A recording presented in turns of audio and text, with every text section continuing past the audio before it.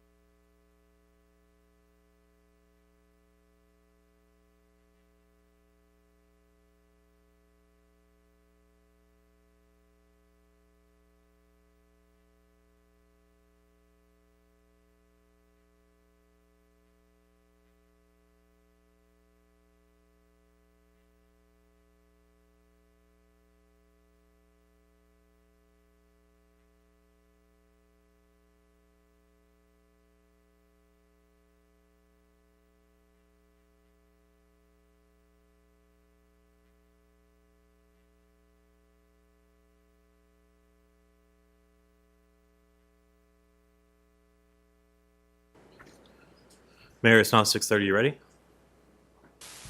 Yes. Recording in progress. Good evening, all, and welcome to the regular meeting of the Petaluma City Council and Petaluma Community Development Successor Agency for Monday, September 11th. If you wish to provide public comment tonight on anything on tonight's agenda or in general, please fill out a speaker card. They're in the back of the chamber, and bring it to the clerk. And I might note, story polls has been on a few of the cards I've seen, and it's general comment. It's not listed as an agenda item tonight, so I'll be reading those during the general comment period. And now I'd like to invite Monica Aparicio and Maria Galvez to provide information to those who wish to participate in Spanish. Thank you and good evening. Hola, me llamo María Galvez y estoy aquí con mi pareja de interpretación, Mónica Aparicio. Estamos hoy aquí como intérpretes. Hoy este evento se llevará a cabo en español e inglés. Se usarán ambos idiomas activamente, así que usted podrá elegir un canal para participar en su idioma preferido después de que le hayamos explicado cómo funciona la interpretación. Estaremos usando la función de interpretación de Zoom. Después de que termine esta explicación, se activará la función de interpretación. Si usted está conectado con su computadora, usted verá un icono de un mundo en la parte inferior de su pantalla. Si usted está conectado con su tableta o teléfono, pulse en Más y verá un menú que incluye la opción de interpretación de idiomas. Para escuchar la interpretación, pulse el icono del mundo o interpretación de idiomas. A continuación, elija su canal de idioma.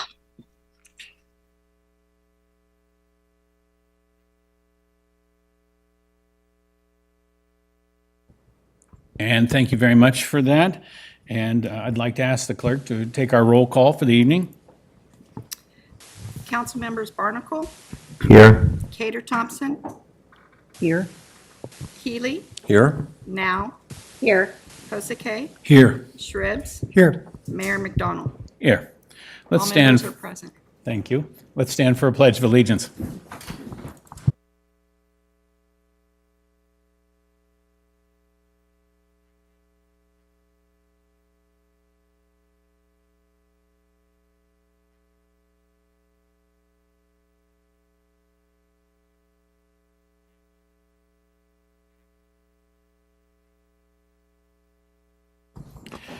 Traditionally, we follow the Pledge of Allegiance with a moment of silence. And tonight, a special one. Today marks the 22nd anniversary, 22 years since September 11th, 2001, and the attacks on the World Trade Center, the Pentagon, and the crash of Flight 93 into a field near Shanksville, Pennsylvania. The attacks claimed the lives of nearly 3,000 people. It was by far the deadliest incidents for firefighters and law enforcement, with 343 firefighters and 72 law enforcement officials killed in these attacks while attempting to save others.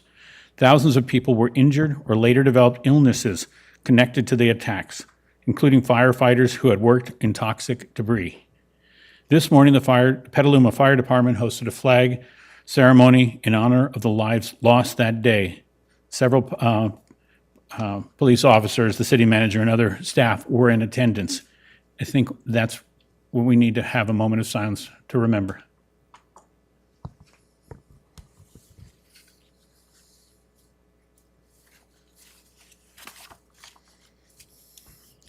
And now tonight's agenda and any agenda changes and deletions is our next item.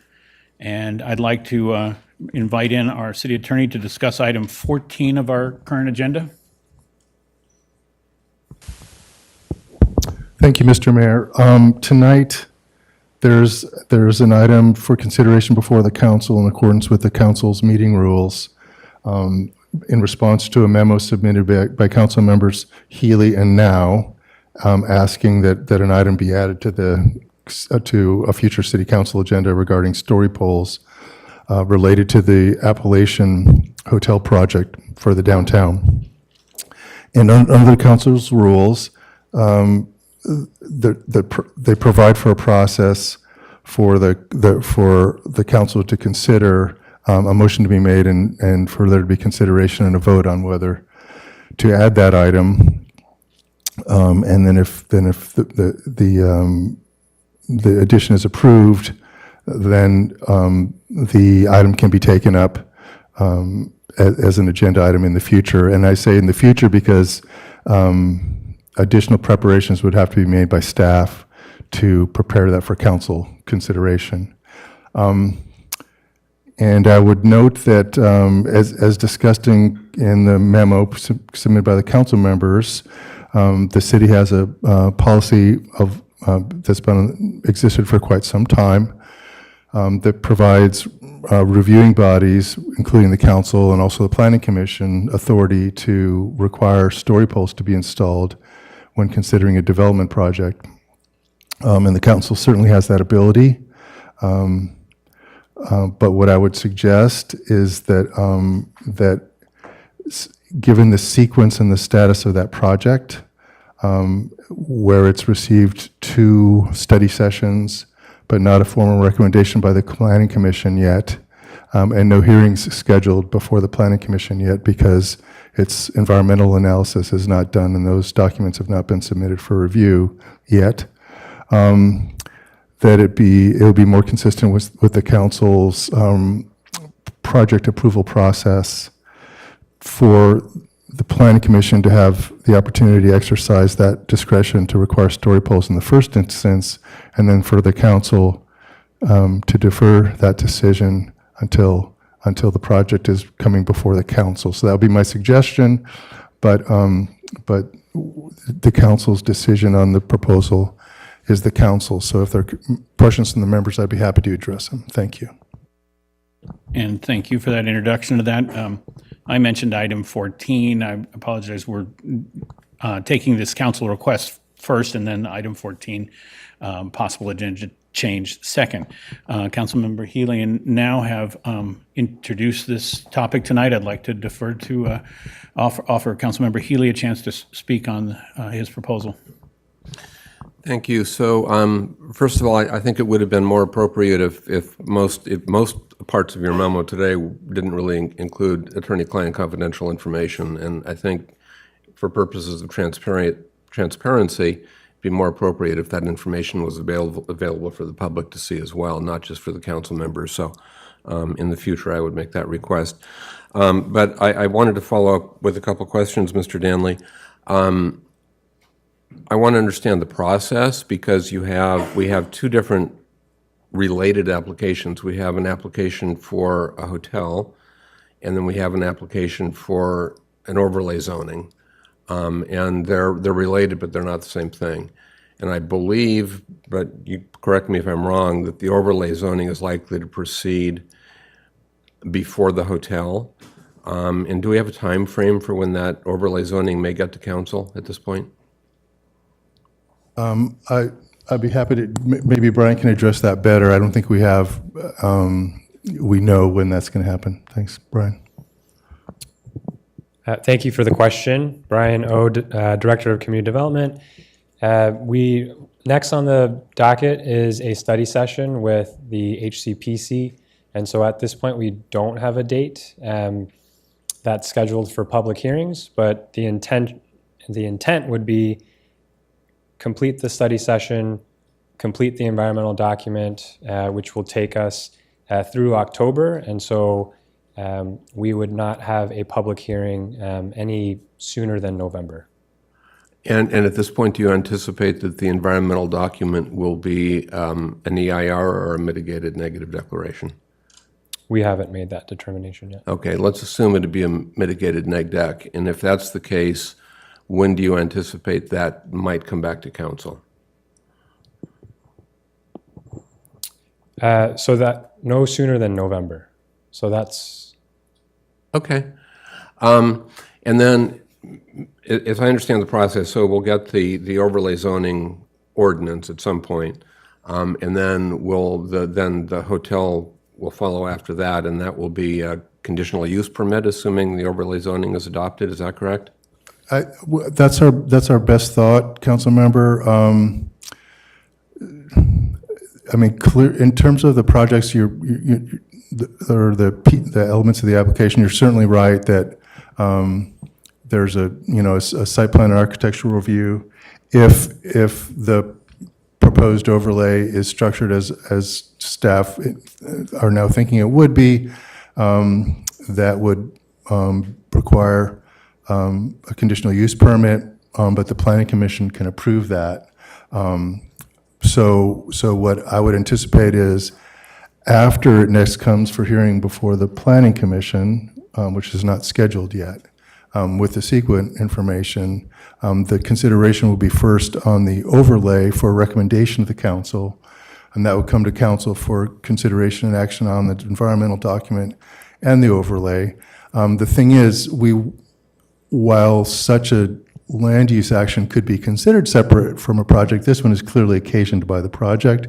And it's my view that for the council to be able to exercise its discretion regarding story poles, if it wishes, in sequence, it would need to do it under these circumstances in regard to the overlay, because the SPAR and CUP might not come before the council except on appeal, and it wouldn't be acceptable to bypass Yeah, the well, council's that kind of opportunity. answered my next question, was if the overlay ordinance is adopted and then the planning commission grants a CUP for the hotel, then that wouldn't even come to us unless there was an appeal. Is that correct? Correct. Okay, and are you saying that the council would be within its rights under the most conservative legal formulation here to require story poles when the overlay zoning ordinance is before us? I think so, otherwise you'd miss your chance. And also, the planning commission as a reviewing body would have that opportunity too when it comes before it. With both respect to the overlay ordinance and the hotel CUP application itself, is that right? Yes. But the council's either. only shot at that would be with the overlay ordinance. I'm sorry? The council's only opportunity would be in connection with the overlay If, ordinance. if the considerations proceed as we're thinking they would, yes. Okay. I guess, okay, so the information about November being the earliest possible date is new to me. We no longer get, or haven't gotten for several months, tentative agendas going out in the future, and that may be something to do with the clerk's office being in transition. But I hope we can start seeing those future agendas again in the near future. And that would give me more of a comfort level. So if the council wants to defer this conversation until we're, 60 days out from when an overlay ordinance might come to us, I'm fine with that. Okay. I think I have to ask you to help me understand that 60 days out from today would be the earliest we'd see things.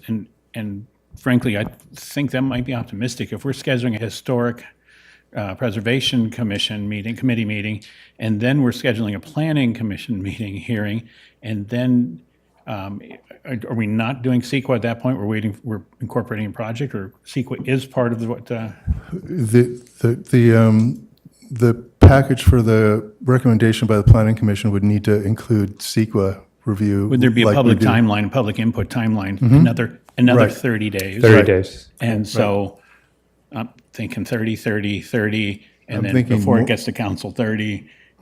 It's probably more like in the new year, frankly. Yeah, Mr. Otis said November, and he said at the earliest, I believe. So, 60 back from November is not too long from now, but that's a moving target, I get it.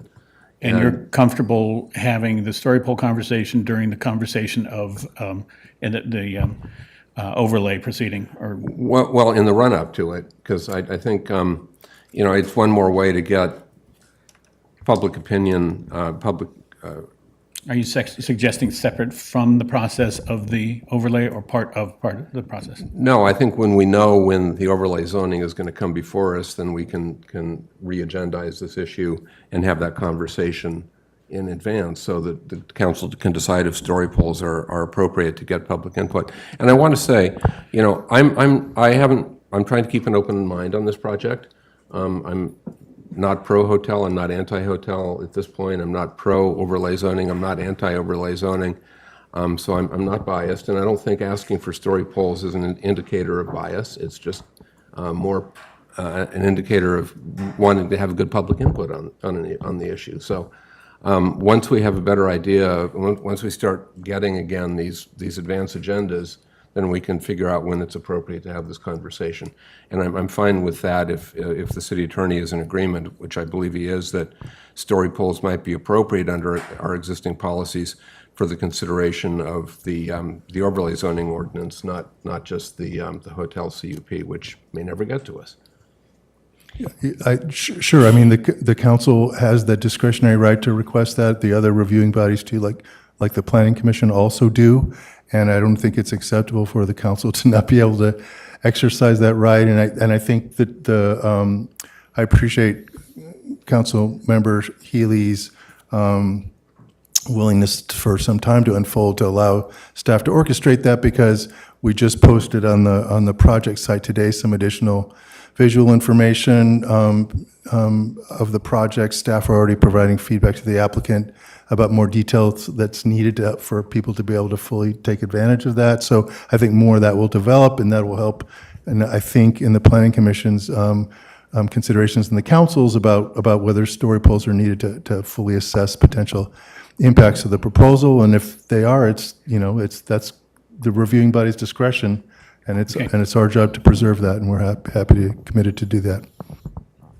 So in terms of actions tonight, are we able to postpone this and reintroduce this at a time after planning has taken a look at the overlay topic? Well, I don't know, because once it gets to planning, it may get to us pretty quickly. So, but I'm willing to continue it tonight. And when we get an indication of when it's going to be coming to us, we can re-agendize it for discussion here. Not necessarily after the Planning Commission deals with it, because that may be too late.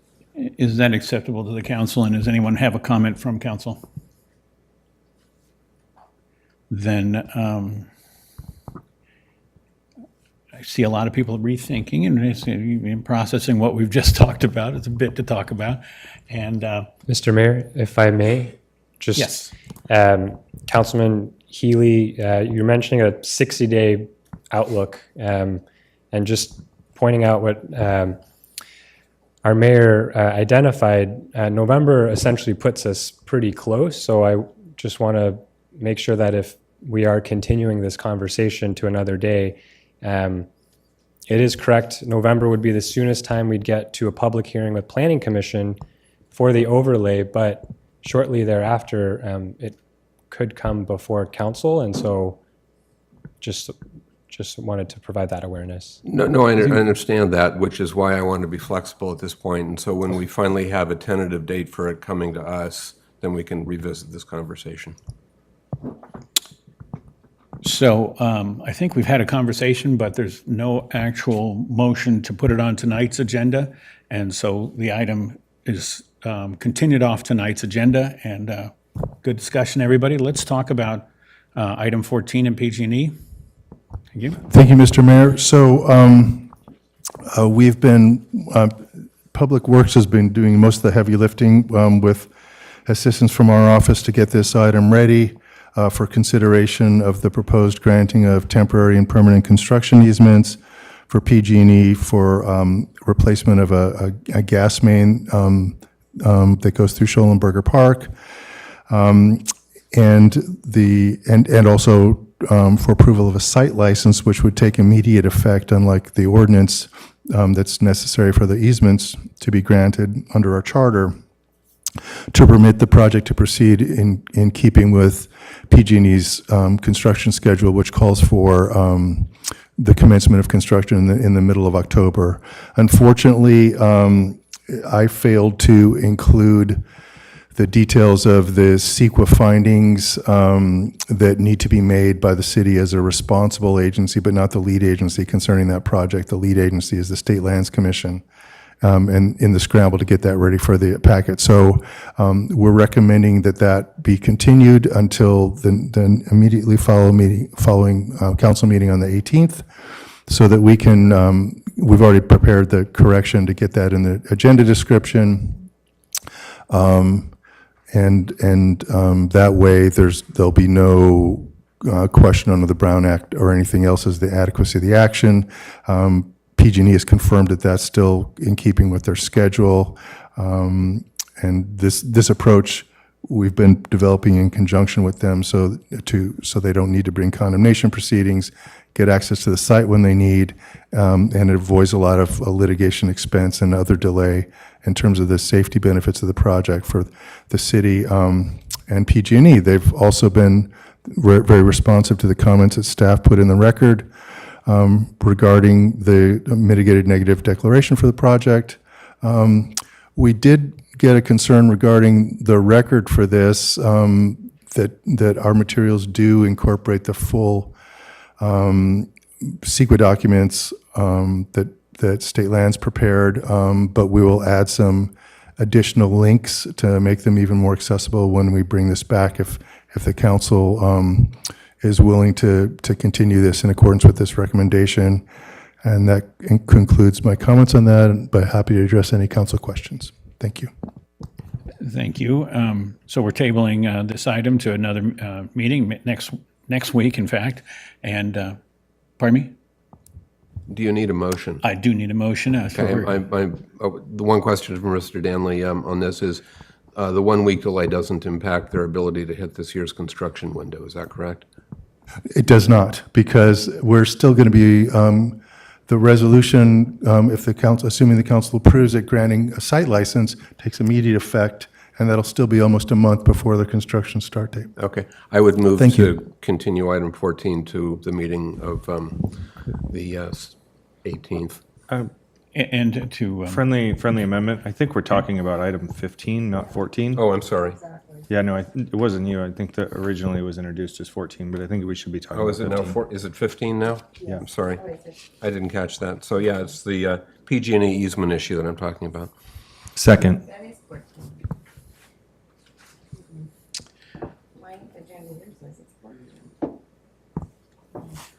and According to my agenda, it's item 14 with the, The one online says 15. It's online. Your agenda, my agenda, don't see it online. Okay, I specified the PG&E easement issue, so I don't think we need to yes, care about the the numbers. title makes it clear, so thank you for that. good. Okay, so that's a motion to approve tonight's agenda, and I need a second. Second by Shribs. And a roll call vote from the city clerk. Councilmembers Barnacle, Aye. Cater Thompson, Yes. Healy, Yes? Now, Yes. Kosake, Yes. Shribs. Yes. Mayor McDonald. Yes. Motion passes unanimously. Thank you, council, and sorry for the hiccup. Thank you. Thank you, Community Development Director Brian O. Let's see, our next item is a presentation, and tonight it's about the reusable cup pilot program, and it's an announcement of the closed loop partners. And do we have our staff member? Yes, Mayor, right here. There you are. In a new Too many location computer today. monitors here. Yeah. Thank you. So it's my pleasure to introduce Carol Grizik from Closed Loop Partners to talk about this exciting new program that has no cost to the city or no cost to participants in the programs, but is very much in line with council goals of zero waste and part of an ongoing conversation that staff plans to pick up in the coming year about other ways that we can reduce waste. So with that, I'd like to turn it over to Carol. Thank you for being here tonight. Amazing. I'm the other Carol. I'll kick us off and then hand it over to Carol Grich. So you can move to the next slide. We are from Closed Loop Partners. We're New York City based. We're an investment firm, a recycling operator, and an innovation center. We lead, next slide, please. We lead cross-brand consortia to solve complex material challenges. And tonight we're going to talk about the NextGen Consortium, founded by Starbucks and McDonald's. And this consortium, it's planning to pilot reuse in Petaluma. Next slide, please. NextGen works on recycling, compostables, and reuse. The focus of today is on reuse, but there's much more going on behind the scenes and throughout the US. So in the next slide, before we jump in, you must be asking yourselves why are our brands focusing on reuse? 3 key reasons. First one, they have big sustainability commitments to meet. They're keeping up with regulatory challenges and updates, and with the growing consumer demand that's coming their way. And to work on reuse, it's very hard for the brands to do it alone. So they are looking to go to markets together. First reason, like 80% of their volumes leaves their store, so they need to build a full ecosystem for reuse. Piloting alone can be risky for their business and their reputation. And then the multi-brand testing reduce costs and effort for each brand. This is a bit of background on why they're doing it, but jumping into how it's going to come to life and what it's going to look like in Petaluma when the pilot is in market. Every single-use cup, from coffee shops to quick service restaurants to food trucks, will be replaced by reusable cups in the market. Customers in the pilot region will receive their coffee or fountain drinks in reusable cups. Then we expect each customer of these restaurants to return their cups anywhere. We are very aware that usually these cups don't stay in the stores where they are purchased. So there'll be bins placed all over town, in public locations, in malls, in restaurants, and we'll ask customers to return the cups there. To do that, there'll be marketing campaigns and communications supporting them as they learn this new behavior and new way of disposing their cups. These bins will be collected by a shared reverse logistics operators that will empty the bins, wash all the cups, and redistribute the cups to the participating restaurants. Next slide, please. From this test, we hope to get a first time ever baseline of return rates, understand how often customers return the cups, and understand the key drivers that are supporting or not supporting customers to return their cups, so we can measure the actual environmental impact of the system and hopefully replicate it across California and the US. Why more background on why this is important for us. It's an unprecedented collaboration. It will help us design the reuse systems of the future. It will help us create data to bring it to regulators across the US and inform future policy for reuse. And it will help our brands build a pathway to scale reusable systems that are responsible and better for the environment. And with that, I'll hand over to Carol for the details on why Petaluma and what we are planning to do there. Wonderful, thank you.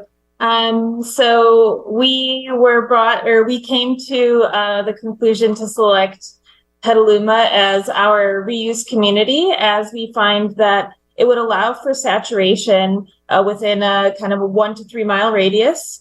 And we were also excited to learn a lot about how Petaluma and Sonoma County is really primed for reusables through favorable policy kind of interventions and actions. We also find it to be kind of an ideal, small, dense, and interoperable community that would have about 20 to 40 locations that could pilot with us. These locations would be a mix of small and large restaurants or cafes that sell to-go drinks. And we also were very kind of interested in having a variety of means of transportation and kind of different city centers that would allow for different channels and customer groups to engage with our pilot. Looking a little bit deeper at kind of the testing zones that we envision, we have 3 testing zones identified here. The first is kind of in the heart of the kind of downtown area, which we call Walk and Mingle. And we envision this to be kind of an area where people are using their cups and potentially returning them kind of in the same ecosystem downtown. Second, we saw the kind of on-the-go, more retailer and kind of larger outlet type of locations in which we could also look at different channels such as drive-through. And then thirdly, we have satellite returns and home collection that we would look to place into kind of the zones north of the city and south of the city, as we see that potentially some of those residential areas or kind of the exits and entry points to the city could also catch the cups coming through. Across these different locations, we've identified about 17 partner locations from our NextGen consortium and lots of independent locations that we would also love to include. We'll be testing in market for 3 months next summer. And so right now we're in this kind of design strategy phase, turning into a deeper preparation phase, looking at our operators and the specific cup designs and communication design to prepare us to test next year in the summertime. As far as engagement points for the city of Petaluma, this fall we'll be recruiting independent restaurants to participate in identifying key areas of the city to place bins to collect those cups. And in the fall and into the spring, we'll be looking at communicating to local businesses, associations, and even citizens to kind of support with the community engagement and messaging campaign that we're building out this fall. So with that, I'll leave you with just kind of a few points that we thought of about how the city might be able to kind of engage with us as we continue on this pilot journey. The first is to identify areas of the city for the returnable cup bins so that citizens can return their cups. At this point, we're not seeking any type of budget or operational support, but rather just to kind of help us with the planning. Secondly, they're looking at outreach to local businesses, looking at how we can get local restaurants and outlets and to participate as the outlets or drop-off locations. Thirdly, local communications to support through any type of communications to residents or potential interview partners as we look at the messaging campaign. One organization that we've come across is Cool Petaluma, for example, that could help there. Fourth, we have local collection. As cups may fall out of the system, we're looking to kind of support informal collection of cups, for example, through the organization Downtown Streets team, and we would be happy to kind of engage any initiatives there. And finally, looking at some dedicated liaison from the waste management office or communications office that could help us with kind of partnering during the preparation and launch phases of the pilot test. So with that, I would say we'd be very excited for the council to join us in this journey because we really know that this is a systems problem and solution, and therefore that it doesn't necessarily happen alone, but rather in a collaborative environment. Thank you very much. And at this time, Carol and I, as well as Kate Krebs, who's on the call here, are happy to answer any questions. Thank you very much. Great presentation. Councilmember Pozike. Thank you, Mayor. So the study is, my first question, the study's not going on right now. Is that correct? Correct. I guess I'm asking because someone showed me a cup a few days ago saying that it was in use at Starbucks, and I just wonder if other places are also using it already. Mm-hmm. No, you might have seen the Starbucks pilot live in Petaluma. Starbucks is doing it as an independent effort that's not related to this consortium, but the decision of going to Petaluma has to do with the fact that by next year, Starbucks will have primed the market already, and we are going into a primed market, but those are two independent efforts. Thanks. Councilmember Shribs. Okay, I'm now old enough to remember Coca-Cola bottles being returned to the store into racks, just like being suggested. So I know we've done that as a culture back in the 50s. That was pretty common. And but I also was a dishwasher in one of my first jobs. So, and I remember that cleaning of the units was one of the critical factors why they said the cost of cleaning, also the contaminations. So the questions I would ask is the materials of the cups, their longevity, are they going to be ceramic? Will they have handles? Washability, where and how would they be washed? Who's going to do the washing and returning? And whether or not there will also be fair pay to the folks, so there's all equitable for the employees that are going to be doing this work. And is this all coming from grant money that's coming into you?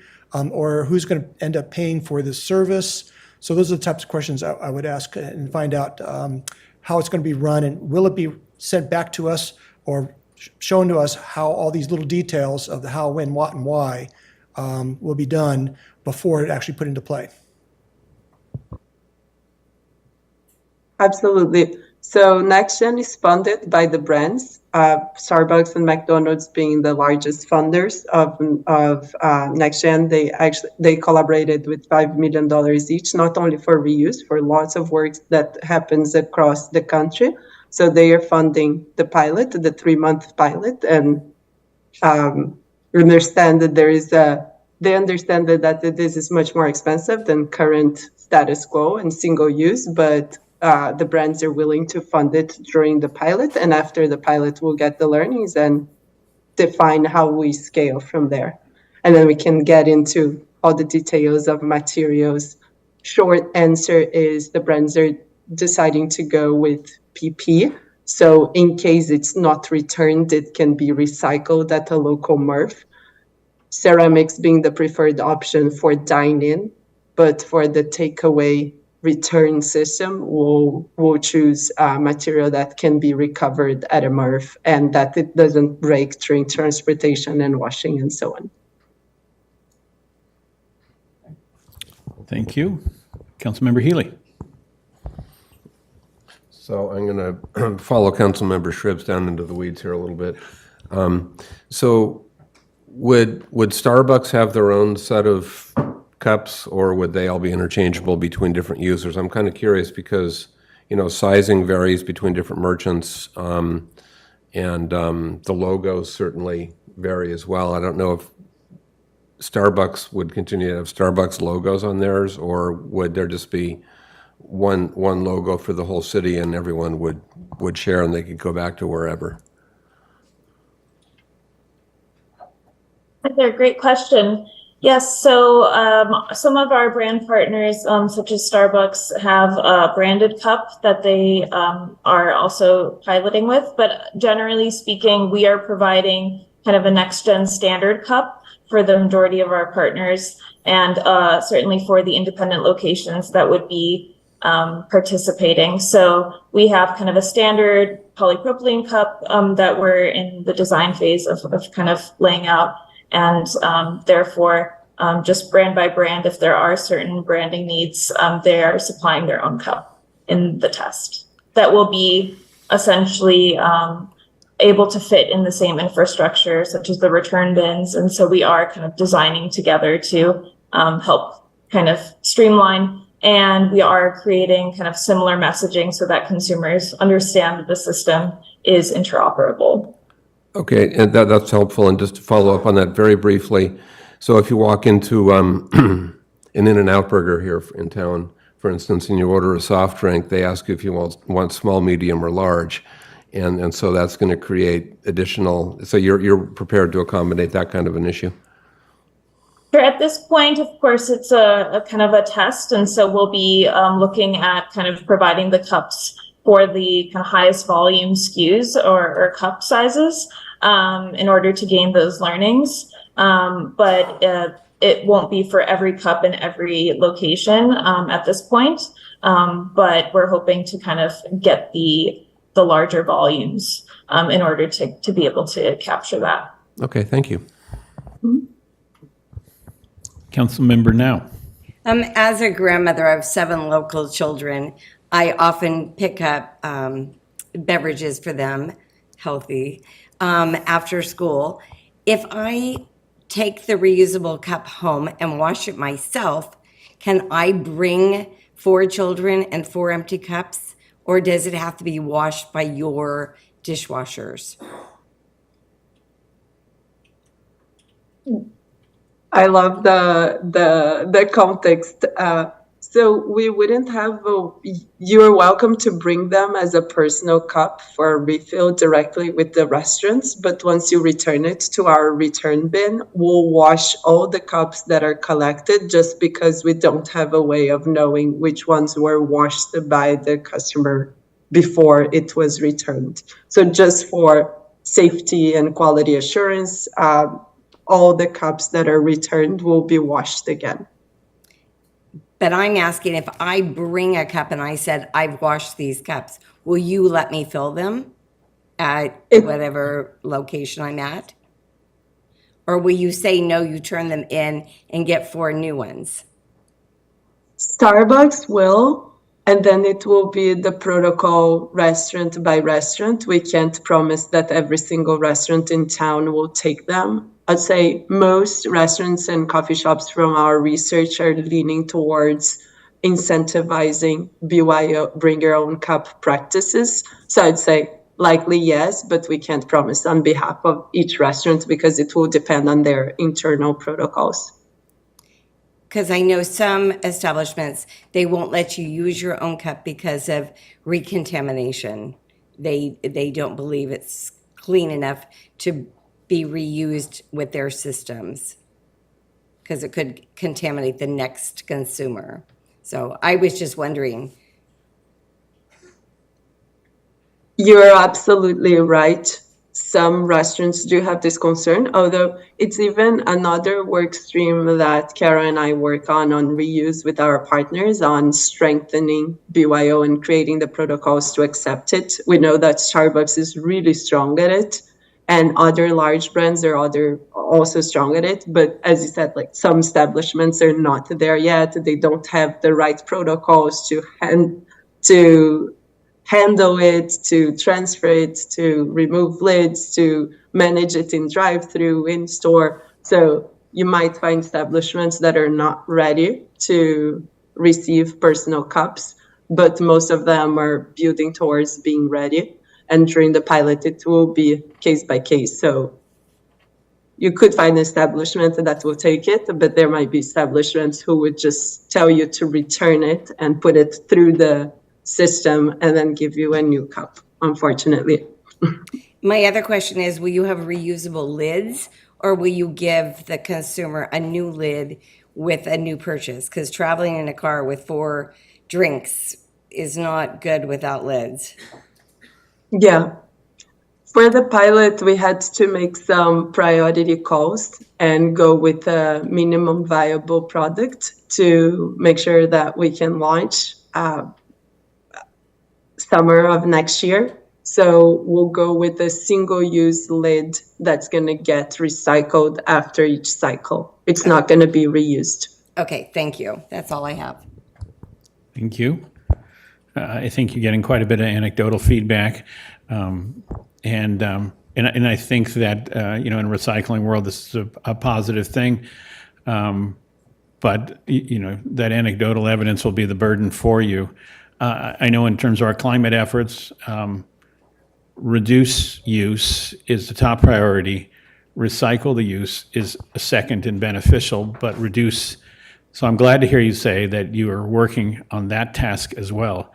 Anecdotally, I have a lovely stainless steel coffee mug that came from a barista child of mine at Pete's. Lovely Christmas present when you're a barista at Pete's. And Starbucks won't fill it. Clean, dirty, doesn't matter. Walk it into Pete's, Pete's fills it. We need to have a more universal treatment, and I hear you saying that that's on the table or part of your conversation, so I wholeheartedly support that because that will get us to reducing rather than just recycling. And no feedback necessary. I don't see any other hands raised on the dais, and I want to thank you very much for your presentation tonight and thank our staffer, Patrick, too.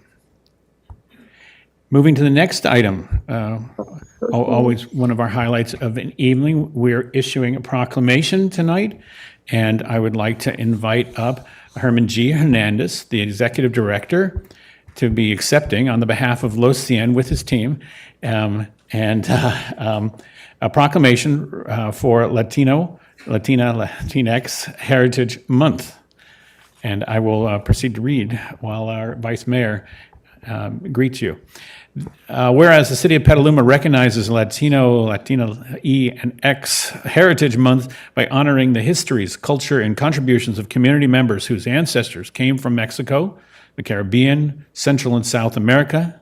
And whereas the City of Petaluma is committed to continuing building a welcoming and neighborly community, embracing diversity and fostering equity for every resident, and whereas more than 21% of the City of Petaluma's population identifies as Hispanic or Latin American, Spanish is the second most spoken language in the community, and 35% of the student population in Petaluma City School districts is Latino, Latina, and Latinx. And whereas more than 60 million people in the United States identify as Hispanic or Latin American, representing over 18% of the population nationwide, Latin America continues to enrich our nation's character, shape our common future, and strengthens America's promise. And whereas Latino AEX Heritage Month, whose roots go back to 1968, begins each year on September 15th, the anniversary of the independence of the 5 Latin American countries, Costa Rica, El Salvador, Guatemala, Honduras, Nicaragua, and whereas Mexico and Chile also celebrate their independence during Latino EX Heritage Month on September 16th and September 18th, respectively, whereas National Latino EX Heritage Month is observed from September 15th to October 15th to recognize the contributions made by Hispanic and Latin Americans in the United States and celebrates their heritage and culture. And whereas fostering a welcoming environment for all individuals, regardless of race, ethnicity, or place of origin, enhances Petaluma's culture, economic growth, global competitiveness, and overall prosperity for current and future generations. Now, therefore, be it resolved that I, Kevin McDonald, Mayor of Petaluma, along with the members of the Petaluma City Council, do hereby proclaim Latino AEX Heritage Month in the City of Petaluma and encourage Petalumans to share in this special annual tribute through participating in the Historical and Cultural Preservation Committee and other community events to learn about and celebrate the generations of Hispanic and Latin Americans who have positively influenced and enriched our nation and society. Thank you.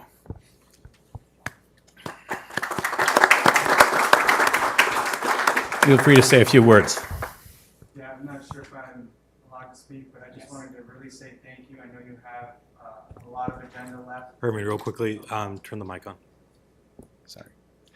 All right, I was just saying, I know they have a lot of agenda left. It's really awkward to be in city council meetings sometimes because people are behind you. So I want to also speak to the crowd. And it's also even more awkward to see myself on the screen. So I got to focus down. But I wanted to say thank you so much to Mayor McDonald, City Manager Flynn, and council members, staff, and City of Petaluma. This is a very cool proclamation that we are receiving. We're not here representing the entire Latinx community, but we are excited and honored to be thought as a partner of the City of Petaluma and invited here to receive this. I do want to just mention a couple things. When I do presentations to Rotary clubs and community organizations, they always ask, what's the proper term to refer to you? Is it Hispanic, Latinx, Latine, Latino, Latina? And to be quite honest with you, if you're speaking to an individual person, the respectful thing to ask is what they like to be referred to as. And then once you start to accumulate their responses, then you start to build your own way of referencing to our Latino community. But I just wanted to mention that. And again, thank you very much for this proclamation. And thank you so much to the City Manager Flynn and City Council members for the partnership and for allowing us to host one of our 15 events down here in Petaluma in July, where we had a very deep conversation about the farm worker voice, and we elevated their voice, and we talked about the inequities that exist in Sonoma County within our agricultural system when it comes to the farm worker. And Hispanic Heritage Month, Latine Heritage Month, to me, really is an effort to elevate the unsung hero because we forget that the food on our table every single morning, every single lunchtime, every single evening was picked, or someone that was Latinx, that was a migrant worker, picked that for us. So in honor of this proclamation, I just want to give them a shout out, but there's so many other community members in Sonoma County and beyond that have contributed. We are teachers, we are educators, we are doctors. We now have a Superior Court justice here in Sonoma County, Judge Pardo. We are presidents of institutions. We are collaborators and partners. So thank you on behalf of Lo Cien and our board, and we look forward to continuing to work with the city of Petaluma. You have amazing staff, and we love City Manager Flynn. So thank you so much. Have a great evening.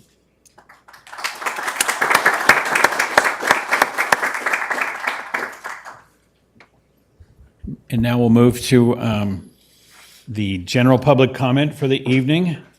And this is where we're inviting the public to make comments. I think I have a dozen cards in front of me right now for general public comment. And so I'd like to ask the clerk if we have received any online public comments that we should be aware of. Mayor, there are 7 public comments that have been posted online. Wonderful, wonderful. And I'd like to ask our moderator to read the messaging and check our online audience. Thank you, Mr. Mayor. At this time, I will start a 30-second clock for general public comment. Members of the public attending in person should bring their speaker cards at the clerk's desk if they have not already done so. Members of the public attending online should raise their virtual hand or press *9 if participating by phone. Speakers are reminded to be respectful in their comments and that this meeting is being translated. Please pause between sentences for translation. A countdown will appear for the convenience of the speaker and the viewers. Mr. Mayor, at this point, we have 4 members of the public with their hands raised. Thank you very much. So 4 members plus the dozen I have here is 16, and that puts us in keeping with our 20-minute limitation to 90 seconds would be put on the clock tonight. Our moderators keep catching up here, and I'd like to go to the in-house speakers first, and then back to our Zoom speakers second. First speaker would be Tim Porteous, to be followed by Robert Hanson.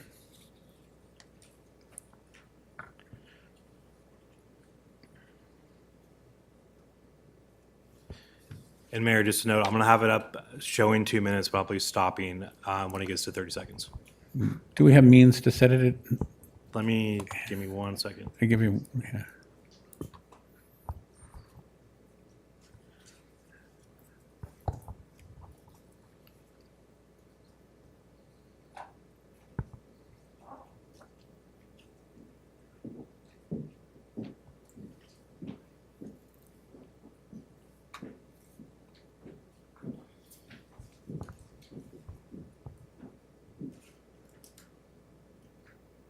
Well, let's back up to here and go with the 2 minute, and we'll go the full 2 minute. Are we good on that, Mr. Moderator? I have this, hold up, here we go. We have 90 seconds.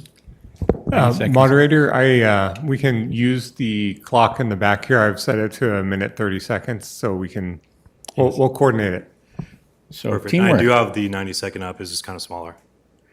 All right, well, let's do a combination of whatever works for you two and invite Tim to start his presentation now. Well, thank you very much. You know what?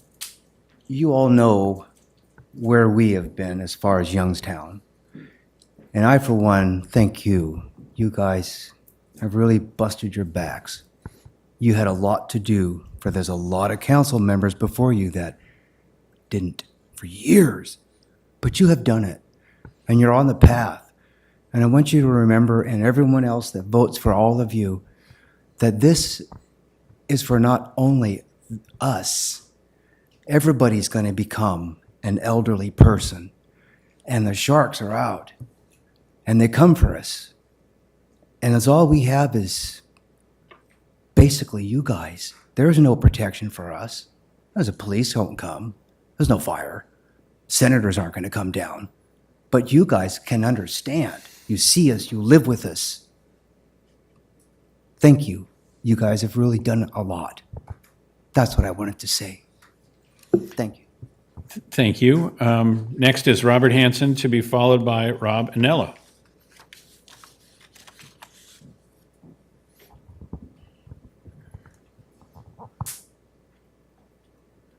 Good evening, everybody. My name's Robert Hanson. To everybody, the best in health and spirit. First, I'd like to thank the two ladies at City Manager's office I met. They provided me information and courtesy that was much appreciated. I pay $166 a year for 24/7 access to my mail at the post office. That's been limited to 10 hours a day because our post office has been closed because they're using it as a bathroom. Now the post office closed for 14 hours a day.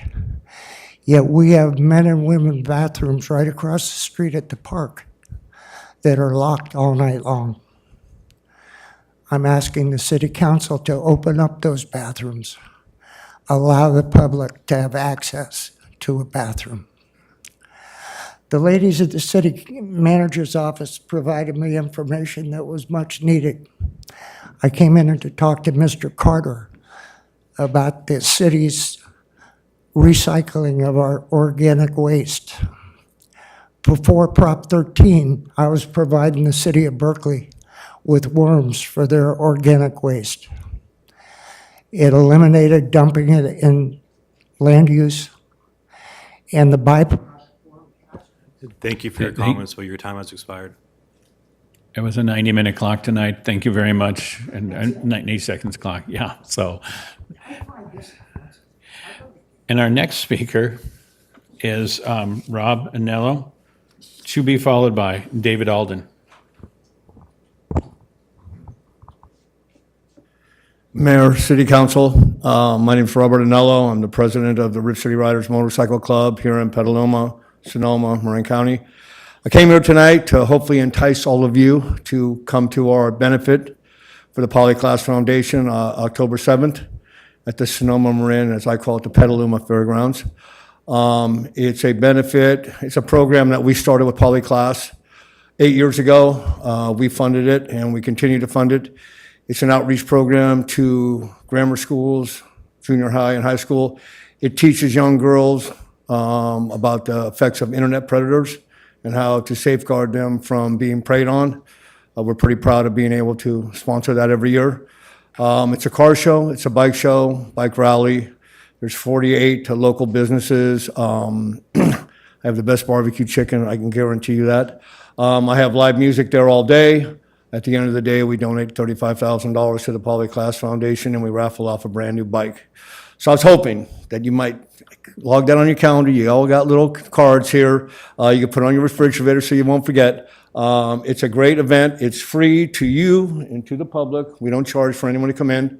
It's from 9 to 5:30 and it's family friendly. It's a great day. And we'd just like you to come down maybe and check out what we do. There's a lot of good looking people. There's some ugly people, but you'll have to get over that. Thank you for the time. I appreciate it. Enjoy the evening. Thank you. Thank you. David Alden, to be followed by Peter Cherniff. Good evening. I'm here today here this evening representing Urban Chat. I think as all of you know, we are hosting a pair of showings of a Better Cities Film Festival on September 20th at the Boulevard Cinemas and on September 28th at the SRJC Petaluma campus. Each day, the event convenes at 5 o'clock for introductory conversation, casual conversation. The showing will be at 6 o'clock. Afterwards, we are making provision for a chance to exchange insights we've learned from those films. The city manager does have a block of tickets because the city is one of our major sponsors. She can make tickets available for free, and we've told her that if she runs short, we can find a way to get some more tickets in her hands. So please take part. If you go to urbanchat.org on the events list, you can find the list of films we'll show that night. We touch all the standard urban topics you'd expect: transportation, housing, community access, et cetera. It's a good list of films. We're real pleased what we've managed to put together. And within a couple of days, you will also see the list of sponsors at urbanchat.org. Just a few examples: Scannell Properties, MAD and Green Building Architects, the Eames Institute, Amy's Kitchen, Congress for the New Urbanism California Chapter. It's a good group of sponsors, and that just touched a few of them. So please check that out. Hope you can join us on one of those 2 days, or both. Thank you. Thank you. Peter Cherniff, to be followed by Jody Johnson.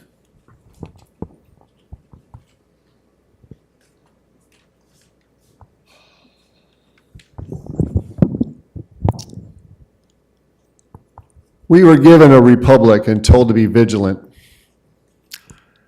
The Fully Informed Jury Association is worth anybody's look-see, especially if you're going to be on a jury, for it clarifies a jury holds true power and a judge is but a referee. A jury to judge all facts, and if any omitted, being sufficient for an immediate acquittal. A jury to judge the law itself, and in the current Sonoma County prosecution of Direct Action Everywhere animal rights group, the law needs to be nullified, as in a jury nullification for 4 verified acknowledgments. American jurisprudence is based on the 10 Commandments, which were never followed. The courts are operating under Jesuit law, disregarding U.S. Constitution. The prosecuting DA and lawyers and the judge took an oath to support the Constitution and do neither. Serious evidence has already been excluded by the judge, and 3 gag orders have been imposed.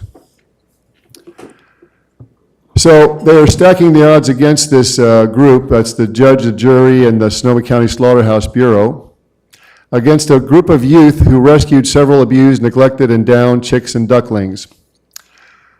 Martin Luther King said, "One man wrongfully incarcerated, so are we all." Leonard Peltier's been down 48 years, and Green Beret, Dr. McDonald, 51 years. So I'm looking for the American hustle and the American muscle, warriors, patriots, special forces upon almighty horses. I am Peter, I am servant, commanding as I am commanded, till every need of the earth be remanded by the 40-day freedom strike. It is so, it is done. Thank you. Jody Johnson, to be followed by Catherine Babowski.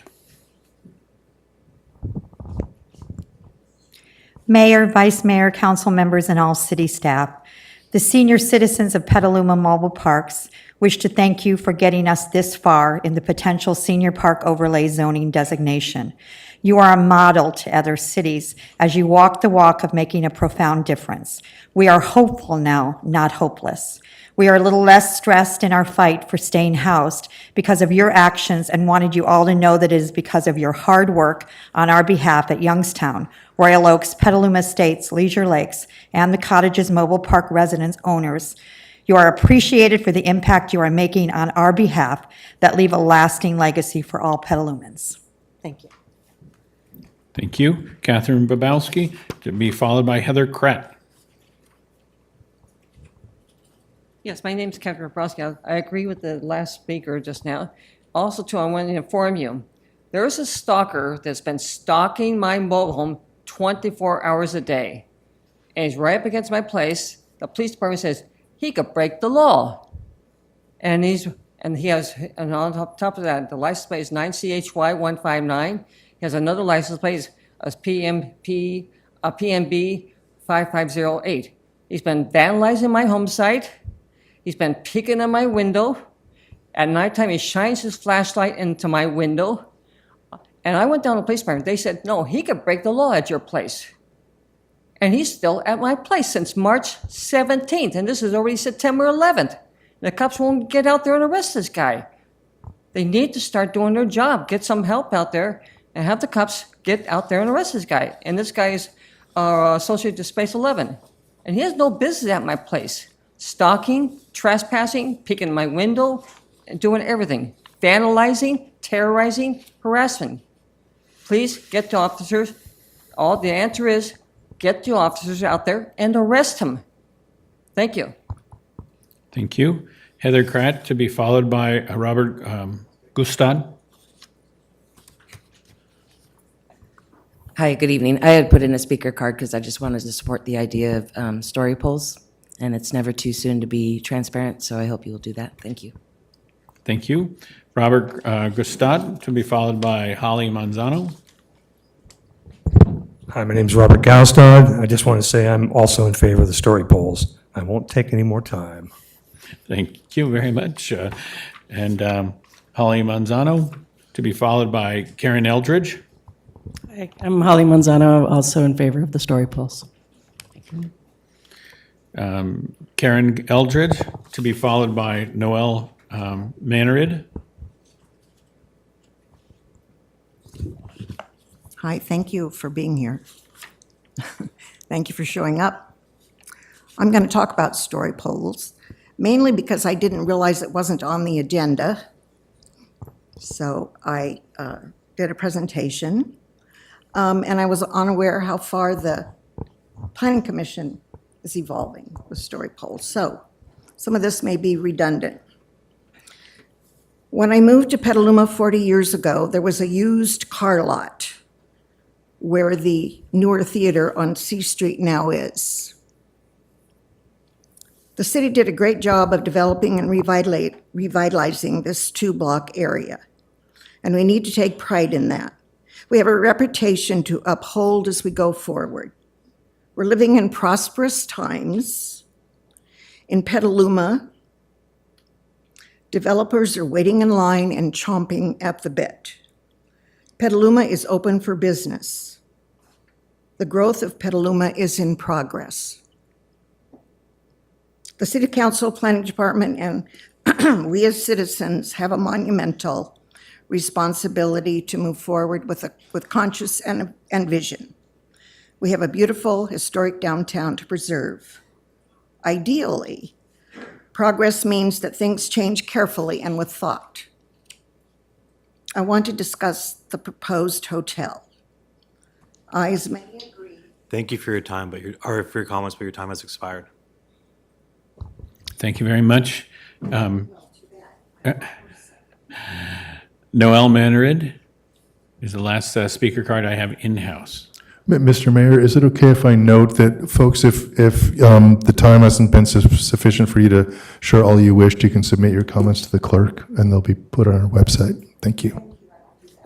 I very much appreciate that announcement for the public benefit. Thank you. Please continue. Good evening, everyone. First of all, I am in support of story polls for the hotel, story polls in general, as the most transparent and effective way to communicate the impact of development for anybody that proposes to do work in our community. I think specifically the historic district and the impacts associated with the overlay merit both its past, its future, and its present and its future impact be as transparently communicated as possible. And I believe anybody that wants to work in this community come in with an absolute respect for the charm, the character, and the integrity, and the knowledge really that all of us have about how special this place is, and understands that transparency and clear communication in the form of story polls are a clear requirement. They're just understood. Now, I appreciate the conversation today between the council member and the city attorney, because I think getting ahead of ourselves with respect to the council making a decision about story polls is absolutely getting the cart in front of the horse with respect to the other aspects of the process that still need to play themselves out with respect to the historical commission as well as the planning commission. But we will stay vigilant in terms of the clock with respect to how the process is making itself through. So thank you for your participation. Thank you very much. That concludes our in-house. Let's switch over to our Zoom audience. Thank you, Mr. Mayor. The first speaker that I have is Jane Hamilton. Jane, I'll now allow you to speak. You can unmute yourself and begin. Thank you. Okay, so what I really don't understand is this. Why on a controversial project like the hotel and the overlay zone would our planning staff not have already required story poles to be erected? They're not, it's not something that has to go to the planning commission or the council. And to me, it's pretty much of a no-brainer.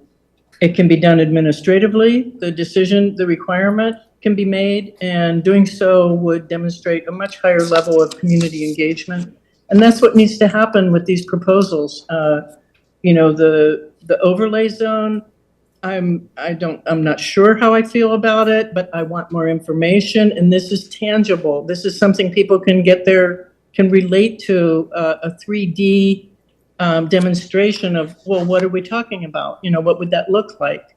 The story poles need to go up, and they need to go up sooner rather than later, and not wait until winter when it's storming and they're getting blown down and, onto people or whatever, where you have to worry about the stability of them. I think they should go up right away, and staff can make that as a requirement. It doesn't have to go through all the rigmarole that was described about waiting for it to get to the planning commission and the 60 days and all that. Let's just do it. I hope that staff will do this. And Thank you for your comments, but your time has expired. The next speaker that we have is Paul McGavin. Paul, I will now allow you to speak. You can unmute yourself and begin. Thank you. As the founder of WireCalifornia.com, I'm a telecommunications subject matter expert and lobbyist. Today, I submitted 2 written public comments to the City Council. I'm asking the City Council to send 2 letters, one for a state wireless bill, AB 965, and the other for a federal wireless bill, HR 3557. I provided links to detailed research and reasons to veto AB 965 and oppose HR 3557 in the public comments I sent today.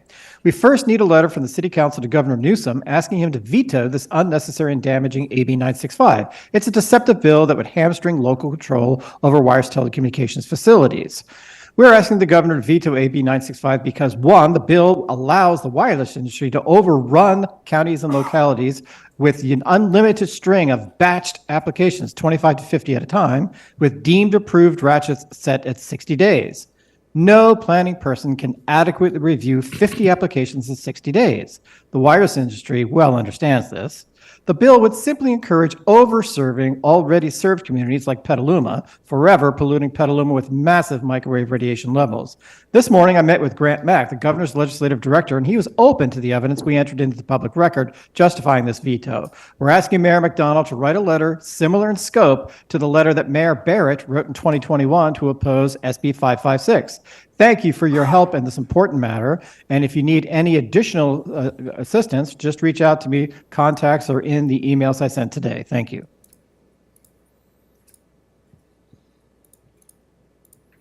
The next speaker that we have is Susan Kirks. Susan, I will now allow you to speak. You can unmute yourself and begin. Thank you. Good evening. I sent a general public comment this evening that did not get posted to the agenda. And the sentence was simply to the City Council and the Mayor, to please reinstate Zoom meeting access for commission and committee meetings. And then I'd like to also add that you removed an item from your agenda this evening that would have taken up probably at least a half hour. And you do have the discretion to give the public, your public, a little more time to make general public comments. I honestly believe that the very minimum that should be allowed or provided, rather, is 2 minutes. 1 minute, 30 seconds in a meeting where you've removed the significant agenda item really does not represent our residents, our voters, your public. I hope you'll consider that in the future because you do have the discretion to allow a little bit more time for members of the public to speak. Thank you.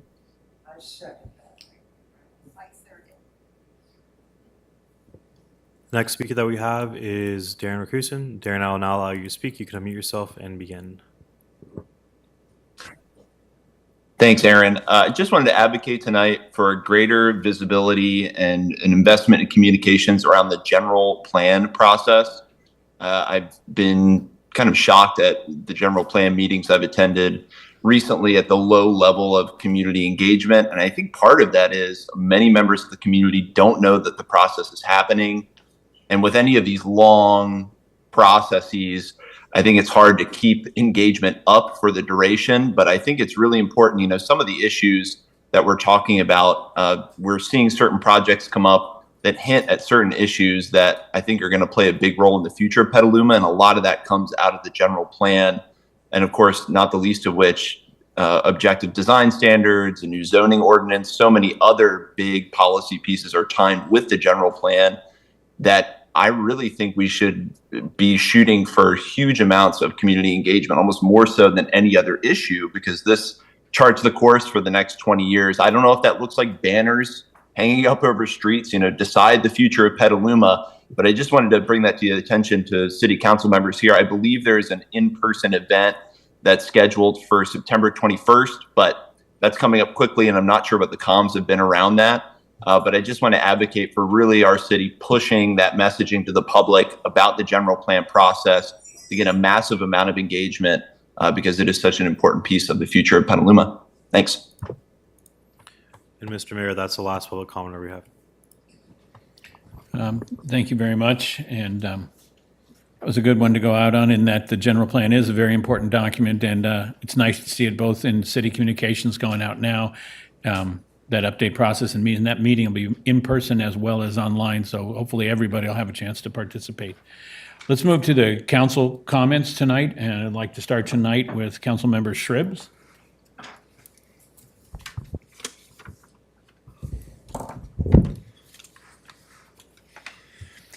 Okay, good evening. My watershed and water reuse regional committees that I usually attend took a break during August, and just like the city council did, so maybe I need to start planning a vacation that time of year.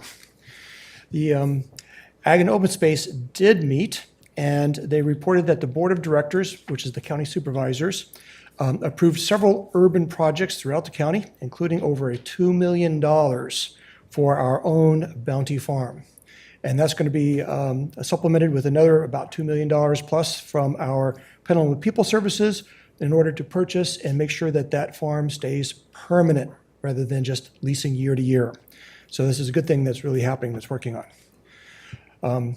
A second event that happened was that we did get a tour of various projects. We have a choice of three. I chose to go to the Duckworth Farm, which is a pick-your-own berry farm in Sebastopol that was being supported for its very special location and the wildlife that is there with the various ponds and streams and creeks that are crisscrossing it.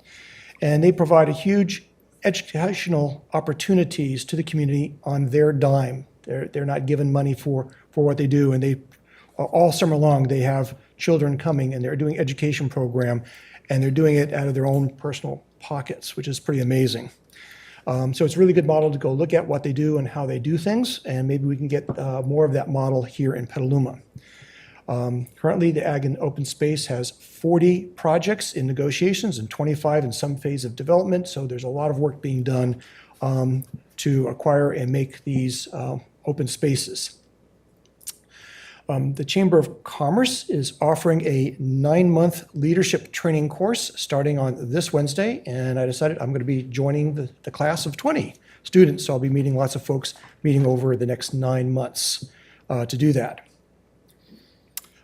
Next month, I will be attending a micro-mobility conference for the United States. That's going to be down in Alameda, fortunately nice and local. So I'll be able to bring back information on what's happening in the micro-mobility world that's worldwide. So many countries are way ahead of us in this venture. Another thing I attended was En-ROADS has a climate change simulation model, which I've been trained as a facilitator, to give additional training, and I attended and learned that there's a new simulation model called Probable Futures Model. And this looks at the global land use policies and impacts, especially around climate change. And the current modeling exercise was focused on global tree planting. The trees provided many benefits in both natural and urban settings, but do not, according to the model, give us a large boost in carbon capture to slow climate change.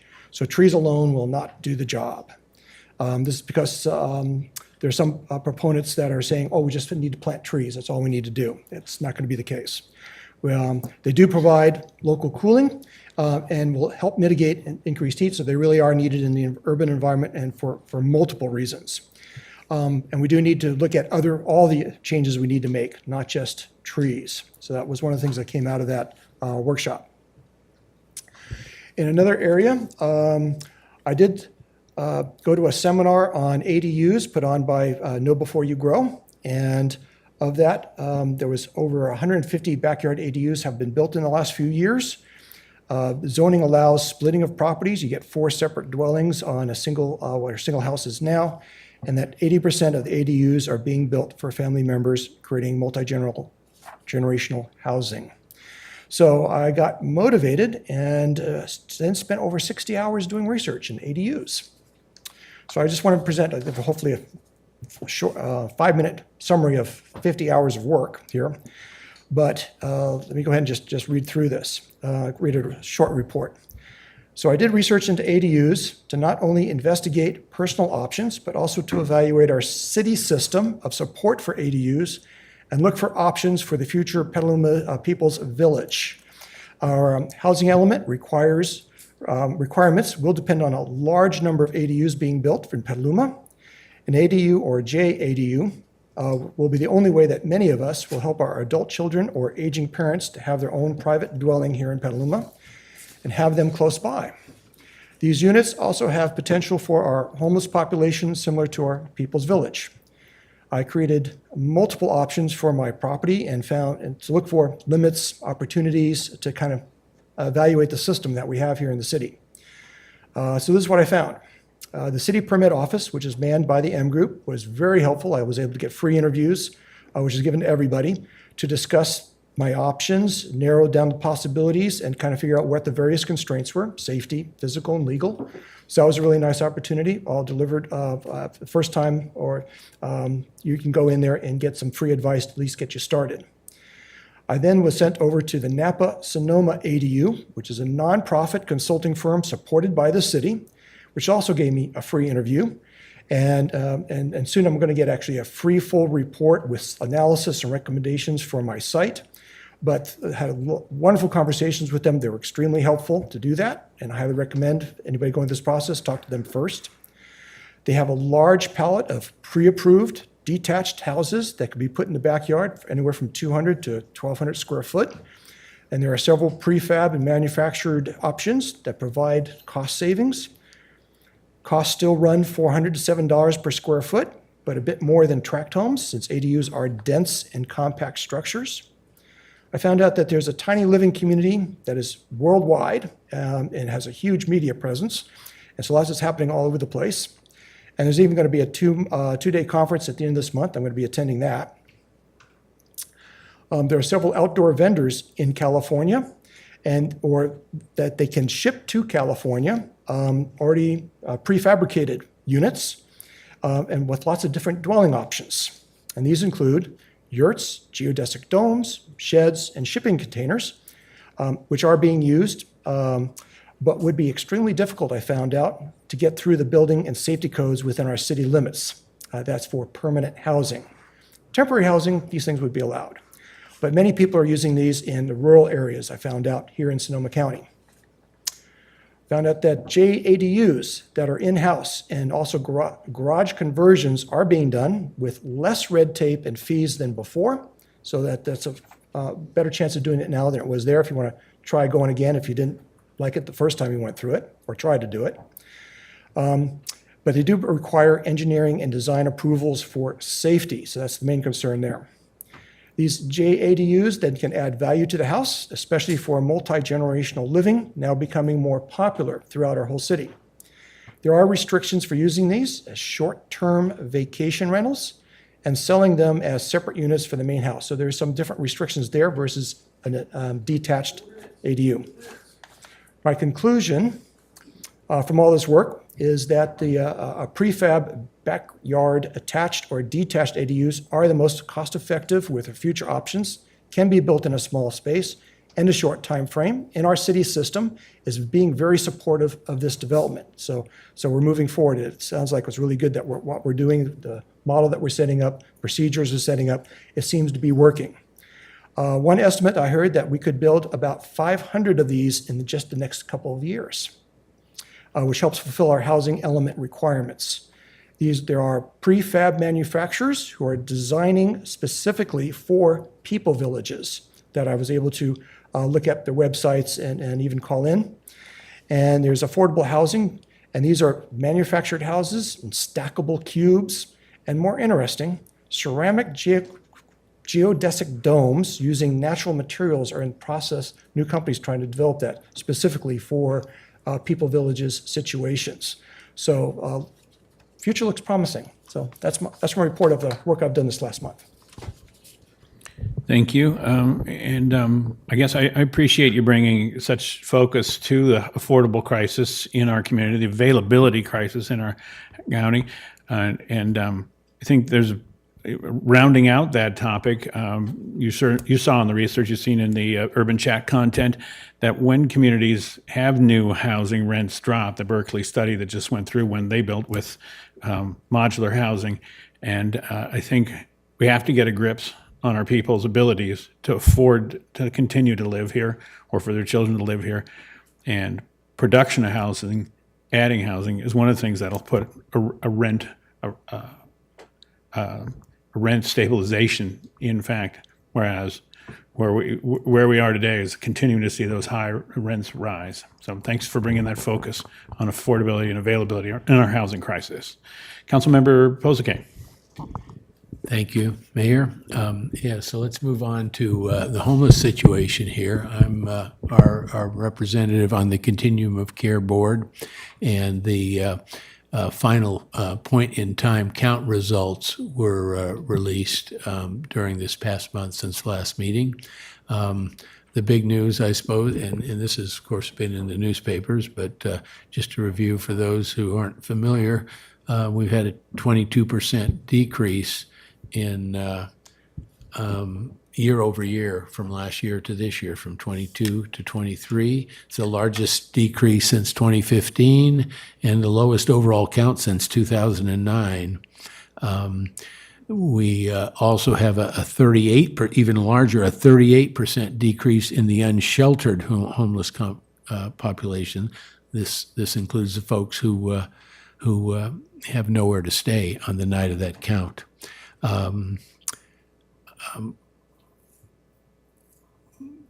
Beyond that, the question gets asked as to why things have improved so much, and I think part of the reason is several items that the Continuum of Care and the county and the city here have been involved in, such as focusing on prevention of homelessness and retention of housing, focusing on increasing the number of beds, 14% in the last year, but our goals in the strategic plan for Sonoma County include increasing the number of permanent supportive housing units by 200 per year for the next 5 years, and I think I'm fairly comfortable we're going to easily make that number this year, and also increase the number of emergency non-congregate shelter and transitional housing units by 100 per year.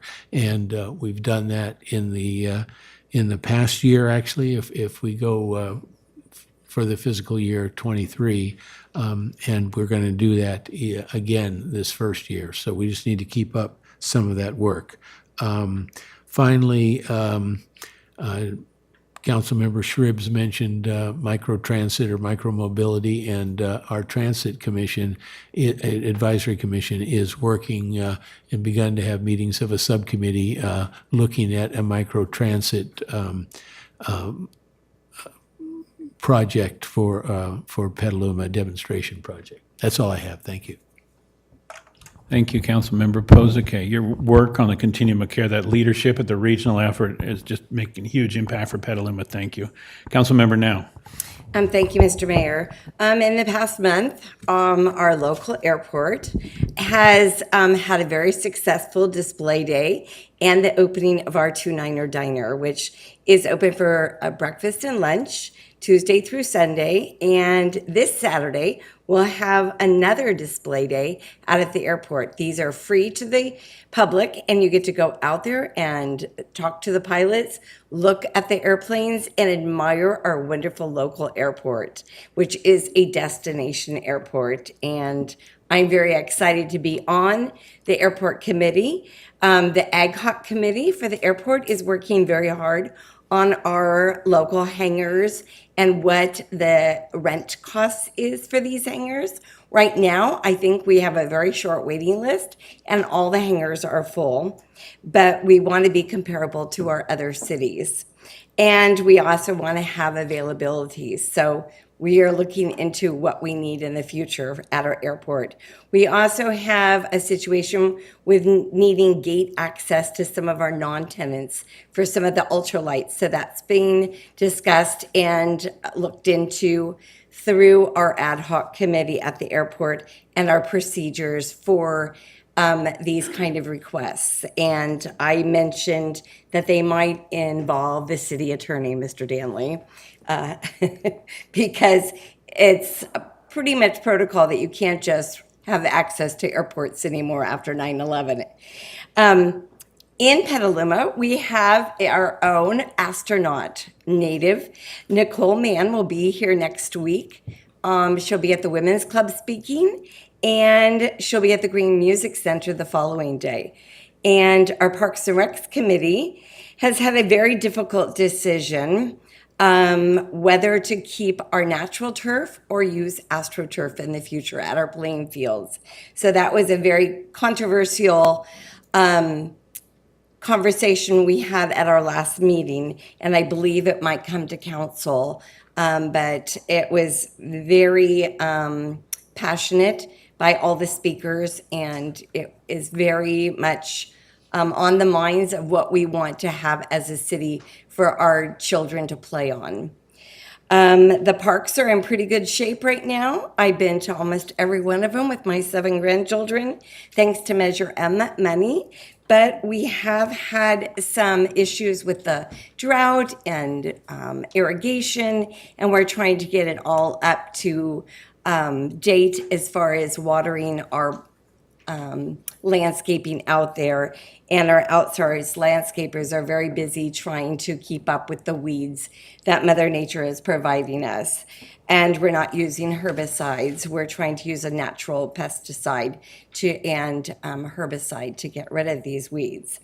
Our parks are getting a lot of use this summer, and I just want to remind people to use the Engage Petaluma app. When I go to a park and I see a drinking fountain flooding onto the sidewalk, I can take a photograph and I can upload it immediately to our city staff.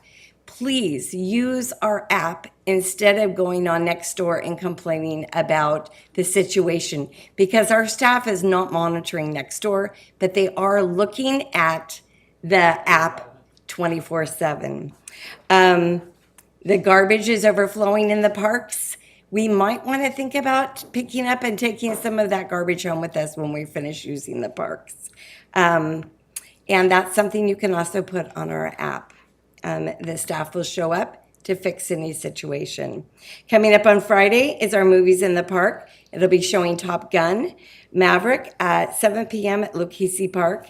And our fall activity guide is out. Classes are filling up fast. It has a schedule for our Tiny Tots preschool, which is run at the Lucchese Center. It's an excellent program. And our senior center program. I would advocate that we think about opening up the senior center programs on Fridays, because right now it's Monday through Thursday. And pickleball classes are very popular. That's all, Mr. Mayor. Thank you. Thank you. Not to pick up too fine a point, but the term AstroTurf is very outdated and somewhat triggersome. I mean, it hasn't been a product in use since the Astrodome was built. And so the modern products are very different than the pejorative nature that comes with language. And we are trying to be sensitive to the language. So I just wanted to point out that that's not the actual product. Artificial turf is synthetic. Correct. I will, in the future, use synthetic turf instead of AstroTurf. Thank you. I'm old school. Right, so many of us are in so many ways, but we try and be modern now. Let's pass to Vice Mayor Cater Thompson. I'm sure I'll be quick. Today I had a marathon Sonoma County Transportation Authority meeting. We started at 10 o'clock and ended at 5. and we had two different subjects. The afternoon was the meeting, and so we approved moving forward projects throughout the county to go up to MTC and for basically funding, approval and funding. So that was good, and Petaluma had a lot of projects on the list, so that was even better. I was a few weeks ago in Sacramento with Councilmember Healy for the League of California Cities. It's called Lobby Day, and we met with Senator McGuire, Senator Dodd, Assemblyman Damon Conley, and who else do we meet with? Curry, Aguiar Curry. Yeah, and she's fantastic. She's in the Sacramento area or Davis area.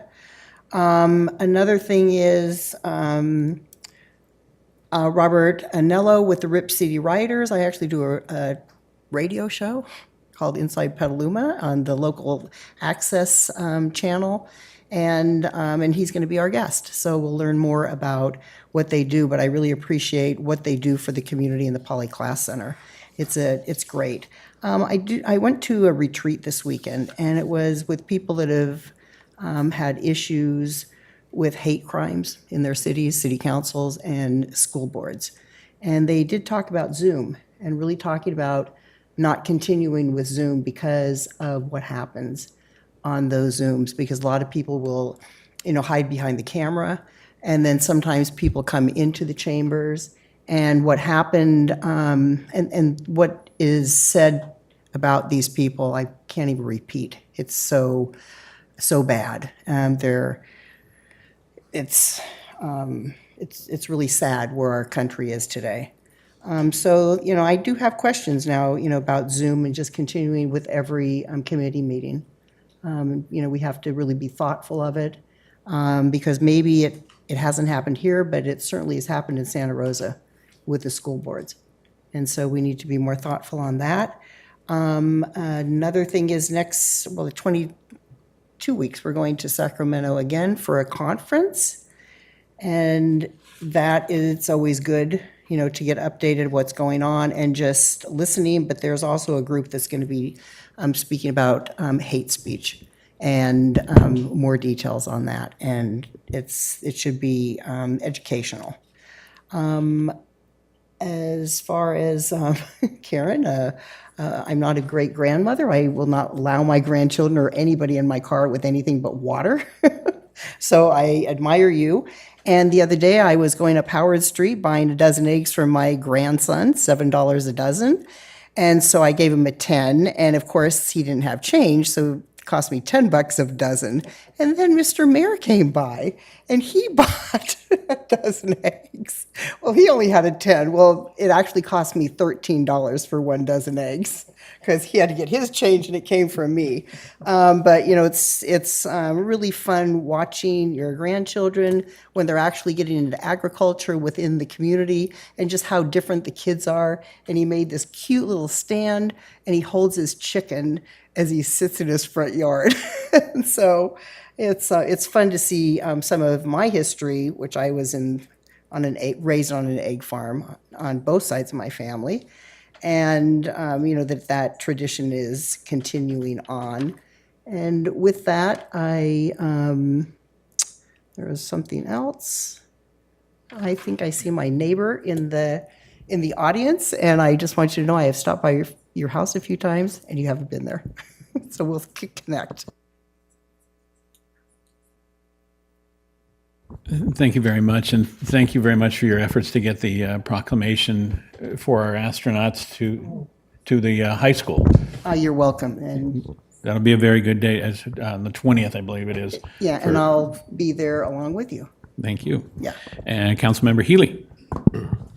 Thank you. Just briefly, as the Vice Mayor indicated, she and I were both in Sacramento on August the 23rd with Cal Cities, with the executive board of the North Bay Division, the four North Bay counties, and we were able to meet with 2 senators and 3 assembly members and their staffs.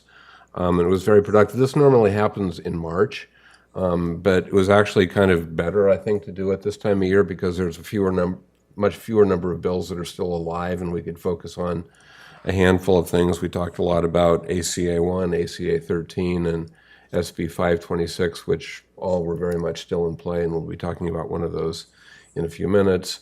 And then, as the council knows, I'm also on the Cal Cities Board working group on the California Business Roundtable initiative for next November. That group will meet by Zoom again this Friday, so I can report back on that on Monday. And the last thing kind of falls a little bit out of the normal liaison report, but my wife and I were able to get our house bolted down to our foundation last month, participating in the State of California Earthquake Brace and Bolt program, which gives a $3,000 subsidy, which is very helpful. But it's a little bit complex to navigate through this whole thing. But if you're among the group of folks who actually get earthquake insurance every year, and we are, this entitles you to a 25% annual discount moving forward. So when you see the work that was done, it's pretty impressive. And so I just put this out there to the community that if anyone is interested in this, as I say, it's a bit complex to navigate, but feel free to reach out to me and I'll tell you how to get there. Thanks. Thank you. And Councilmember Barnacle. Thank you, Mr. Mayor. I think the event with Nicole Mann is on the 19th at 12:10, so not the 20th. Just wanted to Thank you correct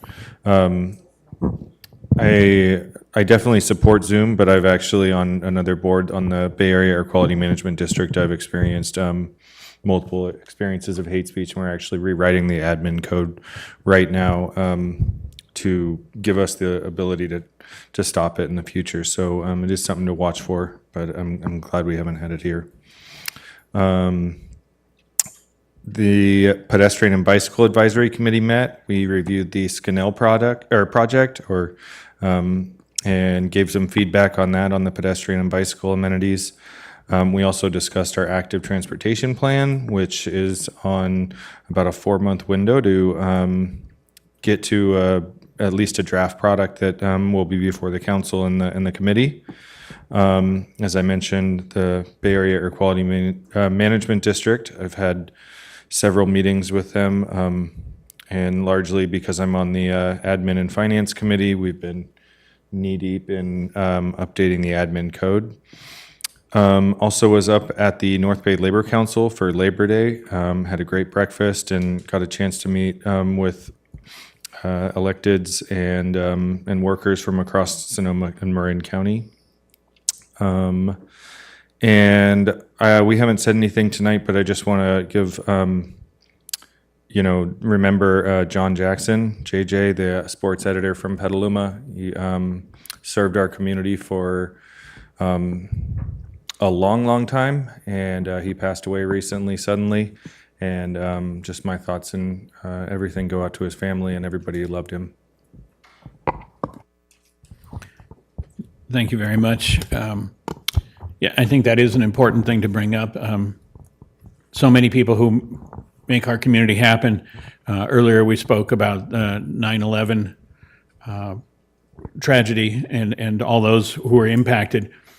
But so many people work in our community to make things happen. I wanted to give a shout out to our firefighters who attended fires in the Oregon border. Each city responds to help other cities, but it's all about community.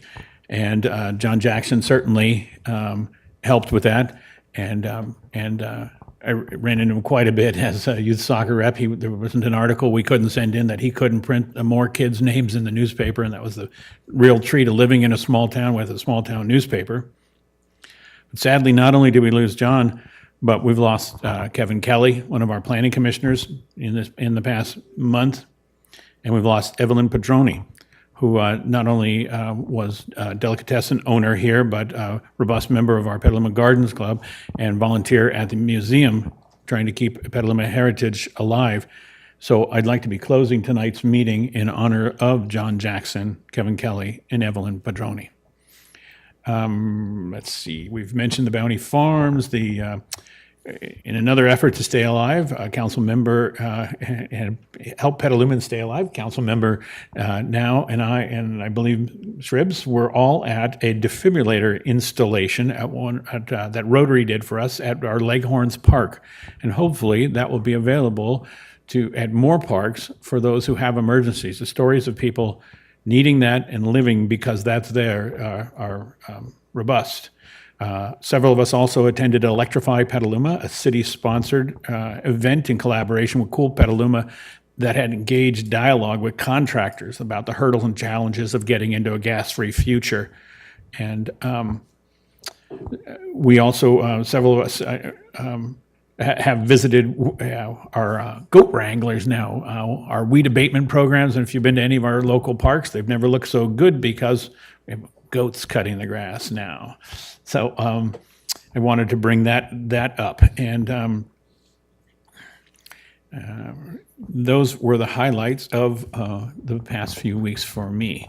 Thank you. So let's move over to our city manager and welcome her back in her comments. Thank you, Mayor. I'll keep it under 90 seconds. Wanted to give a shout out to our staff and our partners at SMART and at Danco. We just recently found out that the city was successful in securing a $30.2 million grant through the Strategic Growth Council for the building of affordable housing at what will be our new North SMART station, as well as a creation of a lot of green transportation options, multimodal options for our residents. So a lot of bike ped, transit benefits and improvements. Super excited. This also helps tee up the Danco project for their tax credit applications that they will be putting in. So hoping, still fingers crossed, that construction will start in 2025. So looking forward to that, and just really good job, staff. And to continue our commitment to transparency and to enhance our community's awareness of what's coming up on the agenda, staff will be proposing a quarterly 30-minute planning session with council on significant upcoming items on the agenda. So it allows for council to be able to weigh in, understand, and help us prioritize what we have on the agenda. We've been talking to staff. The county does it. A few other neighboring jurisdictions do it, and we'll be talking to each one of you in our one-on-ones about that, but we're real excited and like to do that quarterly. And that concludes my comments for tonight. Thank you. Thank you. A lot of good there. Thank you. We're moving now to our consent calendar, and I'd like to look up and down the dais and see if anyone would like to pull an item from the consent calendar for separate consideration. And I think we're needing to pull one of the items for you. Let me ask. Dennis, Councilmember Pozike. Not a definite pull, but I was wondering, I had a question about item 12. Okay, we'll get to questions in a second. Good point. So, Mr. Mayor, I believe we need to have a separate vote on item 8 because that's in Councilmember Cater Thompson's conflict radius, and it's in the nature of that project that there's improvements that would require her recusal, but because it's on the consent calendar, as long as there's just a separate vote, she can stay present. Why do I need to recuse? I'm sorry? Why do I need to? Because my understanding from staff, and you know, if this is incorrect, please let me know, but my understanding is that the transit center is within the 500-foot radius of your residence, and therefore, and because there's improvements here and not just sort of the kinds of utilities that are an exception, that because it's within that close radius, that presumes a conflict, so requiring recusal. And I'm sorry if it looks like that's news to you, so I'm sorry if that's the case, and not enough staff are present on that, but that's my understanding. I'm sorry, no, what we've determined is we'll proceed with a two-vote step. So when there is a motion on the consent calendar, one motion will be for item 8, and then there will be a second motion for the rest of the consent calendar separate from that. But during council deliberation on it and public comment on it, you need not leave the Right, chambers. because it's on the consent calendar. Because it's on the consent calendar. Thanks. Good, then let's move towards questions regarding the consent calendar. And Councilmember Pozake, I believe you, Thanks. Yeah, I had a long homeless meeting this morning, so when I got back, I didn't have time to leisurely go through my emails and such. And I saw an email basically by a group opposed to item 12, stating that it would only help charter cities and no one else. Anyone else? I guess I have one question. Did anyone else see this? And does anyone, I didn't have time to do my own research on this to see if this is true or not. so Councilmember Healy, would you like to lead off on that? Sure. As I mentioned, I'm on the Cal Cities Board Committee talking about this issue. This is the first I've heard of that claim. There's nothing in the text of the bill that would lead me to believe that's true. That certainly wasn't the intent of the bill. What I can say is, anyway, if that's the extent of your questions, I think that's all I can say about that. If you want to talk about it more broadly, I can do that as well. And I have the same response. I didn't have a chance to check in with the other city attorney's department officers or staff today. That's the first I heard of that. I'd be very surprised if Cal Cities were promoting something that only benefited the charter city members in that way. So I'm skeptical, but we should look into it and we can respond to the council. Okay. Does anyone else? Councilmember Shribs? Yeah, so I did see, like in the newspaper and other places, some folks trying to argue against the number 13, the rule that's coming into play. And one was about Proposition 13, but I think the arguments don't go over for that, that it's going to negate Proposition 13. That was a major concern, but the folks that are proponent it say, no, it's not going to affect Proposition 13 at this point. But the other concern I had was just the list of proponents versus the folks who were opposing the list. There was, in the list of support, there was, as mentioned, a large number of cities, basically in counties and government folks that are for this proposal, but there's also a long list of folks, of organizations that are opposed to this. So I was wondering if you could explain, since they're very different lists in their properties and who's supporting and opposing, can you explain why those folks might be opposing this? Wasn't quite clear on the opposition, on the volume of folks that were opposing. We'll know better when we look at what basis there may be to that argument that we saw. So we'll have to check. And I haven't seen the list of the proponents and opponents, but sometimes just who they are can help tell us why their position is that, because they may be just in favor of tax reduction generally or opposed to tax generation generally or whatever. But we're happy to look into it. I didn't have a chance to talk to Cal City staff today or the other officers of the city attorney's department, but I'll do that before the week's out. Also, I'll be attending the same conference, the annual conference, because there's I have a city attorney's department business meeting, and we have panels to moderate, et cetera. So I'll be seeing you there, and I think we'll probably all be hearing more about it there too. Yeah. So let's invite our representative in, Councilmember Healy. Sure. So two things. One, I'd say it's if we're going to weigh in on this bill, we need to do it tonight because it's already passed the Assembly, and the Senate and the entire legislature adjourned this Thursday night. So this is our one chance to influence our senators. I looked at the list of supporting and opposing cities. I'd say, generalizing a little bit, but not much, the cities supporting ACA 13 are from the bluer parts of the state, and the cities opposing ACA 13 are from the bright red parts of the state. Good. Well, I noticed that in the list, almost all the ones that are for this proposition is a lot of cities, and a lot of cities that just like us. So we would want to be within the same field of folks supporting this, since it's already being supported by looks like a huge number of cities. Good benefit for us personally, I think, in Petaluma here. Good company then, thanks.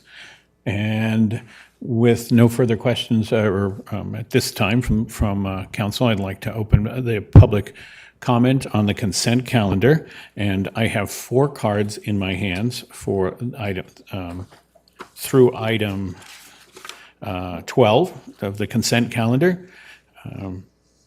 And do we have just one number? Is 12 the breakpoint on consent calendar? Can I be clear on that? Good. Then with 4, I'd like to ask the clerk if we've had comments on consent calendar early.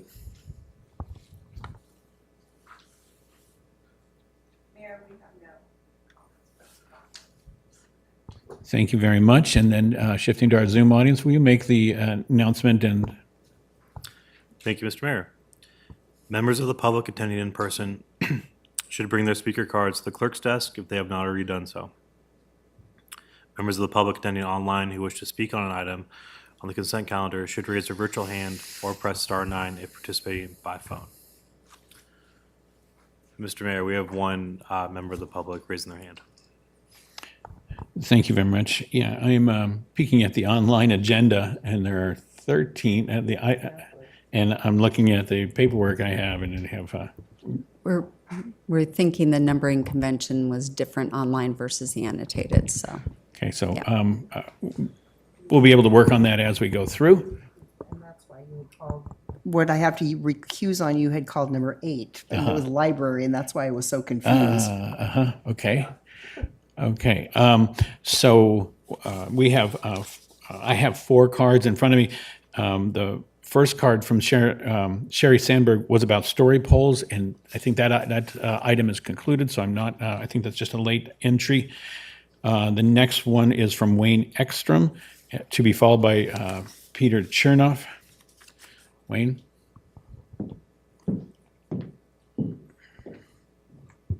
Hi, my name is Wayne Ekstrom. I've been in Petaluma for about 25 years now.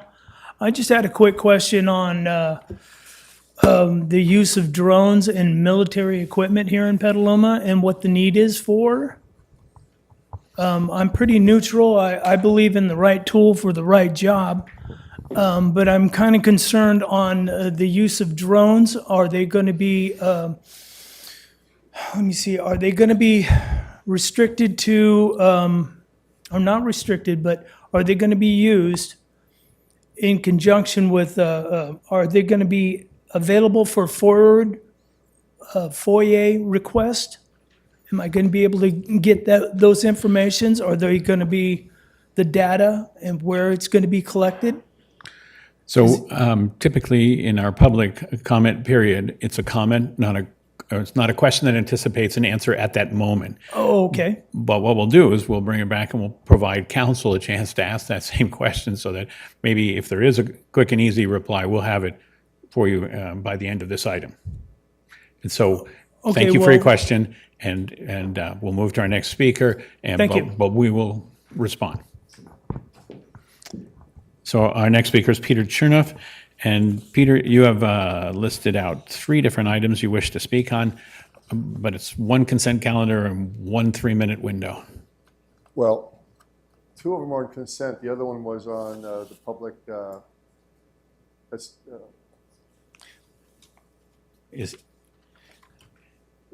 third one was not on the consent. Okay. Is that correct? Then are you saying it was for the homelessness? Correct. Okay, we got you. These 2 items, 1 3-minute effort, 5 and 11. Oh, yeah. Still 3 minutes. Still 3 minutes. Okay. Well, I think the gentleman right before me brought up an interesting point about the unmanned drones. I think they could be doing a lot of good work because, for example, since you choose to televise yourselves and the certain chosen people, but you turn off the TV for when the speakers are speaking, which is all of us, maybe we could have some drones here so the public can actually see the speakers like they used to in the past. And perhaps law enforcement can show the good works to the public by selfless angels on the street on behalf of the homeless, the disenfranchised, and the animals. So, and law enforcement's in a lot of trouble, so I hope that the spiritual warriors do some hardcore praying for law enforcement because they're in a lot of trouble. So public access and serving the public might consider assisting law enforcement by public interviews of the CSPOA, which is the Constitutional Sheriff's Peace Officers Association, with Sheriff Richard Mack, who's their president, and also to do some education with FIJA, Fully Informed Jury Association, which if anybody was having a jury trial, you would want somebody with FIJA knowledge on your jury. So the Petaluma Police Department is half of our veterans, as are most law enforcement. And most veteran groups claim that leave no soldier behind, and yet law enforcement and our veterans have disregarded for 51 years Green Beret Surgeon Dr. Jeffrey McDonald, who blew the whistle on Bush's heroin. The same Herbert Orker Bush, who with a guy named, Bibi Netanyahu, orchestrated 9/11. So I also want to mention with law enforcement that, I don't know if they did this with the drones, but I know a lot of people saw that our local Joan of Arc, who does more for the homeless and the animals, is a hardcore and testy person. Yes, she is. Maybe we should all step up our game to be more effective and challenge the system, because Chief Ken Savano knows her, and so do a lot of you. And she does more hands-on work than most people for the homeless and the distressed animals. So my question is, why was Monica Martella truly manhandled and physically battered by our local good police? I'd like someone to look into that, please. And so lastly, I want to add on, in support of law enforcement veterans, that 9/11, like Pearl Harbor, like Vietnam, were all planned and initiated and planned well in advance by the military-industrial complex. And that we have a lot of power. We are the most powerful people. And he who is in me is greater than any in this world. And we all have such strength, and it's time for us to step up and to know that we can't serve two masters, and shutting down this greed and corruption with the 40-day strike. Thank you. And let's go to our Zoom audience and receive public comment from there. Thank you, Mr. Mayor. The first hand that I have raised is Omar. Omar, I will now allow you to speak. You can unmute yourself and begin. Good afternoon, Mayor McDonald and members of the Petaluma City Council. My name is Omar Lopez. I'm here on behalf of Generation Housing to strongly urge the council to approve consent item 13 or 12, depending on what you're looking at, which is going to be the letter of support for ACA 13. Generation Housing champions a vision of a North Bay where everyone has a place to call home, contributing to an equitable, healthy, and resilient community. We firmly believe in promoting effective policy, sustainable funding resources, and collaborative initiatives to realize this vision. The issue of voting thresholds for revenue measures directly impacts the community's ability to address pressing concerns like housing, public safety, and infrastructure. The current supermajority requirements have often served as barriers to passing resource measures that are critical for the well-being and progress of our communities. As I'm sure you know, from 2001 to 2018, city revenue measures requiring a 2/3 vote saw only 51% success rate, which is significantly lower than the average 70% passage rate for measures requiring a simple majority. ACA 13 seeks to address disparities like that by proposing an equitable framework that would require only initiatives seeking to enhance a voter requirement to pass by that same voter requirement. This is a good governance proposal that helps protect the principles of democracy and majority rule. Approving a letter for support for ACA 13 would demonstrate the Council's commitment to responsive governance, equitable community development, and long-term sustainability. It would also provide a pathway to mobilize necessary funding for services and projects that have broad community support but are currently stopped by supermajority requirements. We hope that you will take our recommendation into serious consideration and approve the letter of support for ACA 13. Thank you for your time. And Mr. Mayor, that's the last public commenter we have. Thank you. And bringing it back up to council, again, closing public comment on the consent calendar. Let's see. I would like to suggest that the drone question be a little answered, and tell me if my understanding is correct, is that currently the police department has no drones and has no use of drones at this time, but does consider that to be within their budget in the future year and will come to council with an item for both their purchase and use for our decision-making at some future time. So maybe that question is down the road yet, and do you want to expound on that? Just add a couple things. That proposal for amendment included a policy for the use of them. All of our policies are online, and that one in particular is, and all the members of the public can access on the police department pages and the city's website the Lexipol policies that govern the department, all of the department's functions. And in terms of the actual question that we got, I think it was going at whether how transparent will be the information that the drones might gather, if they gather information, or what they might be used for. And the answer is I'll give the short version of the answer, but a longer one is more complicated. There are some pretty broad exceptions from disclosure for law enforcement information in the Public Records Act, except for information that's listed in the Public Records Act that must be disclosed. And it's that information that must be disclosed usually is facts regarding an incident or a complaint, but not necessarily information related to pending investigations or information that, if disclosed, could undermine an investigation or someone's safety. So those same rules apply to all the police department information, including related to use of drones. But the purpose of the AB 481 policy is to make sure the council has direct oversight over use of equipment subject to being listed in the policy, and that any changes to that policy come to the council for approval. And I believe the mayor was accurate in what he said about the plans for providing for drones. The focus of which, if you review the report, was really to put robots in harm's way instead of people, whether they be members of the public or officers. So anyway, I think that's what we have that's responsive for now, and if there are more questions, we can certainly address them in due course. Thanks. I'm hoping that addresses, but if it doesn't address, then an email to staff or myself would gain you further information. Thank you. And back to council. Anyone with a motion? Councilmember Healy. So I'll move what's on the written agenda as items 1 through 7 and 9 through 12. Thank Second. you. And a second from Barnacle. And a roll call vote. Council members Barnacle, Aye. Cater Thompson, Well, number 9, I'm supposed to recuse. You're good. You're good. Okay, yes. Healy, Yes. Now, Yes. Posake, Yes. Shribs, Yes. Mayor McDonald. Yes. Motion passes unanimously. And then now the motion that comes with a recusal here. Councilmember Healy.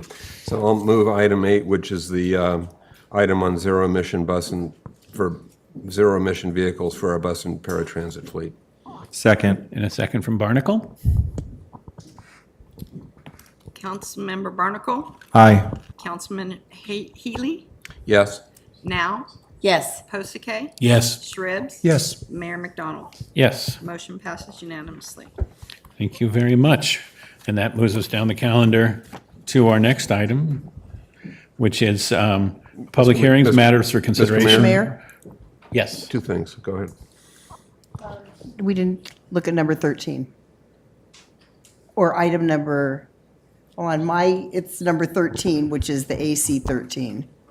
So I think, I think the motion for the first motion included all items in the consent except Yeah, the. there's a disconnect between the written printed agenda and what's now online. And so my motion specified the one that was printed out. So what you're looking at is somehow newer and different, and I don't understand why. My question was, is the letter on ACA 13 here so we can pass it down the dais and sign it? We can make that ready, yes. All good. Okay, so moving back to the next item, which is a resolution declaring a shelter crisis in the city of Petaluma and introducing first reading of an ordinance creating flexibility in local standards and procedures for the design and site development of shelters for people experiencing homelessness and the structures and facilities therein at the city manager's discretion. So this evening, our staff presenter is Dylan Brady, Assistant City Attorney, and we're going to turn it over to him to kick off the evening. Thank you. Thank you, Mayor, City Council. I also see our housing manager, Karen Shimizu, as one of the attendees. So if there's any questions, maybe we can put her on the spot and bring her over to participants. I'm on presenting mode here in my PowerPoint, but let me try that again.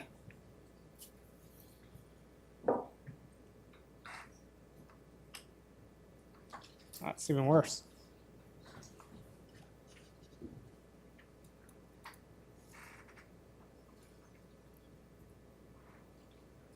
Okay, we might just have to live with it. Okay, so there's two actions tonight. The first one is declaring a resolution, shelter crisis, and the other one is a local standards ordinance. So council has a couple options tonight. It could either approve both of them. It could not approve both of them. It could approve the shelter crisis declaration, but not the local standards ordinance. But it cannot just approve the local standards ordinance. The local standards ordinance, the shelter crisis declaration is a prerequisite of the local standards ordinance. This is a renewal of a couple recently expired ordinances, or ordinance and resolution. Council previously unanimously adopted the shelter crisis and the local standards ordinance back in September 13, 2021, and then previously back in November 5, 2018. And the cities and counties, they're authorized to enact these shelter crisis and the local standards ordinance through the government code section cited here.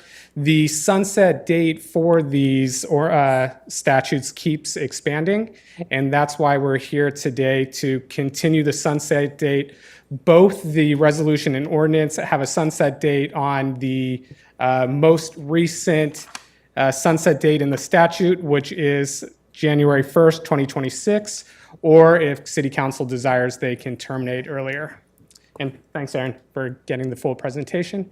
So to declare the shelter crisis declaration, there needs to be a finding that a significant number of persons within the jurisdiction of the city are without the ability to obtain shelter, and that the situation has resulted in a threat to the public health and safety of those persons. So I am here quoting some statistics that were in the 2023 point in time count. And these finding is in the resolution declaring the shelter crisis. And the bottom sentence, bullet point, are the potential health and safety issues for unhoused, that they're more susceptible to severe weather, violence, mental and physical illness. So the benefits first of the shelter crisis declaration, it will help the city obtain grants to mitigate the homeless issue here in the city. If you look at the 2018 staff report for the initial declaration declaring the shelter crisis, it was needed to obtain the HEAP grant, which is Homeless Emergency Aid Program. The other second benefit is it will prevent the cities from some liability for ordinary negligence for acts or omissions related to emergency housing. That is also important. The city cites this statute or this declaration in all of its most recent residential tenancy and mobile home ordinances as one of the CEQA exemptions. There is a statutory CEQA exemption for mitigating emergencies. So it's nice as one of the other sort of bootstraps and suspenders to cite this exemption as well for CEQA. And if this, we might be bringing the mobile home overlay ordinance in the near future, this shelter declaration would allow us to cite to that CEQA exemption as well. It also allows persons to occupy designated public facilities during the shelter crisis. And then lastly, it allows the city the option to enact this local standard ordinance for emergency shelters. And again, the declaration, that's a prerequisite for this ordinance. So the ordinance will allow the city the flexibility to approve these homeless shelters quicker and to obtain more units. Once City Council approves the funding, the location, the type of homeless shelter, then this is where this ordinance comes into effect. And this ordinance really just provides minimum standards. It's the appendixes quoted here, Appendix X, Building Code O, that relates to the standards for emergency housing. And then everything else would be up to the city manager discretion whether or not to approve the higher standards. This was important for our tiny home village project where it went to council approved it, and then the standards were a little bit relaxed. I believe it allowed less square footage to allow more units at the tiny home village. And while it does allow, and I talked to our building official today, none of these relaxed standards has to do with safety.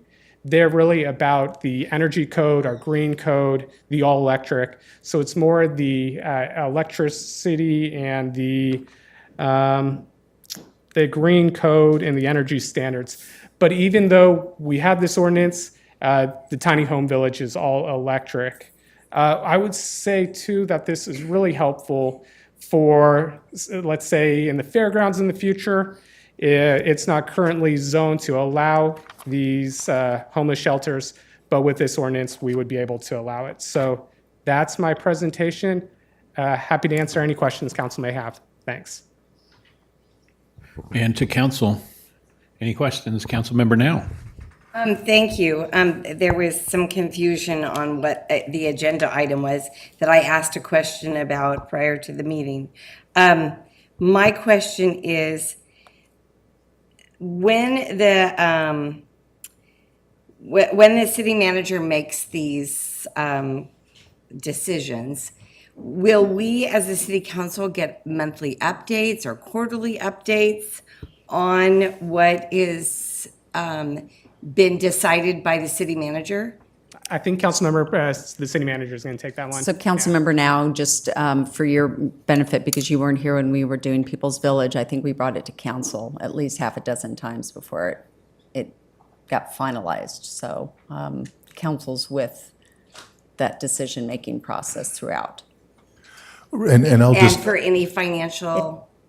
Right. What I wanted to add is that what the ordinance would do would have the city manager decide what projects are eligible for processing under the ordinance, but that doesn't excuse the council's authority concerning budget.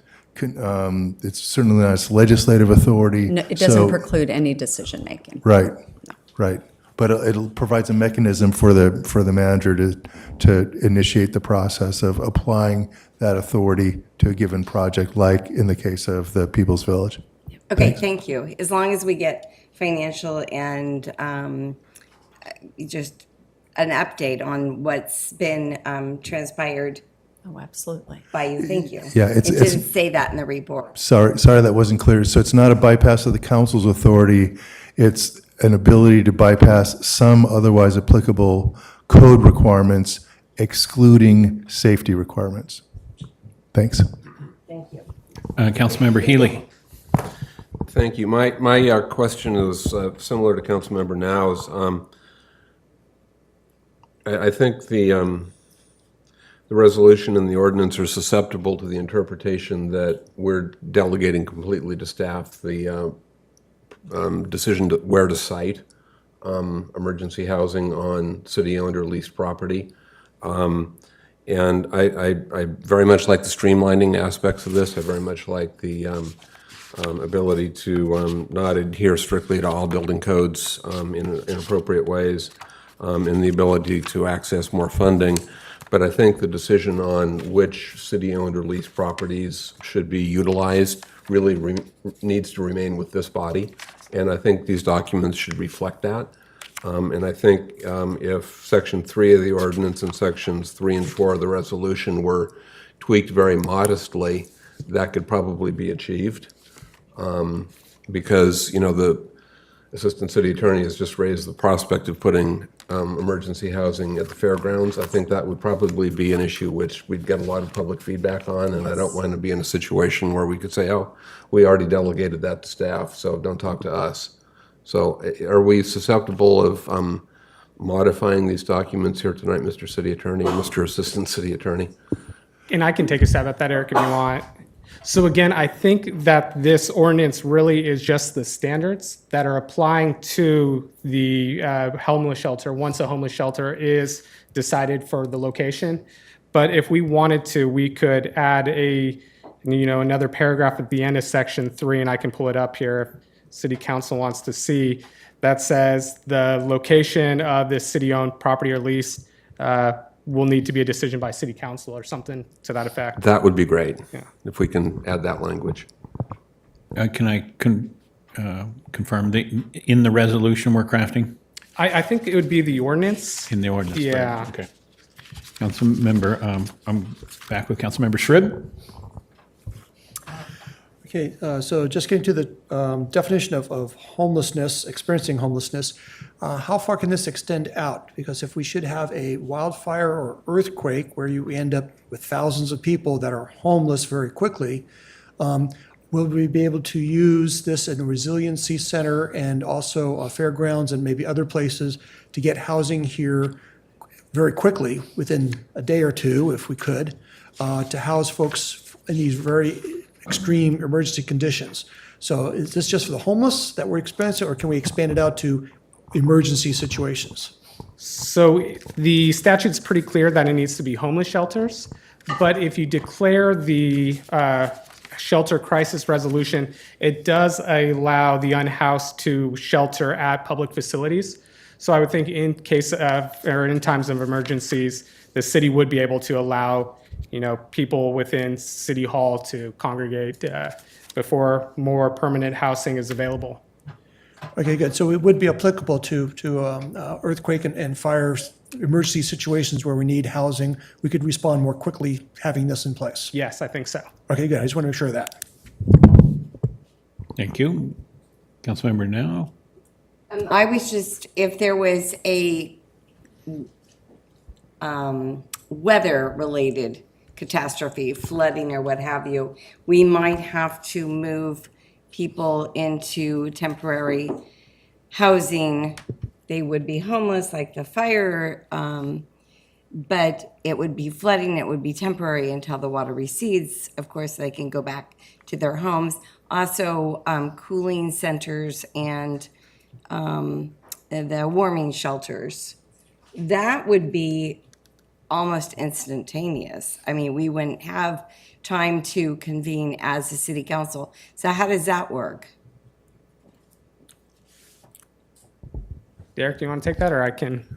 Why don't you start, Dylan, because I was looking at the ordinance. No, we already do that in case of natural disasters, but also warming and cooling. In the past, we've had to contact the fairgrounds and ask. Yeah. Now we have the keys. So we can use those two main buildings for cooling, warming centers, flood victims, et cetera. But it would be instant. We wouldn't have time to convene as a city council to give you a yes or a no. Right, I guess typically in those situations, the city manager, she would first declare the emergency, and that gives the city a bunch of authority to open up shelters. But this would just be sort of a bootstraps and suspenders, another protective layer that already allows us, I guess, to open up the shelters to allow people to sleep and congregate without that emergency declaration, depending on the natural disaster.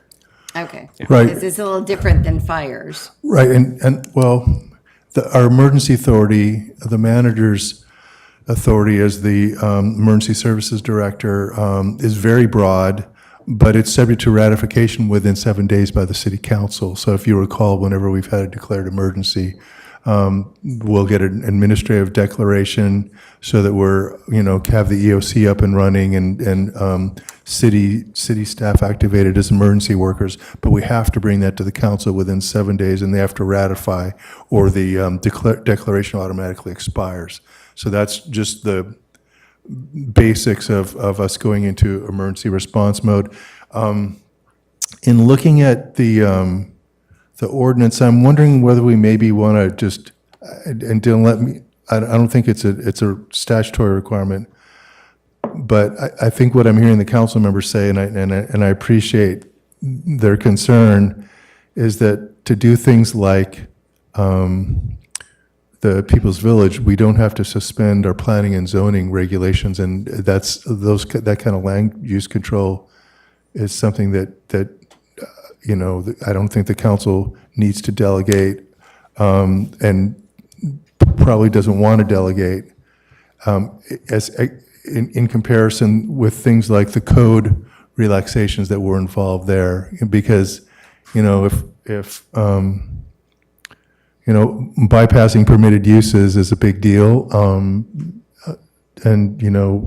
that kind of a change in the city's land use regulations, I'm hearing the council express a desire to reserve that. And Dylan, are you able to address whether that would be a problem? Because otherwise, if we take out the planning and zoning reference in section 3, it still would provide for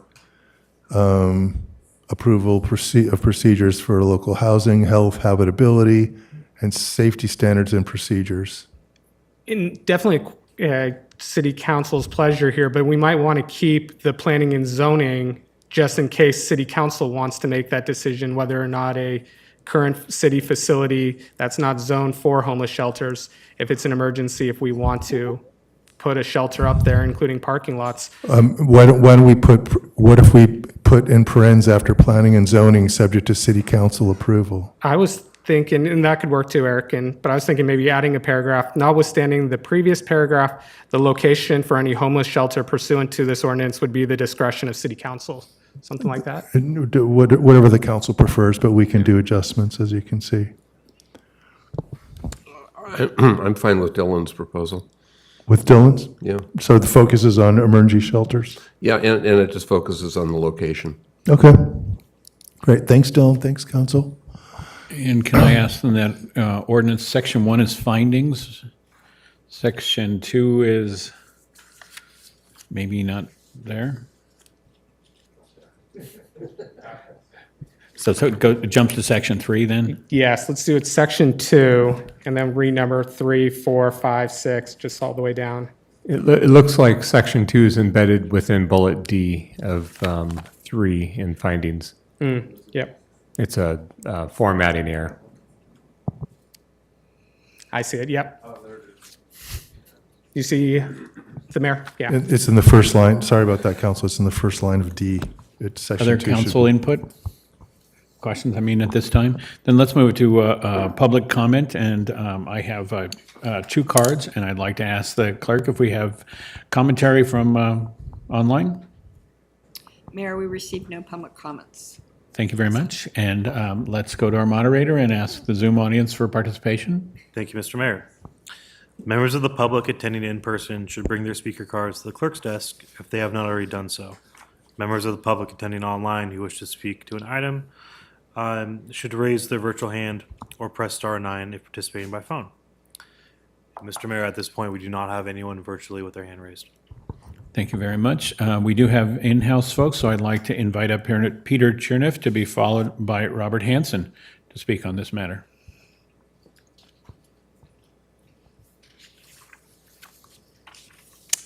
Thank you.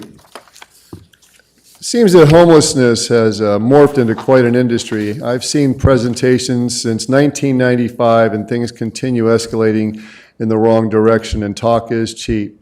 Perhaps a spiritual response. As you do unto the least of me, you do unto yourselves. That was always about the animals.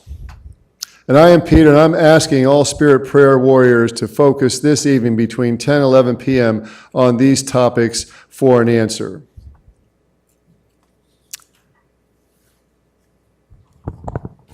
to call forth true spirit prayer and to action warriors. That's what I was trying to say. As opposed to men ordained by worldly men who maintain willful blindness. Home free need purposeful work and some love and a little bit of kindness. In the mid-90s, I was fortunate to work with 2 Navy vets, both named Paul, on the Homeless Mentor Program, where we required that interested parties put forth 20 hours a week to the city regarding sweeping or cleaning or making planter boxes, helping the seniors, whatever it was, in exchange for a place to be. I'd worked out half-price availabilities at hotels on off-season, and it just wasn't meant to be. It was a good idea, but good ideas don't always pan out. This is not an easy topic. So, the shelter crisis, it seems that a lot of our local trailer park residents may find themselves homeless soon enough. And if a person becomes unable to pay their rent, they're usually kicked out in 4 to 6 months. To extricate them, that's what it takes. And whereas if we all simply withdrew our rent monies from this predator class of bankers and lawyers that are behind every war, foreign and domestic, we're the ones who become majestic. I'd like to remind you there was a fellow named Harry Bridges back in the day, 1934. He general struck the ships, and they went from wharf-rats to being lords of the docks. So maybe it's time for the inmates, so since Martin Luther King said one man wrongfully incarcerated, so are we all. So we're all a bunch of inmates pretending otherwise. It's time for the inmates to take over the asylum. And the affordability of rents be commensurate to the American ingenuity and the striking by all the renters. And may the Spirit open hearts and minds, severing our ties to this willful blindness. Let it be for those who pray to pray together for guidance and courage. We have a situation where we can put tents and teepees and all kinds of things together with garden projects.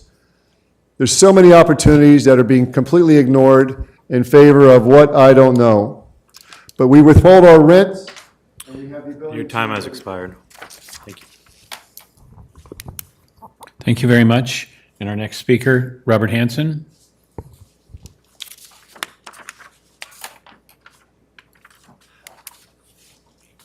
Good evening. Let's try this one more time. My post office is closed now 14 hours a day because the public was using the post office as a bathroom. Right across the street, we have both men and women bathroom in the park, which are locked all night. The problem could be solved. Sir, I'm just pausing you real quick just to remind you to stay on topic. Yeah. I am talking about the homeless. I appreciate that. They're And- using and our pl- Please continue. They're using our Yes, post I- office as a bathroom. Right across the street, we have bathrooms that are locked all night. The problem could be solved if we keep the bathrooms open. The most basic amenities to our community are bathrooms. Right across the street, we've got open men and women bathrooms that are locked all night. Either that or will the city council subsidize half of my P.O. box rental and half of the P.O. box rental for every P.O. box holder who is now denied access to our mail 14 hours a day. I don't think it's asking too much to keep those bathrooms open in the park all night long for our citizens. It's very simple. Thank you. Thank you. And that closes our public comment on this item for the evening. And I'd like to bring it back up to council for any comments or motions. Councilmember Posake? I'll make the motion that's been discussed. Thank you very much. I'll second that. And the second by Cater Thompson. Comment from Councilmember Healy? And just to confirm, this includes the modifications from Mr. Brady? Correct, and that language, the proposed is in red above. And I'd like to ask the maker of the motion to confirm that? If this amendment is acceptable? Yes. Thank you. And the second? Yes. Good. And no other comments for this item? but mine. And I just want to commend staff on the use of its crisis ordinance resolution to date, the achievements that we've had in having the tiny village achieve in Montero, and even in the mobile home park effort has been notable because, especially with Montero, we need the permanent supportive housing. We need address of people's substance abuse problems, their mental health problems. Housing is where it starts, but those services and getting this crisis ordinance through and getting us eligible for state fundings for those steps forward is what's changing our homelessness situation. So with that, roll call vote, please. Council members Barnacle, Aye. Cater Thompson, Yes. Healy, Yes. Now, Yes. Posake, Yes. Shribs, Yes. Mayor McDonald. Yes. Motion passes unanimously. Thanks, council. Thank you very much. Thank you, staff. The next item is the one that we tabled from PG&E, and moving down to the next is the resolution declaring the City of Petaluma's intention to renew the Petaluma Tourism Improvement District, which will collect a transient occupancy tax of 2% of room rates from local hotel stays to pay for marketing and promotion expenses to increase hotel stays in Petaluma. And to help us with this item, we have Ingrid Olverde, our Economic Development and Open Government Director. Thank you very much. I'm going to take just a minute and let my computer wake back up and get a PowerPoint.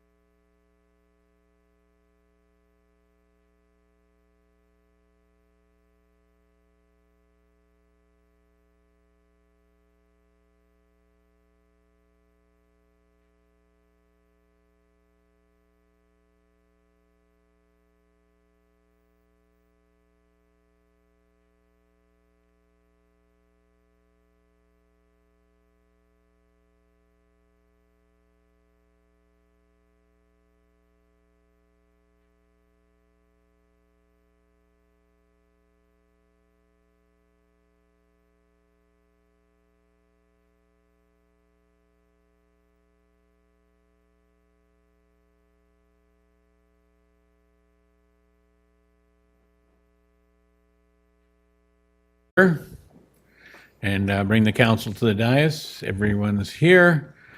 We are booting up the next package, the next item to be discussed. Look at that. And does Ingrid's microphone, all systems go?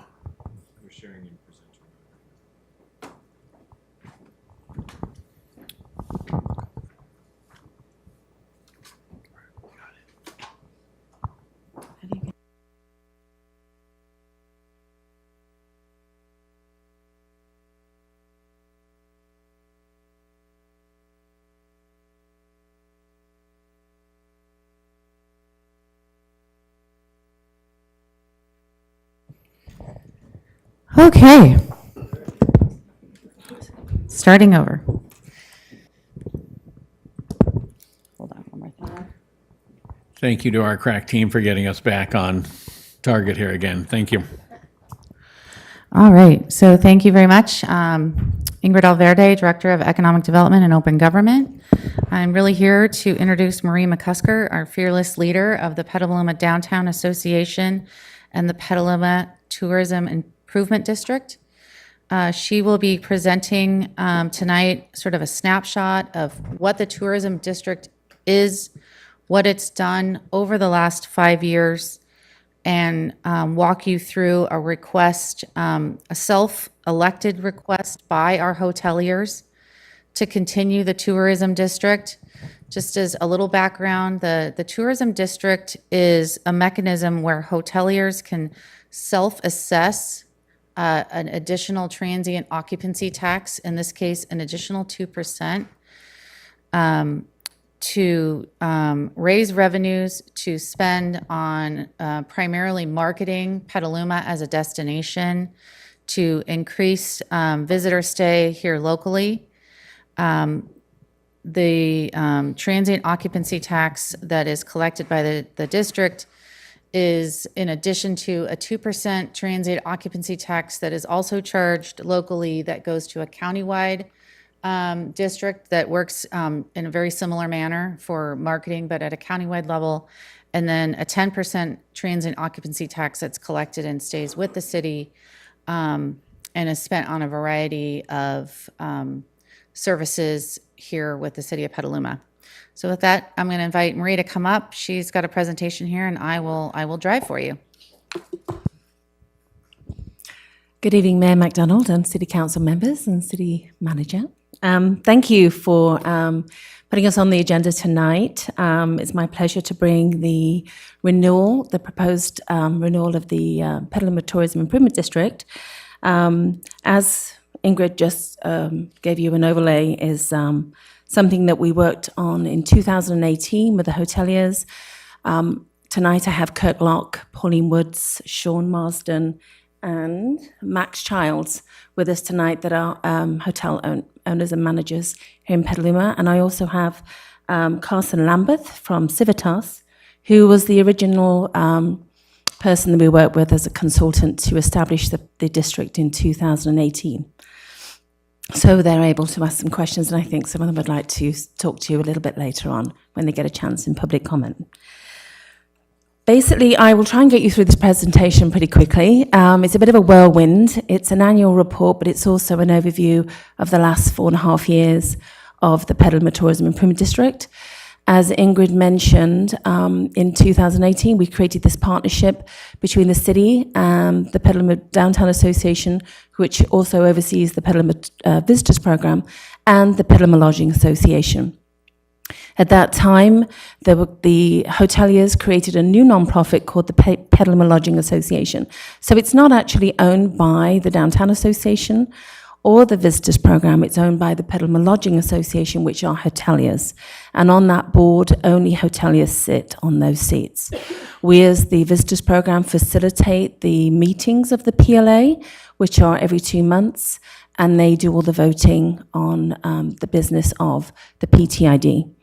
The PTID is collected independently by a bookkeeping service, and that bookkeeping service collects all the funds, pays, as we go through in the assessment district, there's a management district, there's a management development funds that go to the city, and then the rest, some money stays in the PTID, and the rest goes to the visitors program to manage the marketing of Petaluma. So the TID requires each lodging property with 10 rooms or more within the city limits to collect the 2% assessment on short-term rentals. We don't collect any assessments from Airbnbs. The city does collect from Airbnbs in their 10%, but we don't include them in our assessment district. The assessment funds are used to fund marketing and promotional efforts that provide direct benefit to the payers in of the assessment district to increase overnight stays. It gives us a stable funding source for tourism marketing, and so that we can compete effectively with all the other cities in Sonoma County, which there are many.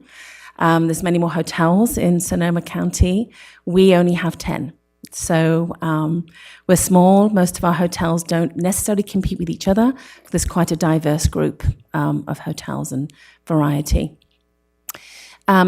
Again, the city, the marketing money enhances the city visitors' experience, but most of those experiences are from the other hospitality businesses are here in Petaluma. Most people don't come just to stay in a hotel. They come to visit our city, our historic downtown, our adobe, the foodie culture that's here, the craft beer and wine, the access to the coast, and also to the wine country. People choose the stories and the amplified storytelling that we do to get people's eyes on Petaluma. They then choose to stay in the hotels that they can experience and enjoy our downtown or our city in overall. Basically, it generates overnight stays, which increases your TOT tax and the city's general fund. For every $1 that's spent by visitors in hotels, each visitor spends $3 more at a local business in retail and restaurants. We know that we have some great restaurants here. They are, during the week, tourism is a big thing for them. Tourists actually eat out every night when they're in our hotels. So if we're busy, our restaurants are busy and they shop in our retail. So it's really important to keep it going around. This is a really difficult slide. It didn't translate very well, but I wanted to give you an idea of the organization chart. So over on the right-hand side is the PLA board, which oversees the PTID funds. In that, I need to put my own glasses on to read it. Those funds go to support visitor center operations. We have financial responsibility over the visitor center, and then we also facilitate the PLA board. In that, the staff and volunteers are covered under it. Program management.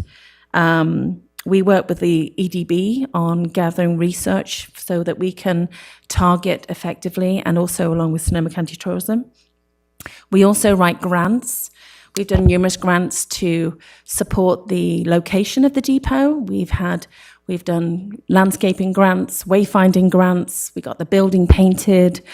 All of those things we managed to do outside of any city funding. We also work with fam tours. Before COVID, we were very, very busy with bringing fam tours in. We had them from all over the world.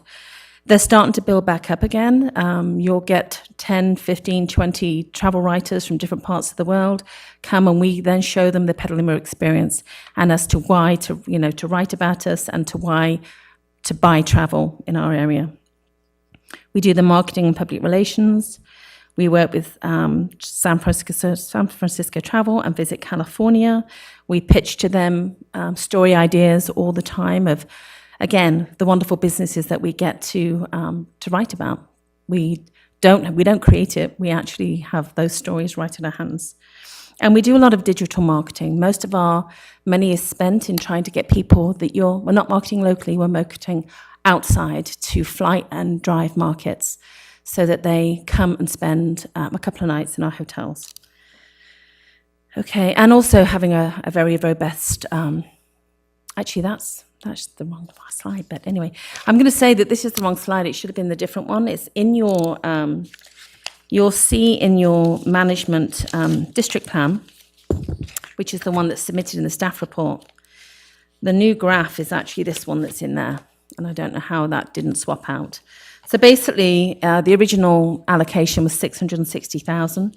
We now pitch it at 680,000. So it just increases those funds by 20,000 and then distributes them between those percentages. So basically, we actually, when we collect this money, 3% goes to the city for admin, 17% goes to the city for the destination development. And that 17% is outlined in your management district plan here.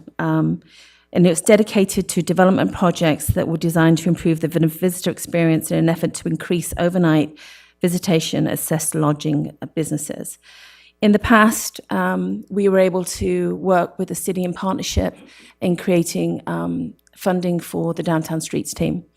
That went on to be funded independently through other funds. So they are creative fundings that actually benefit the city and lodging in not doesn't have to be about making things pretty. They're about helping some of the people that are less fortunate in our city. We do have graffiti issues. We also talked about the new program, Rebuilding Together, hopefully being using some of those funds if they weren't available. So it's really something that the city and the PLA wanted to write into our assessment district. It's not, every district doesn't have that, but we felt that 20% should go back to the city to be able to do these creative programs that support everyone in Petaluma. Next slide.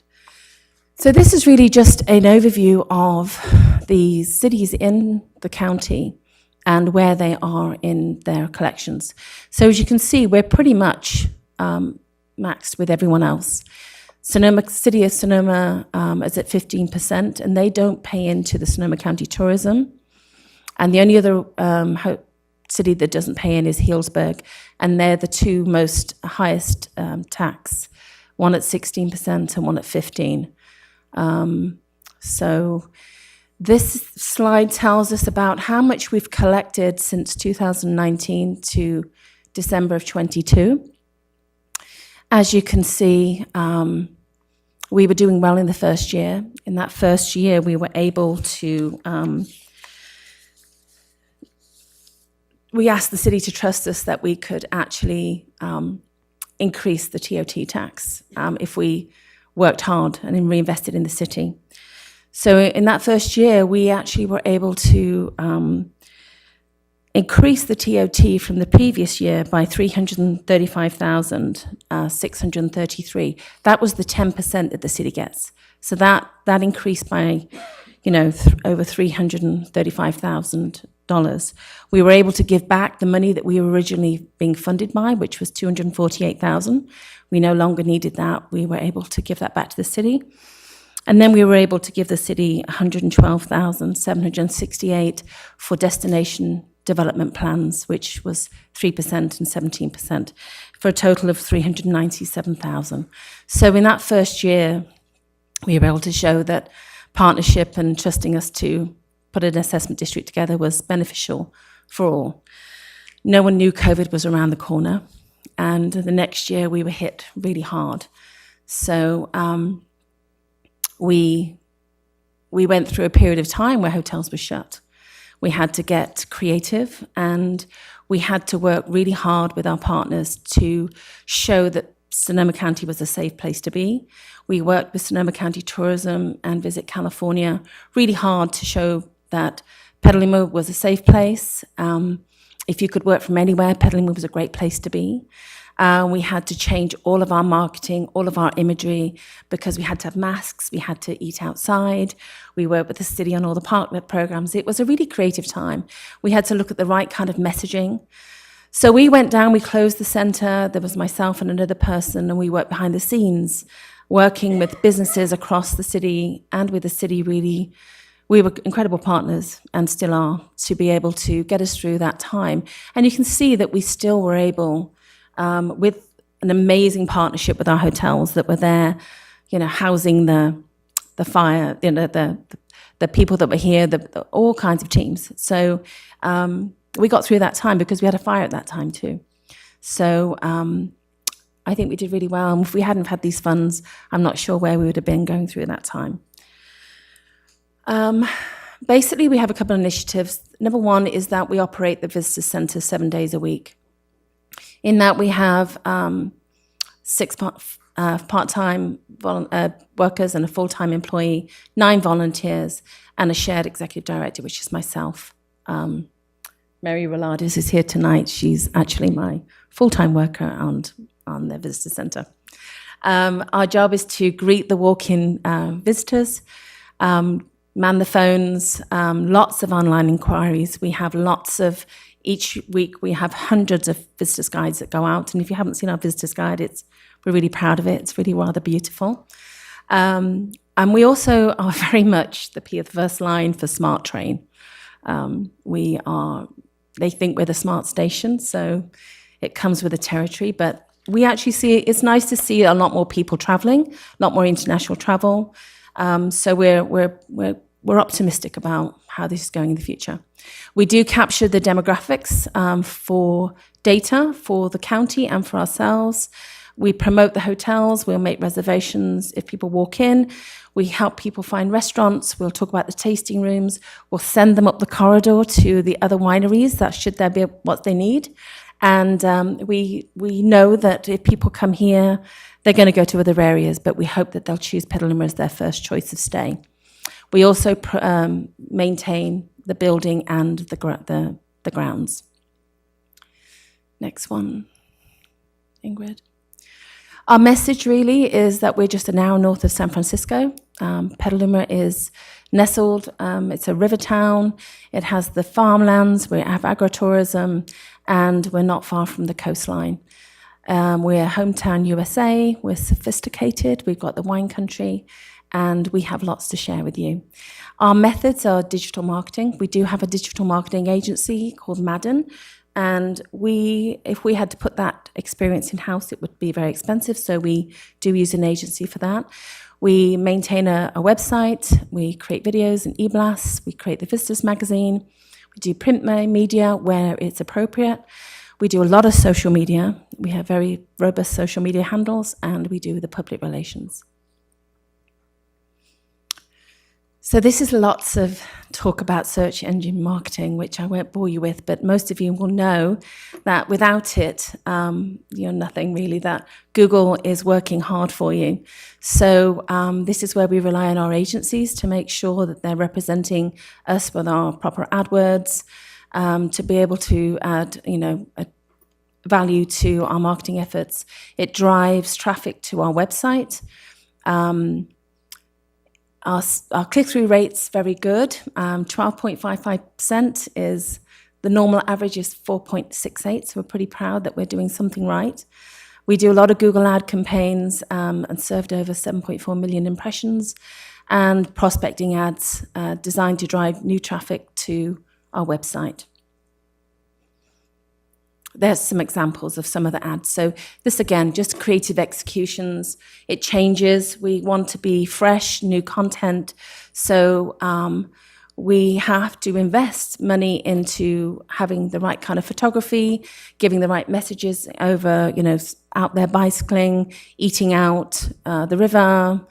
We've got some great art. There's Ricky Watts up in the right-hand corner. And that we also, we do have the gap here, and that we are a growing wine area. So we constantly have to have fresh content. Facebook and Instagram ad campaigns drive website traffic. We were able to increase our reach in 2022 with a 21% increase in Facebook and a 9% increase in Instagram. Some of the ideas, again, of the marketing campaigns that we were using. We do a bi-weekly distribution of what's happening this week to over 1,500 email addresses, including hotels and businesses, so that people on the front desk know what's going on. If you don't get it, you should. We'll send it to you, and you'll know everything that's going on in Petaluma on all sides. We post hundreds of events on the websites and create new and seasonal stories on the website daily. Next one, please. So our messaging, again, is important to travelers. We do have an exceptional location. We are different. We set ourselves apart from whatever else is in Sonoma County. They're seeking destinations that are fun, relaxing, and places they can escape to. We're very aware that we want to be, we're in line with Sonoma County Tourism in having a sustainable, safe travel and asking people to leave a smaller imprint as they possibly can. So again, we are working to include that messaging in our message so that we ask people to think about where they're traveling to and not just, we're not Las Vegas, we're not, we're Petaluma and we want to keep it that way. So our print media, we're selective about how where we spend our print media, but we do some campaigns with the California road trips with Visit California. The Gentry magazine, we were in 7707 magazine. We will select print media if we believe it's going to get to the right audience. We do produce over 60,000 Petaluma Visitor magazines with about 80 local businesses actually are represented in that custom content. We distribute those magazines at over 258 locations throughout California. They're at California Welcome Centers, San Francisco Pier 39, the Moscone Center, they're at the airports. They're in Lake Tahoe, they're in Sacramento, they're in hotels in the city, Marin, and Sacramento. And we've also distribute them through Visit Petaluma. It's also digitalized on our website. So getting the message out there is really important to us. Our partnerships, our tourism partnerships are really important to us. Again, the Petaluma Lodging Association, we want to work more closely with their sales teams to make sure that we're targeting the right markets for them. The City of Petaluma is a really important partner. Sonoma County Hospitality Association, the Tourism, Sonoma County Tourism, the Economic Development Board are a great research for us. SMART, we're trying to work with SMART to make sure that, when we talk to them, tourism has become more important to them than ever because less people are doing ridership. So it's up to us to work together to create opportunities for carless travel from the Bay Area and for us to try and work with the city to get on the ground services so people can get to our area and have a real experience. The electric bikes, unfortunately, didn't materialize. Hopefully we're going to work at getting them back on board. But also to be able to access the rest of Sonoma County. We work with all the other tourism locations up and down Sonoma County. We meet regularly with them to find out what they're doing, how we can learn from each other, and how we can benefit and support each other. We serve as a community outreach and information hub. We produce some local events, including Seventh Riverboat Arrival. We support the Lighted Boat Parade. We will market and push all of your events. So we have a very well-visited website. The calendar is very busy. You can submit your own calendar event, and then we grab it and do social media with it. We support community organizations by disseminating their information. So we will, again, include them in the What's Happening Weekly. We did redesign this is going forward. We did this year. So we launched a new website in April, which lots of new users, 122,923 new users. Top landing pages, as you can see, homepage, events at a glance, outdoor recreation, restaurant, shopping. It's great mobile. It works really well on your mobile too. It's very interactive. And outside of California, the top performing metro for organic travel is Dallas, Texas area, followed by Seattle, Houston, and Las Vegas. So we are getting those markets. Those markets are flying into our Santa Rosa airport, and we want those to be, we want them to know what we're doing here in Petaluma. This is a new strategic. We're very excited about the mobile fuse. It's very much your mobile because 90% of people are using maybe more than 90% are using their mobile phones. But it's a mindset that allows us to look at our audience and the Meta platforms and retarget anyone that's ever been here that's in our areas. We can target very strategically. What we have done, this is just one platform. This is the hotels. It's then another platform and they're all little videos and they move really fast. So when you're somewhere and you've ever been here, you're going to get one of these that come up and they're going to run through, and then you're going to get food, and then you're going to get recreation. And it's going to allow you then to boom straight into our website where you get the deeper experience.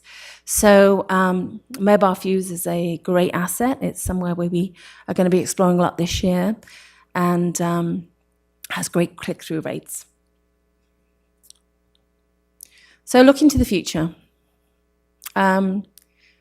It's with guarded optimism, I suppose. You know, we are actually in a time where we've had the looming of recession, interest rates are really high, people are getting out there and going internationally again, which is good for us. San Francisco is not a great destination right now, but hopefully it will get better. But what I'm really inspired by is Santa Rosa Airport has much more locations. Are you deliberately making that smaller so I can't see it? We are a premier destination. Our job is to make sure that we get to shout about our great businesses, our boutiques, our great downtown. We have award-winning restaurants, and we have so much rich new local content, which allows us to do the messaging, do amplified storytelling, and to share it with all of those big engines that have. Sonoma County Tourism has $9 million. We get to throw it in their direction and they can run with it too. So basically what I'm asking is that you let us continue to do this work and continue this partnership, because I'm very grateful to be able to work with a great group of hoteliers. And we were unanimous 5 years ago in having all hoteliers agreeing to be part of this. And again, all of the petitions, it was a unanimous decision to want to run with it again. So thank you for your time. And if it's okay, Marie, thank you so much. I just want to interject in case it wasn't clear. The item tonight is a resolution of intent. Sorry, I just wasn't able to get my notes out. The item tonight is a resolution of intent to levy this collection. And then it would be followed by 2 hearings after this meeting tonight to actually adopt the applicable resolution and ordinance that would put this tax into effect. The district has been in place for 5 years, and what's being proposed is a 10-year extension to the district. And it's the same tax that had been levied before. It's 2%. So there's no request for additional. It would be the same collection as has been in place for 5 years. And then the last thing that I didn't get to make clear was 20% of the funds that are collected by the district are kept by the city. 3% of that covers our administrative expense. 17% is invested in destination and development. And Marie did touch on that. And that's money we've been able to use to invest in downtown, primarily downtown as our primary destination. So it's really been a win-win. And because Marie is heading up the Downtown Association along with the Visitors Program, we've also partnered with the Downtown Association. We invested in the Downtown Association using those tourism funds to support the Downtown Association when they had no revenues during COVID. So it's really been leveraged and supported to really support the downtown, I would say, as much as just tourism in general, because those are the primary beneficiaries, are our downtown merchants from our tourism. And I think that concludes all I was going to add. Just wanted to make sure you were clear on the action tonight. Wonderful. Thank you. Great presentation. Appreciate it. Questions from council? Council member now. Actually, I just wanted to add to what Ingrid just said, because I met with Marie last week, and it's also the graffiti. Where we are now using as part of that money to citywide clean up the graffiti. So it is being used not just downtown to keep the street team working to beautify our downtown, but also citywide for any graffiti. Well, the Downtown abatement. Streets team is now funded by another pot of government funds. So it's not the same. The- I'm the- sorry, yeah, my yeah, confusion. this No, is you're for the- correct. We have a contract now with Rebuilding Together to help us intervene with graffiti abatement. And some of those funds are coming from the destination development. As in previous years, the Downtown Streets team, the Downtown Association, those are some of the things that we've been able to reinvest back into the city, into the downtown, using the portion of the funds that comes from this additional district that comes to the city. And additionally, in the past, and you might recall, before the district was established, the city was investing from its 10%, the part that the city keeps. The city had been investing on average about $250,000 a year to pay for visitor program. And so as part of this, the hoteliers in electing to self-assess, they've also taken on that job. As she mentioned, that's primarily what they're doing is marketing. So that's an additional expense that the city is not needing to spend annually. So I just wanted to add that. And then we can possibly do some lighting for some evening light illumination in the downtown area for our customers that are, going to the local restaurants that need that. They'll maybe in the trees year round, not just at Christmas time or the holidays, but any location that, might have some outdoor dining or customers leaving the dining area, and that it would just make the downtown beautiful. And so that could be used from that money, correct? Okay. Councilmember Shribs. Okay, first, I want to let you know that I was there at the presentation of the Visitors magazine, and what we have this year, and it is phenomenal. And not only for our visitors, but I, as a long-term resident, it says I learned a lot of stuff by going through it page by page.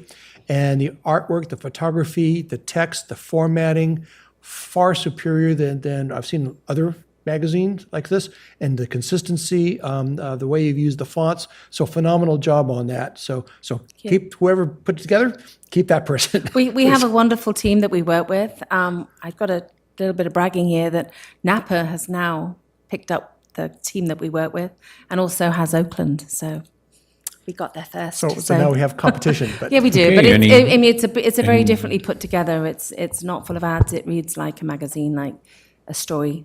So that was the Any whole other point. questions before we Yes. go to, okay. Yeah. So the question comes to, there is three parts of the tax. There's a city, a county, and then the city district tax. So is the budget that you presented in the monies all coming from just the 2%? Or is it, or what happens to the other 10% that's the city TOT? So the Where's that? 10% goes to the city, and we have the 2%, but the city 10% goes into the general fund. Goes to general fund, okay, and so this is not about that 10%, it's just about No, that 2%? not the 2% that goes to the county either. Okay. Because that goes to Sonoma County Tourism, which we work with, and on the larger, Sonoma County as a destination. Okay, so just, you've done all this just on that little 2%? Yeah. Okay, phenomenal, thank you. Oh, thank you.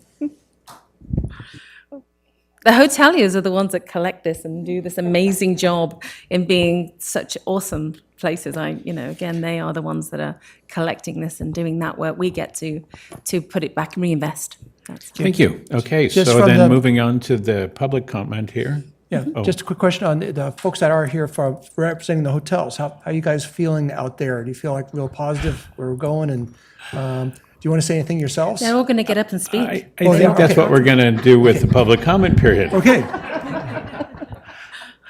So let's find out about the public here. I have several cards here, and have we had any comments come in online? Yes, Mayor, we've had 8 public comments that have been posted to the website. Wonderful. And do we have anyone in the Zoom audience tonight? Thank you, Mr. Mayor. Members of the public attending in person should bring their speaker cards to the clerk's desk if they have not already done so.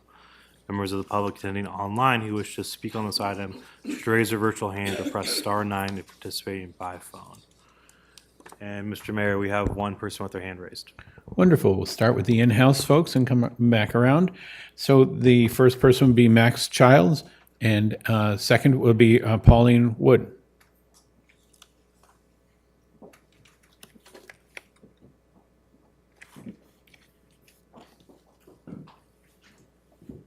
Great job, Marie.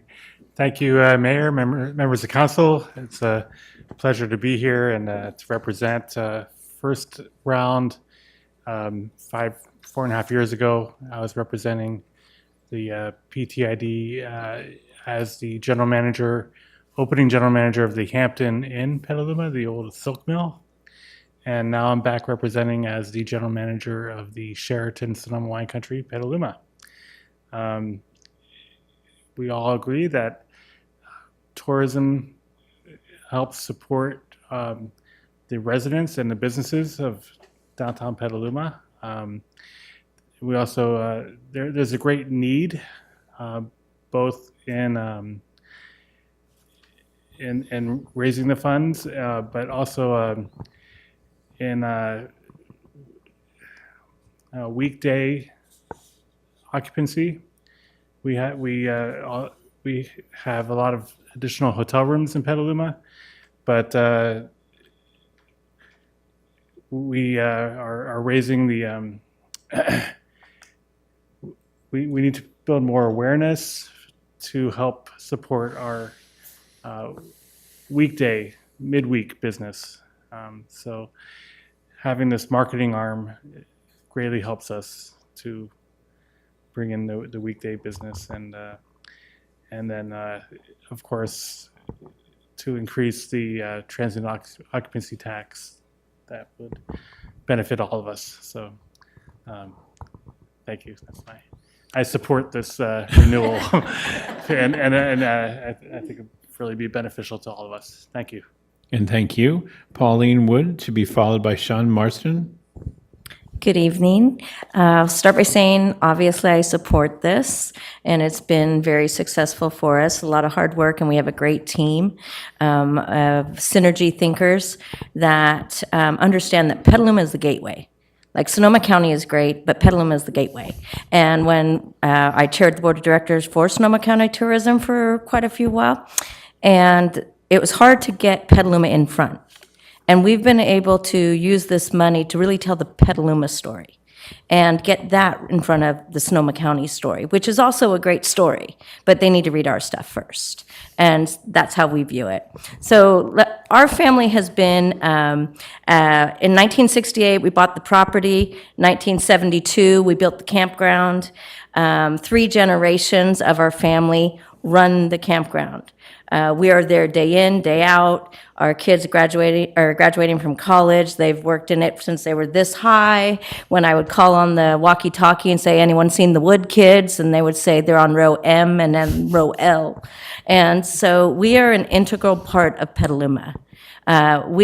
With Kurt Locke, our family opened up the very first tourism trailer in the Cattleman parking lot 100 years ago, actually 50. This is our 50th year in business, so we're very excited about that. We are one of the top-rated camping resorts in the nation. And so we have this beautiful area, we have a beautiful facility, and we are thankful that you're giving us the money, our money, but you're letting us use it to tell our story, because Petaluma has an amazing story to tell. And we are the funnel, and we need them to stop. When they're come across that bridge, they need to just stop. There's no reason to drive any further. Everything you need is right here.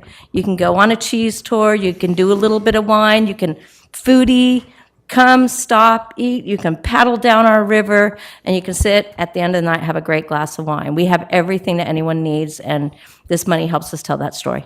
Thank you. Thank you. Sean Marsden, to be followed by Kirk Locke. Hello, Mr. Mayor and council members. Thank you for your time this evening. My name's Sean. I'm representing the Courtyard Petaluma as opening general manager. I have been a part of the Petaluma Lodging Association since we opened our doors at the Courtyard. It has played an instrumental part in driving business, not only weekday, as Max had mentioned, but on the weekend as well, by creating events and things and driving marketing forces to the area.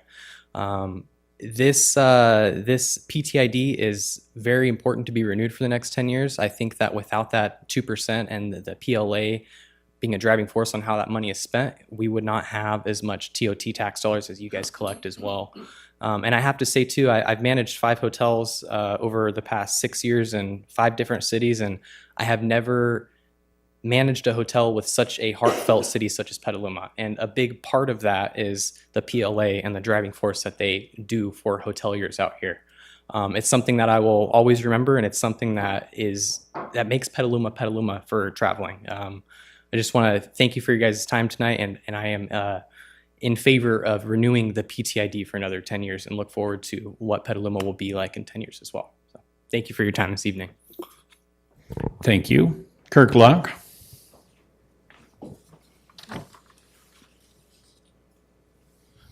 Mayor and members of the City Council, I'm so honored to be in front of you today because 4.5 years ago, you folks blessed this PTID. Here we are, basically 5 years after COVID, devastating the results from that for a lot of other different markets. For this market, we hold on. And because marketing is an investment into all of our collective future, we never lost a beat. So when we went back into recovery, we're back in the swing of things. More importantly, we made sure that a lot of the small businesses that make up the businesses in downtown Petaluma survived. They grew. And today, we're basically the desired destination for food operators and wine and beverage operators. So this exciting times for us. When you look at our budget, it's kind of static, $680,000 for the next 10 years. I can guarantee you within 3 years, it's going to grow at least 30%. So it's going to be pretty close to $1 million. What does that mean for you? Your TOT is going to grow by that 30% too. That means you're going to have more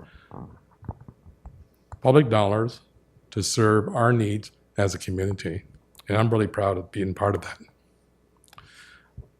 Going forward, the things that's important to me and to our organization is how do we invest into the future of our young people? There's a lot of opportunities in hospitality, whether you work for a restaurant, work for a winery, work for hotels, there's opportunities. And a lot of our young people, their first job is in hospitality. From there, they go on. They might end up being the next manager of a hospital. They might end up being an accountant. They might end up being one of our local plumbers. But it starts generally in the first job at hospitality. One of the things we did in Sebastopol is that we started a program where we taught young people in high school and annually all about good customer service. What does it take to provide good customer service? Because that's the beginning of actually having a positive attitude at whatever career paths you go into. And we've done that for 2 years now. We want to do the same thing in Petaluma. And so this organization has already committed at least $2,000 to start that program. And hopefully we can get that going with Petaluma High Schools. So developing our young people for the future is also an integral part of what we do in the Tourism Improvement District. The other thing that's important to our industry, because I sit on the County Hospitality Association, is workforce housing. Sir, thank you for your time. Thank you. We've reached our 3 minutes Okay. there. Thank you very much. I'd like to take it over to our Zoom audience and see what we have.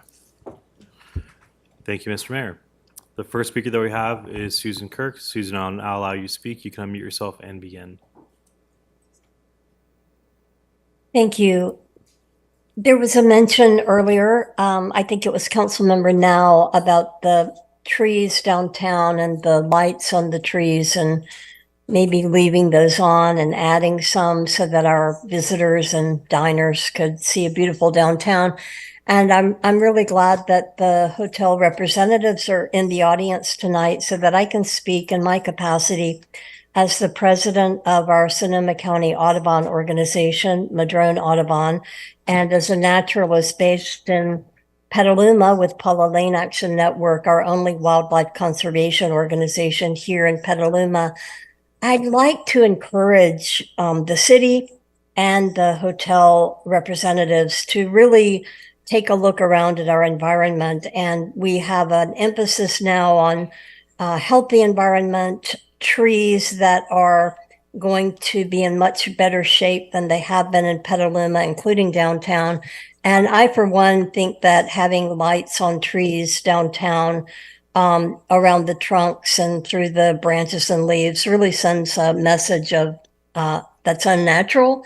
I'd really much rather see us have an emphasis and have you all help us take care of our natural environment, enhance the vegetation, the habitat plantings that might be available. And of course, I'm available via Audubon at any time to help you with an assessment for the types of plants and even trees you could install, implement, plant, and definitely care for in your natural settings there, which will also help your workers, your employees have nice places to go when they go outside. And I really want us to have, when we talk about inviting tourism or inviting visitors, I really want people who come here to begin to notice an enhancement of how we care for our environment.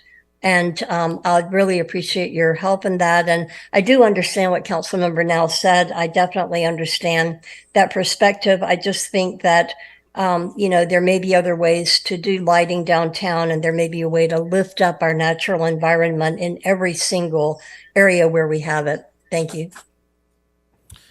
Mr. Mayor, that is our last public commenter.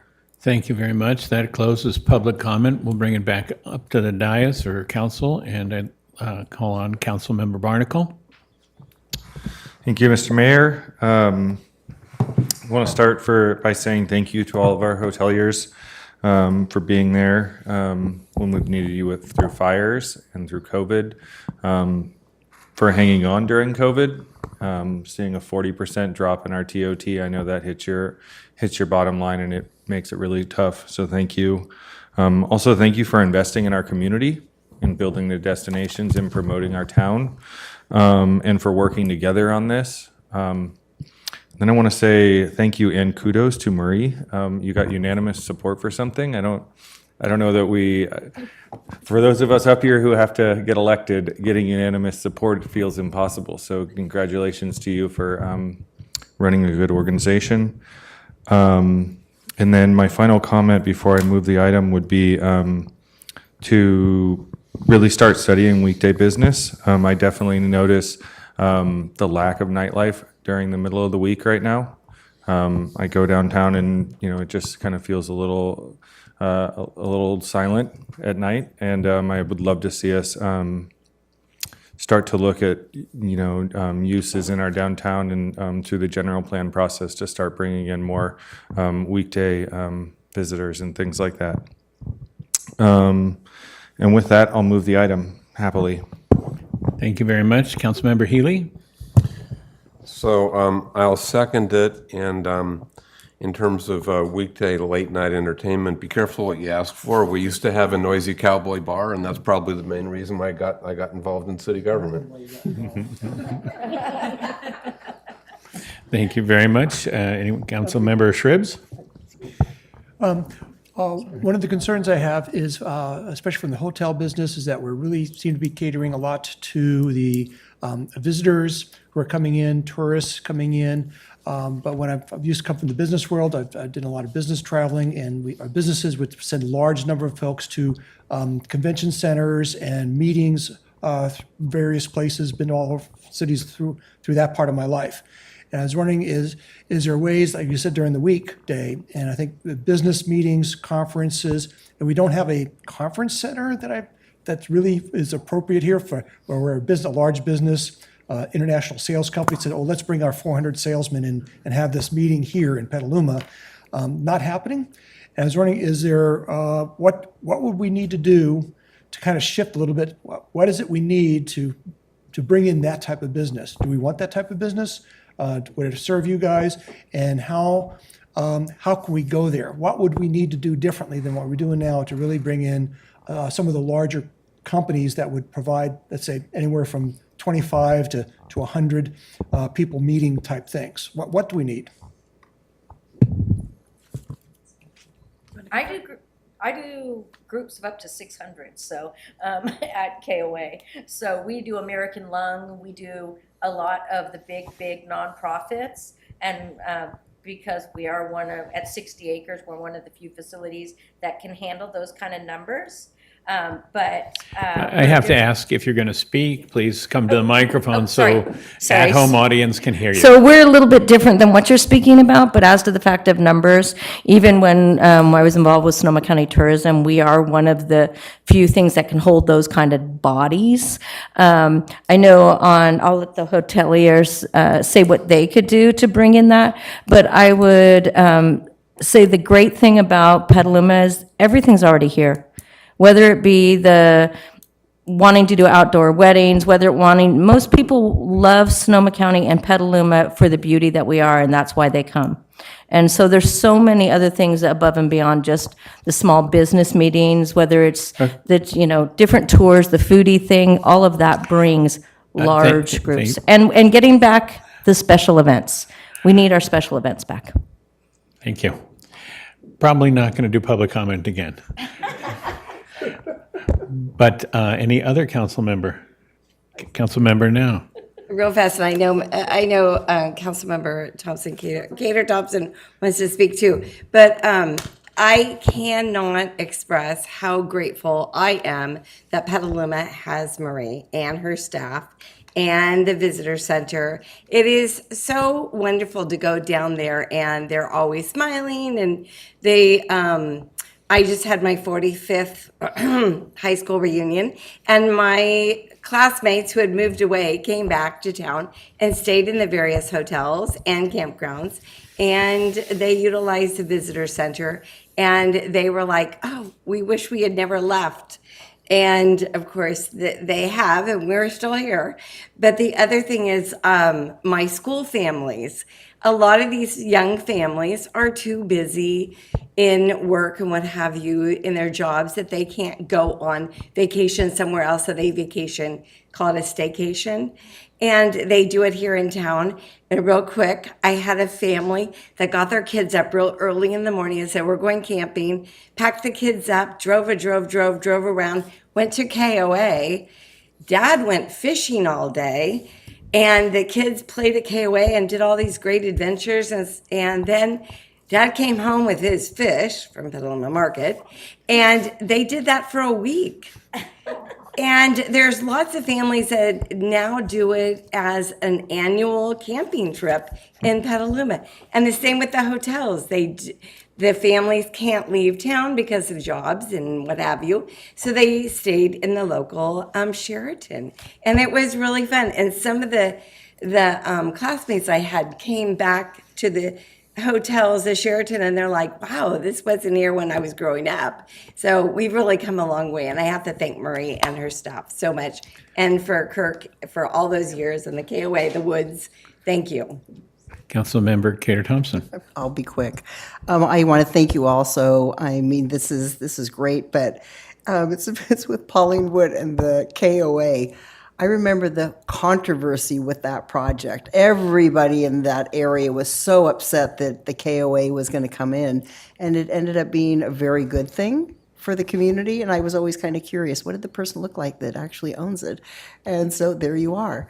And so I'm the sandwich generation. okay, well, that's okay. But I mean, there's a lot of controversy with things. And sometimes when we recognize the value for tourism and for dollars in our community, we need to really look at that. And I appreciate that from all of you and all the work that you do. Thank you. Yes, great program, and I appreciate Councilmember Barnacle's noting out all the noble goals and outcomes of your organization. But like Councilmember Now, I have an anecdote, which is that my youngest child was married this past weekend in town, and I come from a family of 10. So when my relatives all come to town, it takes a village to house them, and they all stayed at every different hotel in town, and it took every spaces at every one in town. So I'm glad you're thriving, and when you thrive, we thrive. Let's have a roll call vote. Did you? I'm trying to not Just miss you wanted there. to add my thanks to all of you and to say thank you to Councilmember Cater Thompson for mentioning something that people didn't like at one point and later learned to like.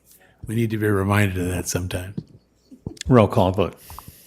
Council members Barnacle, Aye. Cater Thompson, Yes. Healy, Yes. Now, Yes. Posake. Yes. Shribs. Yes. Mayor McDonald. Yes. Motion passes unanimously. Thank you. Moving on to our next item for the evening.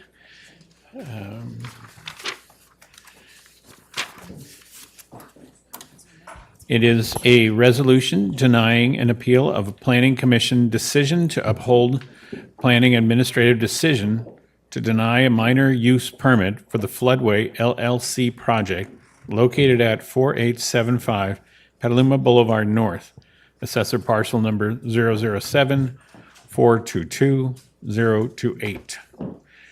And to help us with this item, once again coming in is Brian O., Community Development Director.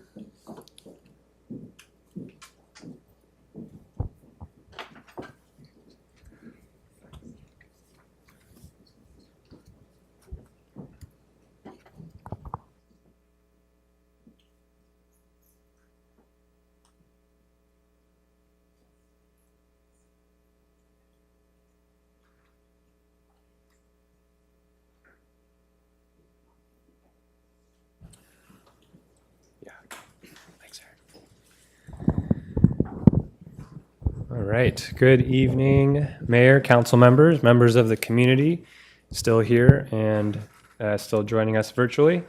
This evening had a little bit of everything from a procedural and process standpoint. So thank you for the opportunity here. What's before you is an appeal of a planning commission determination supporting a staff denial, as the mayor just pointed out. And so I'll talk a little bit just about process here. Okay. So the agenda for this item, step one, I'll walk through some project context, how we got here, some of the timeline, in working with the applicant. Agenda item number 2 will be a quick overview of the proposed project. There will be a more detailed presentation done by the applicant and the applicant representatives who are with us today in person. And then I will conclude my presentation with a staff analysis.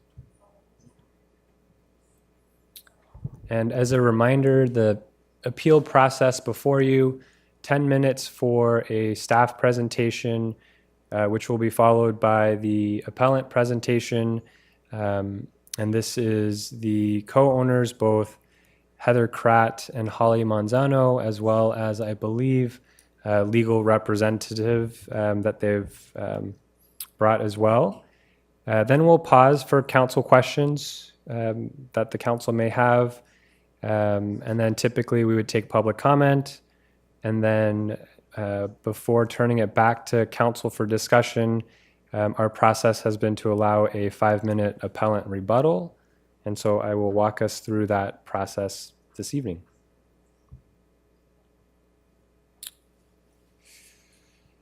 Okay, so river planning has always been at the heart of this city. We just had a wonderful presentation about, what makes Petaluma a destination. One of those key contributing factors since the onset of the city incorporating back in the late 1800s. So you see one of the original maps here on the left, and then to the right is the Petaluma River. It's just an excerpt from the general plan update process. And so what has been consistent through and through has been front and center, the Petaluma River as the anchor that has led to a lot of really great planning, a lot of really great protection, not just of the community, but the great resource that we call the city of the Petaluma River. So this is an example of the floods January of this year, and this is what we want to happen. So this is a infrastructure project that the city completed within the Denman Reach, and so this is just south of the project that we are discussing this evening. You see some holding detention ponds here that the city had created so that when there's a flooding condition, this essentially has worked the way that we wanted it to, and how we've drew this up. And so there's been a number of different projects throughout the years, whether it's flood terracing with respect to the flooding that occurs naturally with the Petaluma River. So this is the existing land use map for our general plan. Again, we're going through a comprehensive update here, but also just wanted to key in on, let's see if my mouse will work here. What you're seeing here is the upper reach, north end of Petaluma. You have McDowell there going north, and just to its west is the Petaluma River. So you see that in the dark blue. Then you have the light outline of the blue lines, and that is what makes the 100-year floodplain.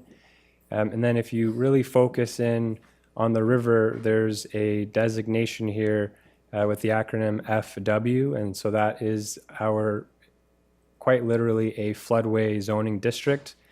So this is something that has evolved. It's been in a number of general plan updates, most recently in our 2008 update, but one of the original zoning designations that was created as part of the 1987 general plan.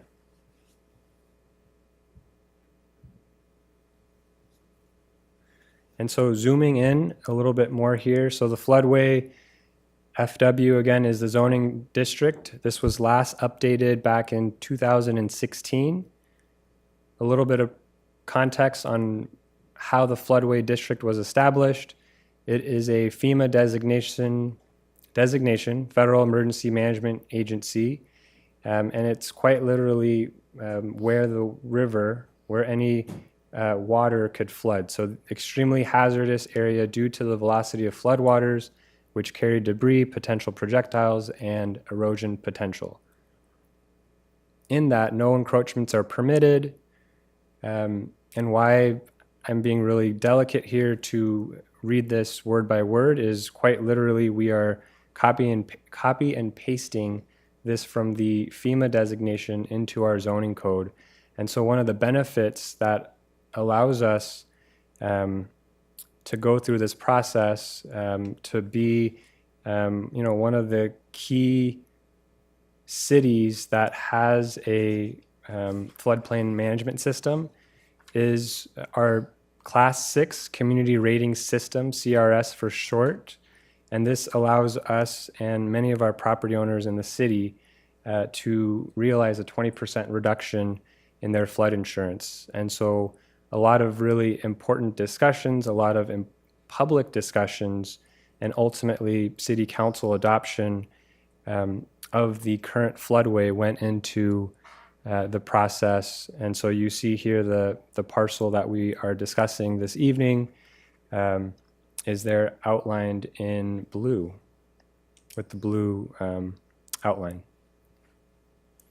One other important thing to note in our code, as part of the definition of what makes our floodway, no fill, new construction, intensification of existing uses, change to a more intensive use, substantial improvements, and other development, except as specified herein, as permitted or conditional land use.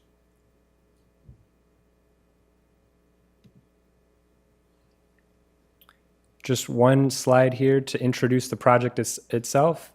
So back in November of 2022, this is the initial application on the left, the tentative site layout. And so you have Petaluma Boulevard running essentially northeast.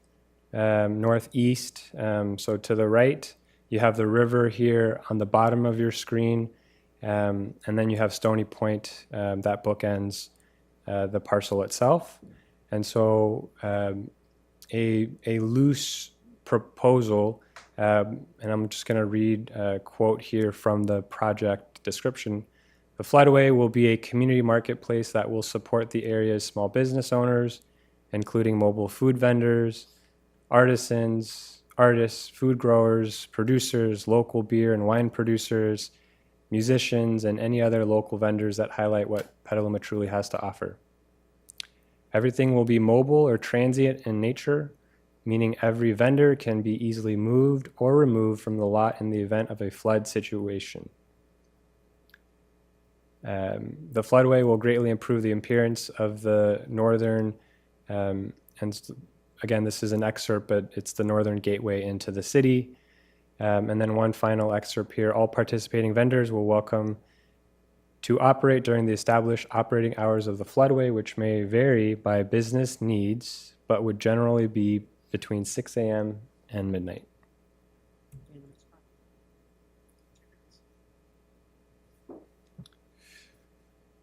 So I'm going to use this slide just to talk through some of the discussion, some of the options that we have provided that ultimately went into staff determination, ultimately went into the staff's interpretation of our policies and permitted uses, and then ultimately went into the Planning Commission upholding that determination. And so what you have here is the floodway district, again, as a standalone zoning district within our code, outlines on your left permitted uses, so open space, ag uses not requiring a fence or closed building, circuses, carnivals, and other similar transient amusement enterprises, provided a zoning permit has been obtained, modification of native or riparian vegetation, and then the catch-all, any other open type of use as determined by the zoning administrator to be of the same general character as the above permitted uses. Our code also outlines some conditional uses, and so the application that the applicants had submitted was a minor conditional use permit, and so the 4 options that we have outlined in our code that would be allowable in a floodway zone would be open air, public and private recreational facilities. So think passive parks, golf courses, fields, private and public docking. And I'm paraphrasing here, so as not to restrict the carrying capacity of the designated floodway, above ground utilities, and improvements to the stream channel. So something important to note here, both the property owner and the business proponent are the same. And so Ms. Kratt, Ms. Manzano are the co-owners of the property and also the prospective business operators that submitted the application. And so part of the discussion with the applicants was what can you do as a landowner, and so and so what you're seeing before you outlines what's possible from a permitted and a conditional use perspective. And then also we spent some time talking through the business proposal, what could potentially happen and could potentially be allowable in this zoning district. And Brian, that is 10 minutes. Okay, and in conclusion, this is the second to last slide, a timeline. You'll find this breakdown in the staff report, and it outlines the process that has brought us before you this evening. So staff recommends to affirm the Planning Commission decision to uphold staff determination to deny the proposed use in the floodway zoning district on three bases: general plan inconsistency, it is not a permitted use per our zoning code, and while it is being proposed as transient in nature, staff has determined that it requires a minimum level of development that is not allowed on this site. And so with that, I will turn it over to the applicants and their presentation.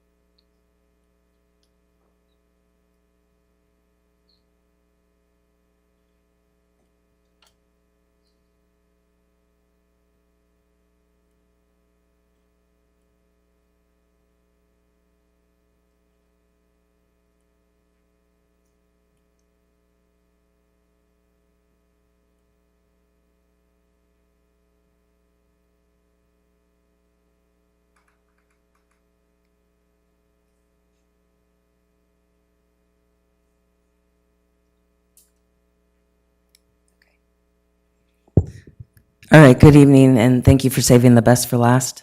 My name is Heather Kratt, and I am co-owner of the subject property and founder of the Floodway Community Marketplace. And excuse me for speaking fast, I have a lot to cover. So our project is an outdoor community marketplace, which is 100% mobile and impermanent, meaning it can be moved easily and at any point. We're going to use the land during reasonable weather and vacate it when it's not. Our project will support local mobile vendors and give them a place to thrive. Our project requires zero development, absolutely none. Key point. Our project will support the local economy through job creation, tax revenue, promote cultural diversity, and provide the community a place to enjoy. We will minimize the blight and utilize a vacant lot that sits at the northern gateway to downtown Petaluma. We will reduce, this project supports the goal of 15-minute neighborhoods. We have incredible community support, including 633 signatures on a petition to date, because this is the absolute best possible use of this lot. This project is a win-win for the city and community. So this is our petition, 633 signatures so far, and these are just some of the very positive and supportive comments about our marketplace and how many people want it. So these are our supporters and your constituents. This is a snapshot of the zoning map as it appeared before we purchased the property and as it appears today. You can see from the map that our property sits both in the floodway and is also designated C1 for commercial neighborhood. The yellow arrow shows you that the floodway designation goes down the middle of Stony Point Road and takes a hard right at Petaluma Boulevard North, so the floodway mapping is somewhat arbitrary. So our project does meet the C1 zoning specifications, but we're going to focus on the floodway designation. So the permitted uses in a floodway are open and mobile in nature. Circuses and carnivals are allowed as long as they have a zoning permit. A zoning permit is a 60-day temporary permit, and 60 days is a very generous amount of time for a circus or carnival because they tend to move on to the next town after a week. To the credit of the people who wrote this zoning code 50 years ago in 1973, they understood that circuses and carnivals were not going to be the end-all be-all of outdoor family entertainment. So they included section B4, which permits any other open type of use as determined by the zoning administrator or director of planning to be of the same general character as the above permitted uses. B4 was written for our project. Okay, so a floodway is a channel for an overflow of water caused by flooding. So a floodway, the purpose of a floodway is to try to contain or redirect the water so that it doesn't reach the rest of the floodplain or the areas beyond that. And this is our lot. It is perfectly flat and level and serves no purpose to contain or redirect floodwaters. So when our lot floods, everything around it floods. So this is a picture from January of this year. You can see our lot circled in red. The water pours right off our lot and goes down the street and ends up settling in the gas station driveways east of us on Petaluma Boulevard. It also settles south in the office building parking lots down there. So the only thing unique about our property on this map is that it's vacant, and that's exactly what it's going to look like when the next flood comes, because that is the whole point of our project. It is 100% mobile, and we will get out of the way before a flood is there. So there's no risk to us using that land when it's not flooding. This is a picture of one of the gas stations that flooded down the road, and this is just, this property is not in the floodway, but this is the impact of poor river maintenance, which is the case on the northern end of town. When we submitted our use permit application, I specifically requested that it be escalated to the zoning administrator or director of planning as warranted by section B4. But it was not escalated, and instead it was dismissed outright by the M Group. And in that letter of denial, the M Group abruptly removed the C1 zoning designation from our parcel, claiming that it was a mapping mistake. I met with the planning department and the floodplain administrator prior to purchasing that lot. This known mapping issue was not disclosed to us. Mapping mistakes are the responsibility of the city, and I believe the city should honor the zoning designations that were published at the time we purchased our lot. And so now I would like to address some confusion and misstatements about our project. And the first is that floods are dangerous, climate change is worsening, so land in the floodway cannot be used for anything. This is false. Land in the floodway can be used most of the year without any risk. Climate change is irrelevant to the existing zoning laws and permitted uses in the floodway. And land that is deemed unusable for any purpose is problematic, as it will turn into a dumping ground or homeless encampment, which is exactly what had happened to this lot in the past. Next, B4 has a time limit of 60 days per year. This is false. Only B2, which pertains to circuses and carnivals, requires a 60-day zoning permit. B4 is a permitted use of its own with no arbitrary restrictions. Circuses and carnivals require development. This is false. Circuses and carnivals can set up in the middle of nowhere. They bring their own power supply with them.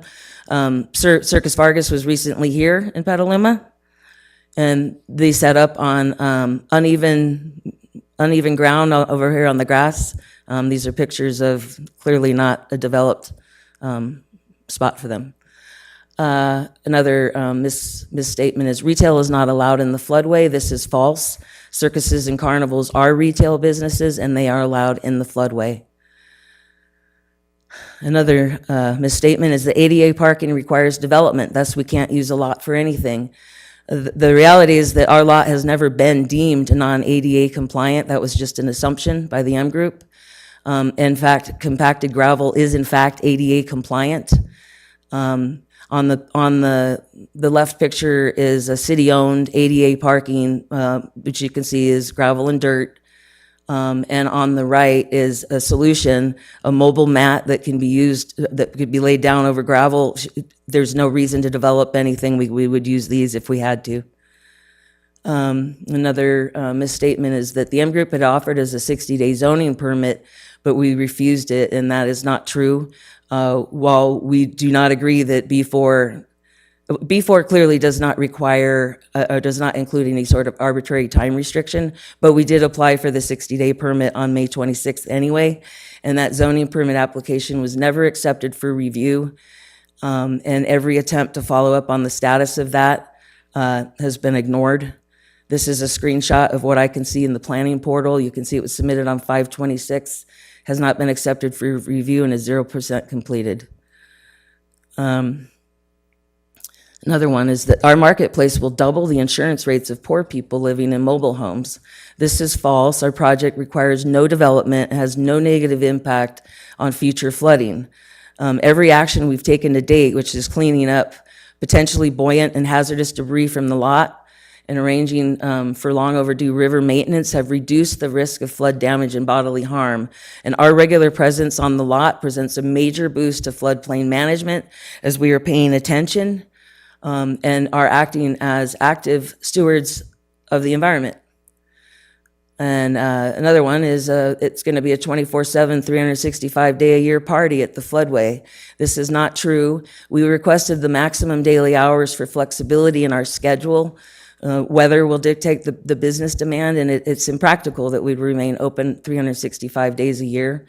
And we did offer to shut down during the historical rainiest months of the year, but that offer was rejected. But we have been and remain open to working with the city. And finally, the misstatement is that we are requesting a zoning exception to use our land, and we have never requested an exception, and we would not have purchased this lot if we thought we needed one. We are simply asking, we purchased our lot in good faith that the existing zoning laws, published zoning designations, and permitted uses would be upheld by the city. Again, we don't require any development and we don't need any exceptions, but these are few projects where exceptions were made. And of particular note is the Riverbend housing project, housing development, in which the city allowed them to build 3 homes in the floodway. And this is all supporting material for that table I just showed you. And in conclusion, our project is 100% mobile and requires 0 development. Our project will support mobile vendors and our local economy. It's going to clean up blight, make use of a vacant lot in the northern gateway to downtown Petaluma, and support the city's goal of 15-minute neighborhoods. Our project has strong community support. There is no negative impact on future flooding, and in fact, to the contrary, it will actually provide improved management of the floodplain as we will be active stewards of the environment. If approved, the city of Petaluma can be proud to support many small businesses through this creative use of land in the floodway and set an example for other cities to follow. So I respectfully request that you support us in setting an example of a responsible use of land in the floodway where blight is minimized, jobs are created, taxes are generated, and value is added to the city without compromising the safety and well-being of the community. Please approve our use permit as allowed by zoning code section 6.050B4. Thank you very much. Mr. Mayor, back to you. Thank you both for presentations. And if I recall correctly, the appeal process is now council question period before we go to public comment period? Correct. Thank you. So bringing it back up to the council. Mr. Mayor? Yes. Excuse me, if I could, I wanted to provide a few quick introductory comments to help, I think, focus the discussion in the council deliberations in terms of our land use regulatory scheme and the council's role as the appellate body, if I may. Please do. Thank you. Although sorry? the concern is that we set up the appeal process to have a 10-minute presentation on the criteria for the council, 10-minute from the applicant back. So it's the context that you need to stay, right? We're not. So I'm the city's chief legal advisor, Yes. advising about these proceedings to make sure they follow the It's legal it's about the requirements. proceedings. And that's what I was going to address, Yes. not merits of the project. Thank you. Thank you.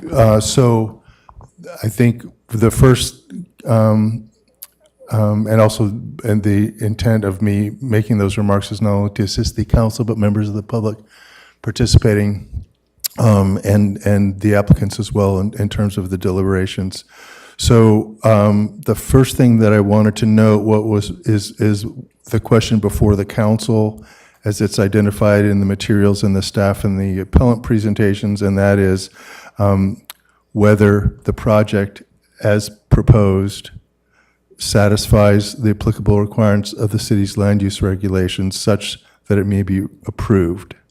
And in reaching that determination, it will be important for the council to be basing its decision on substantial evidence in the record before the council.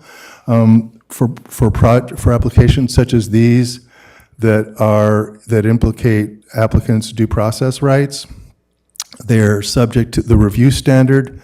For those is that they meet what are called Topanga findings, and that is that the decision that's made is supported by substantial evidence in the record which supports that particular decision.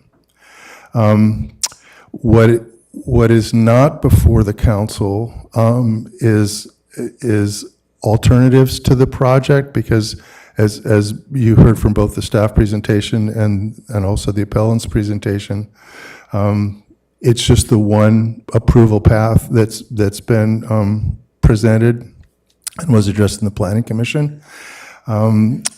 Also, you didn't hear anything tonight about environmental review of the project, and that's because the denial of a project, the discretionary denial of a project is not subject to CEQA. It's actually exempt from CEQA, but if it were to be approved, that would need to receive CEQA review first, because that approvals are not exempt unless an express exemption applies.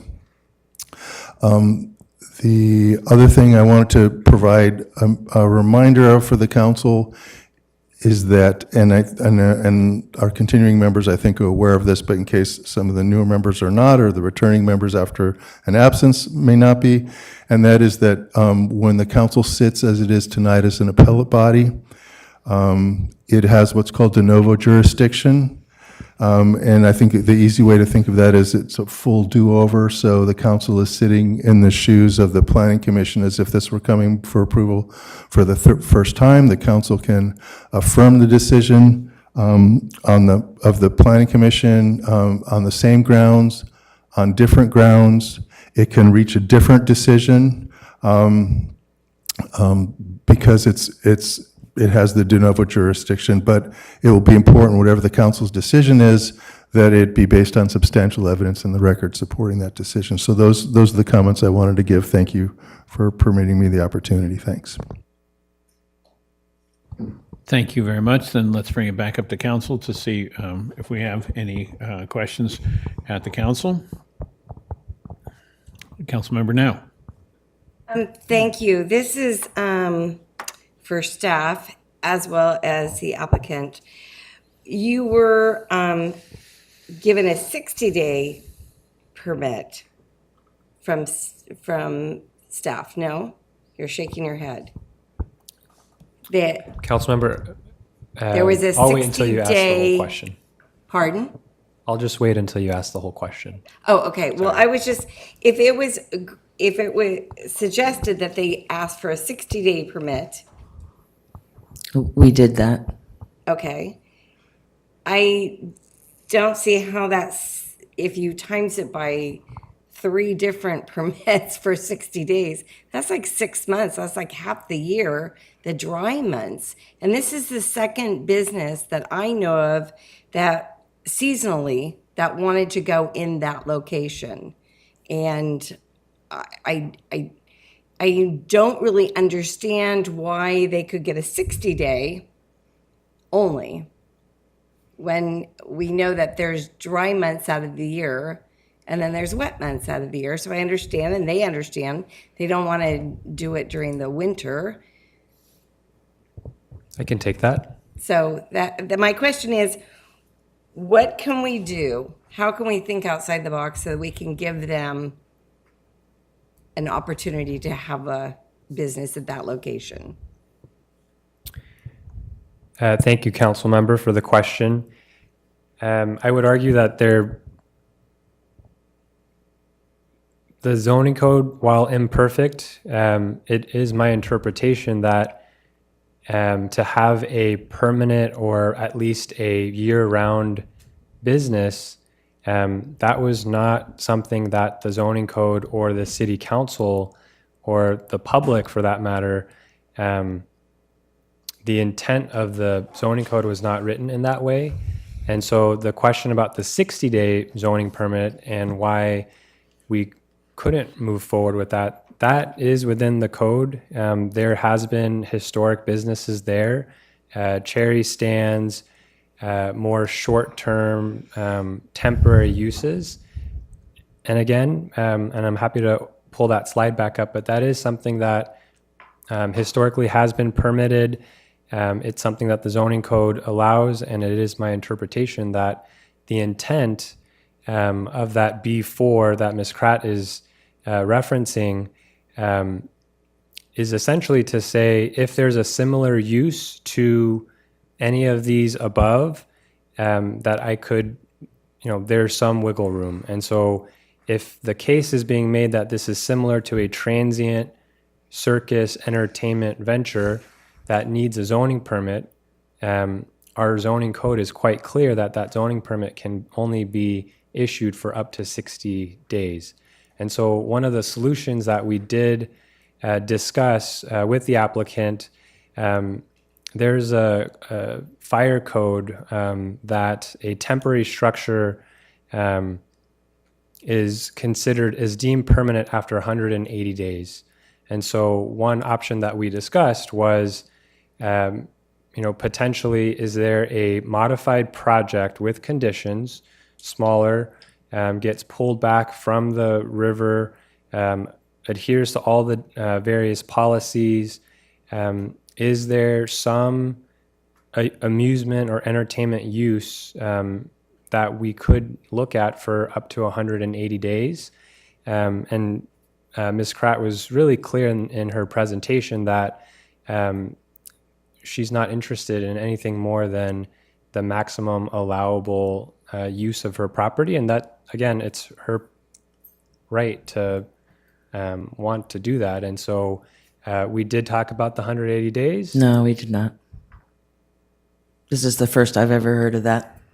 Okay, so we did talk about the 180 days as an option with a severely modified project, and it was not something that the applicant wanted to entertain. And Brian, if I could add something too, let me share my screen real quick. It's a distinction between the 60-day permits, the zoning permits, as well as the carnival use. So here is, hopefully it gets on the screen, short-term activities. If you look at A3, this is the carnival, circus, rodeos, and I highlighted concession stands. So that is a permitted use under the short-term 60 days. And then if we go to the floodway zone, I highlighted the circus, carnivals, other similar transient uses. You do not see the concession stands use. So there's this canon in statutory interpretation. So here you have concession stands, here you don't.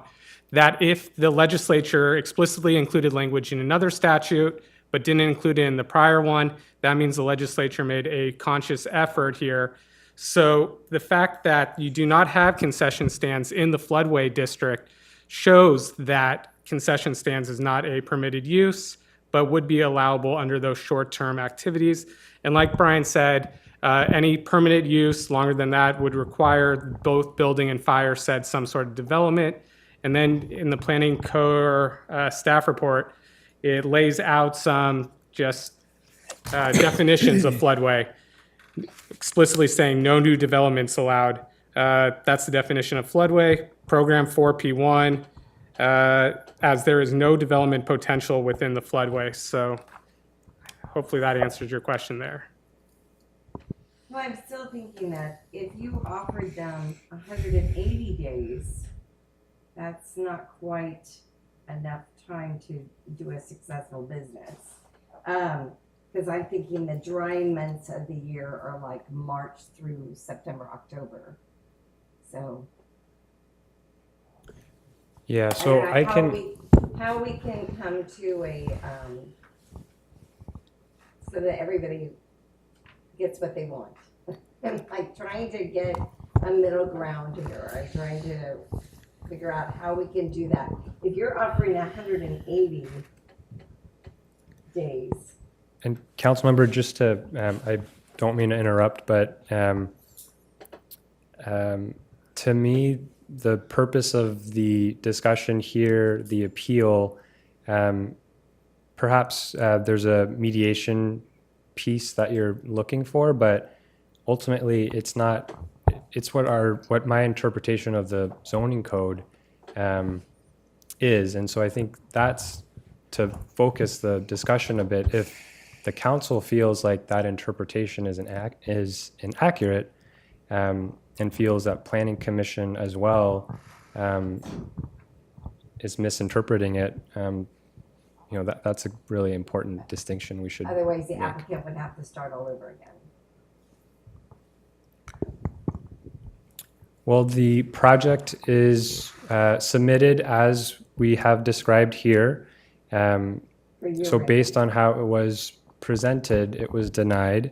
And so we're going through the appeal process at the moment. But if they went for 180 days, they would have to start all over again? So a zoning permit is, to what Ms. Kratt mentioned, it's a different application. Correct. And so part of why we are going through this process before moving forward on a zoning permit application is if there is some appeal that is overturned through this due process, that is going to help inform how staff is going to process any other application. A future application. Okay, thank Correct. you. That's all.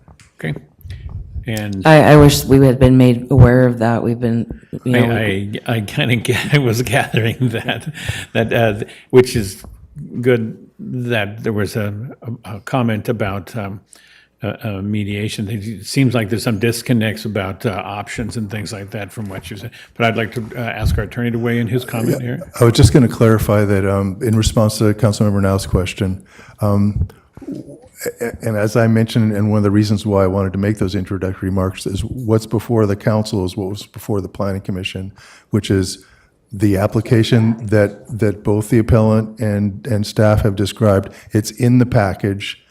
Brian was reading it from the actual application that Ms. Kratt submitted.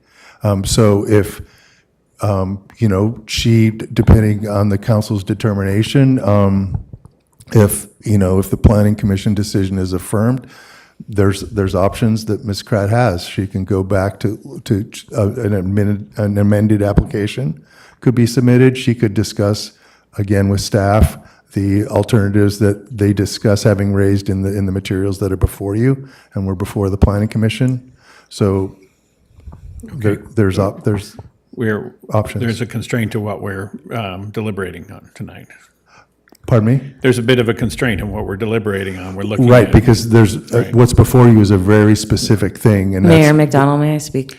And yes, 1 minute or less. Yeah. I just want to make it clear that there never were any alternative suggestions recommended to us. I have never heard of a 180 days. We were told to apply for the 60-day permit. It was ignored. The communication's been really bad. But the Planning Commission actually did try to work out, just as Karen now is trying, that there must be something better than the 60-day permit. 60 days is for the carnival, which is incredibly generous for a carnival. It would bankrupt me. Nobody, Okay. no business can operate. Understood. Let me Okay. ask and invite in Councilmember Healy. Thank you. So before I get to my questions, I'm going to make a motion to continue the meeting past 11 o'clock. Much appreciated. Who has a second? Second that. Second by Cater Thompson. May we have a roll call? Council members Barnacle, Aye. Cater Thompson, Yes. Healy, Yes. Now, Yes. Kosake, Yes. Shribs. Yes. Mayor McDonald. Yes. Motion passed unanimously. Thank you. So on page 3 of the staff report, there's a reference to the city's floodplain administrator. Who is that? Gina Benedetti Petnick. And she currently is on Zoom. Councilmember, if you have any questions for her. Well, I may, because the paragraph on the top of page 3 talks about the CRS 10-point system and maintaining the CRS Class 6 rating, and then it just doesn't explain how this project, in the floodplain administrator's opinion, might affect that 10-point system or the Class 6 rating. So I was hoping we could do a little bit deeper dive and understand exactly how this would impact that. They're assuming it's a development. We're not developing anything, just to be clear. I think we're going to We'll bring get in there. our floodplain administrator to respond to that question. Oh, okay. So Gina, can you hear us? Yeah, I'm here. Thank you.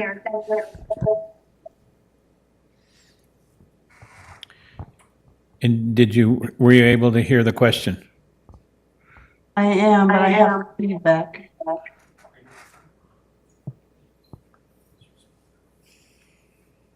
My apologies. Can you hear me now? Yes. Okay. So the Councilmember Healy, thank you for the question. I think the gist of the concern is we make a statement in the staff report that floodway development and jeopardize our Class 6 CRS rating. And your question is why? And I think the basic response is that the National Flood Insurance Protection regulations very explicitly state that no development is allowed in the floodway. And the CRS rating system is based on a community's adherence to the National Flood Insurance Protection Program. So they are tied very closely together. One comes from the other. CRS is the incentivized insurance program associated with and providing the ability to implement the National Flood Insurance Protection Program. And so the NFIP regulations state no floodway development is allowed, as does our zoning code, our implementing zoning ordinance in Chapter 6. Very specifically, it uses that language because NFIP uses that language because we are a CRS community. So if we allow development in a floodplain, there's a lot of splaining to do. And very likely we would be losing, I don't know the point count, nor is it relevant. There's hundreds of points that we achieve through the program in different areas of our participation. And of course, this is one of the major components of our participation in the program. So we would lose a significant number of points, very likely taking us a notch down in our designation. And I believe that a specific hydrology and hydraulic report study by licensed engineers to try and prove if we want to develop in the floodplain, we would have to prove to NFIP, National Flood Insurance Protection, and CRS that by allowing that development, there would be no change in the floodwater, in elevation, in depth, in path or course. I'm not quoting, I don't have the reg right in front of me, but that is the gist of the regulation. Thank you. So just to follow up on that a little bit, in your answer, I think you were talking about no development in the floodway, but then I think you kind of segued. I'm sorry, did I say plain? I meant way. So all of that is floodway, not floodplain? Yes, So my apologies. we're not- Yes, good catch. Okay, we're not dinged as heavily for development in the floodplain because that does occasionally happen. It does, with very strict conditions. Yes, it does. Okay. Thank you for that. So I guess the more fundamental question is, why are we characterizing this as a development? If everything here is on wheels and can be moved, is that really development? The word development and variations on it appears, dozens of times in the staff report, and it's just kind of an assumption. Proposed development, developing in floodways, developing in a floodway, development of land, proposed development project, no additional development, and it goes on. Why is this a development if everything is on wheels and can be moved? That's a great question, and essentially is the crux of, I think, a lot of the disagreement. And so the code defines, when you think about development, as Ms. Kratt had identified, there's buildings and permanent structures. We define development as a city in our code much more broadly. And so that was where, and I'm happy to put it back up on the screen, no fill, new construction. So yes, that's part of development. Intensification of existing use. Currently it is undeveloped. It is sitting vacant. Change to a more intensive use. The project is proposing something that is much more intensive. Substantial improvements, other development. This all goes into a definition that the city code defines as development in the floodway.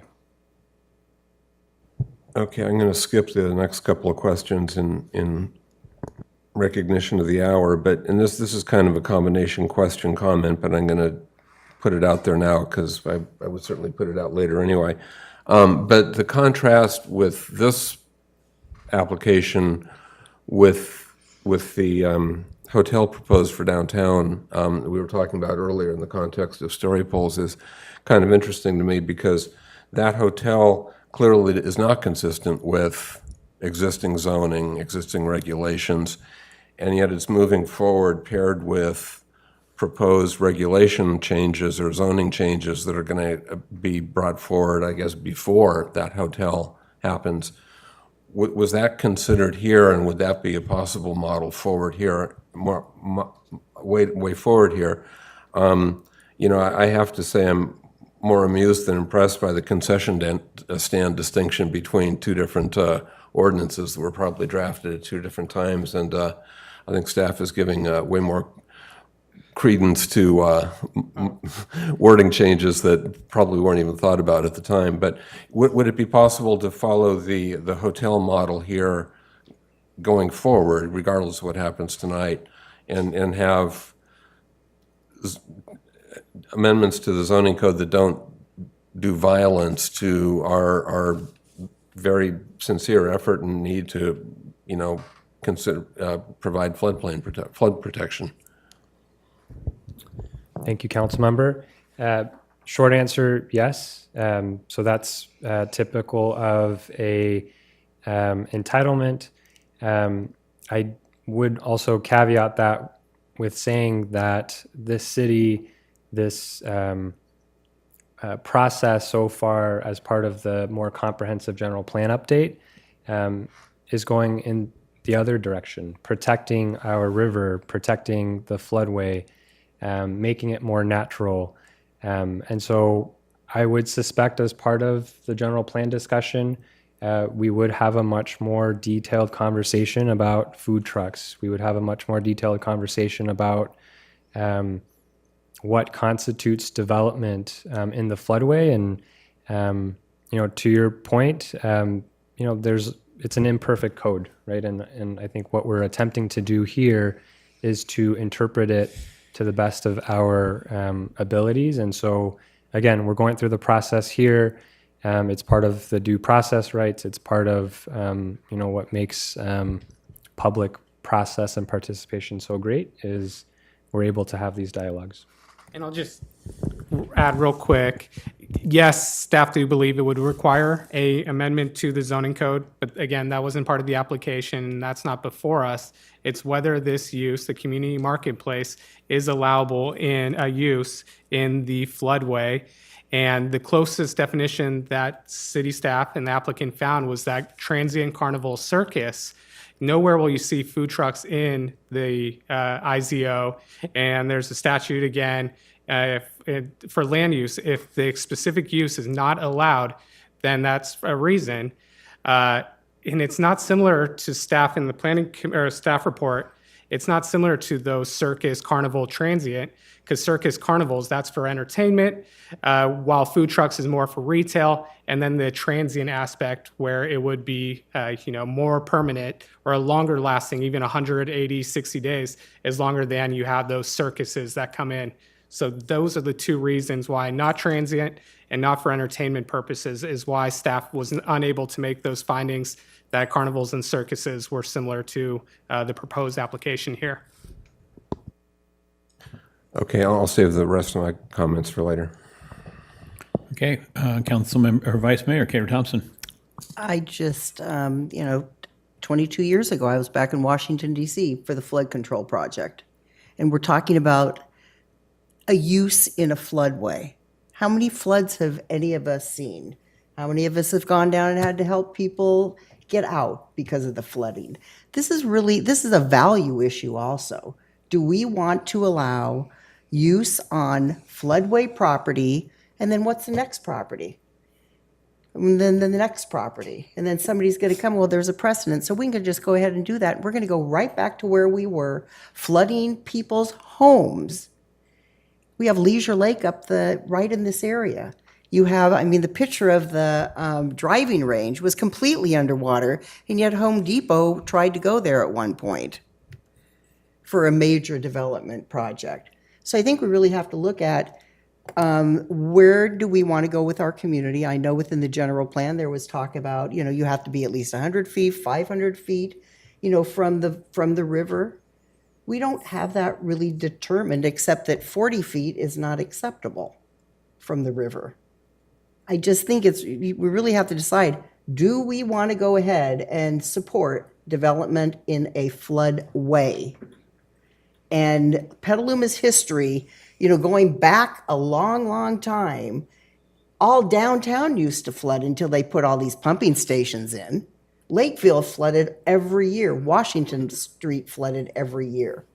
I think we need to look into the future, and what we've been doing in this community is trying to reverse bad decisions from the past, and to even consider a bad decision, bringing back development or uses in a floodway, I think is backwards, and I think it is irresponsible of any elected official to support this.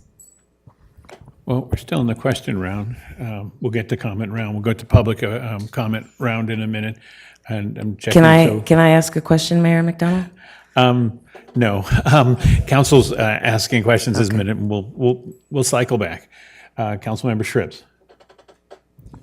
Okay, I'll do my best to keep away from comment and stay on questions on this one. Okay, so I agree with Councilman Healy on the definition of development and what it means. So obviously there is some problems there.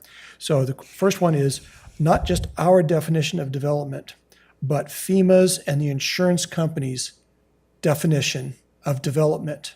Would they consider this to be development or not?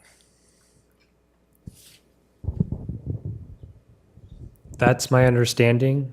We also have Gina here that. Yeah, maybe it would be helpful if I did find the clause that I was referring to from the NFIP requirements. This is from FEMA's website, and I'll preface the comment with something I wanted to say earlier. I believe it was in response to a question about changing zoning, and I just wanted to note that while there are avenues to change things, changing the designated regulatory floodway is not in our purview. That was determined by FEMA. It was established in a flood study for the city of Petaluma in, I think, the 70s. And it is not something that that we are at liberty to change. So just a preface to that, preface remark in that regard. And then I'm capturing, this is from 44 CFR 60.3D paragraph 3, means nothing, but it's from the NFIP requirements, and I can provide this documentation as a follow-up.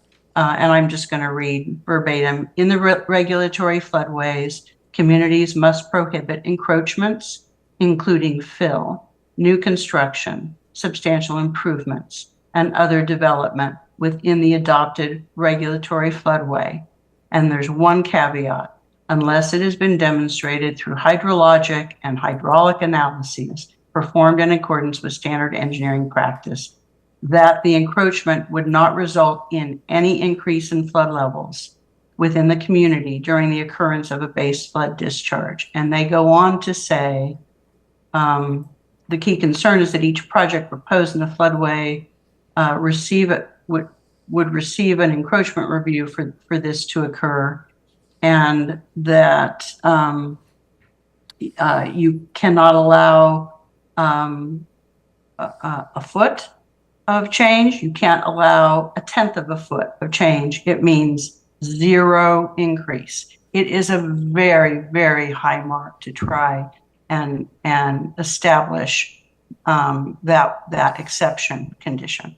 So, and do they define, to your question, the word substantial improvements is the term they use, and other development.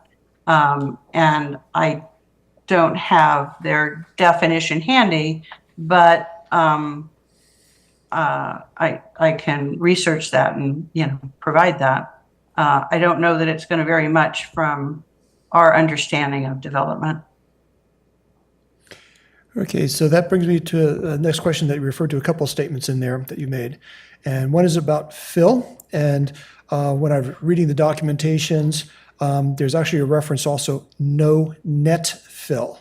And that no net fill was still considered not filling.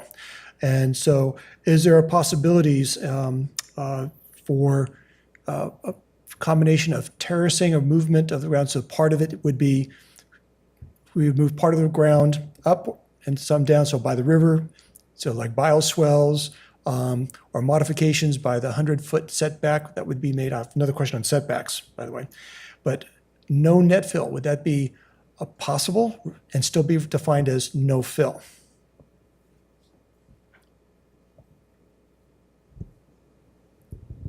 It's a great question.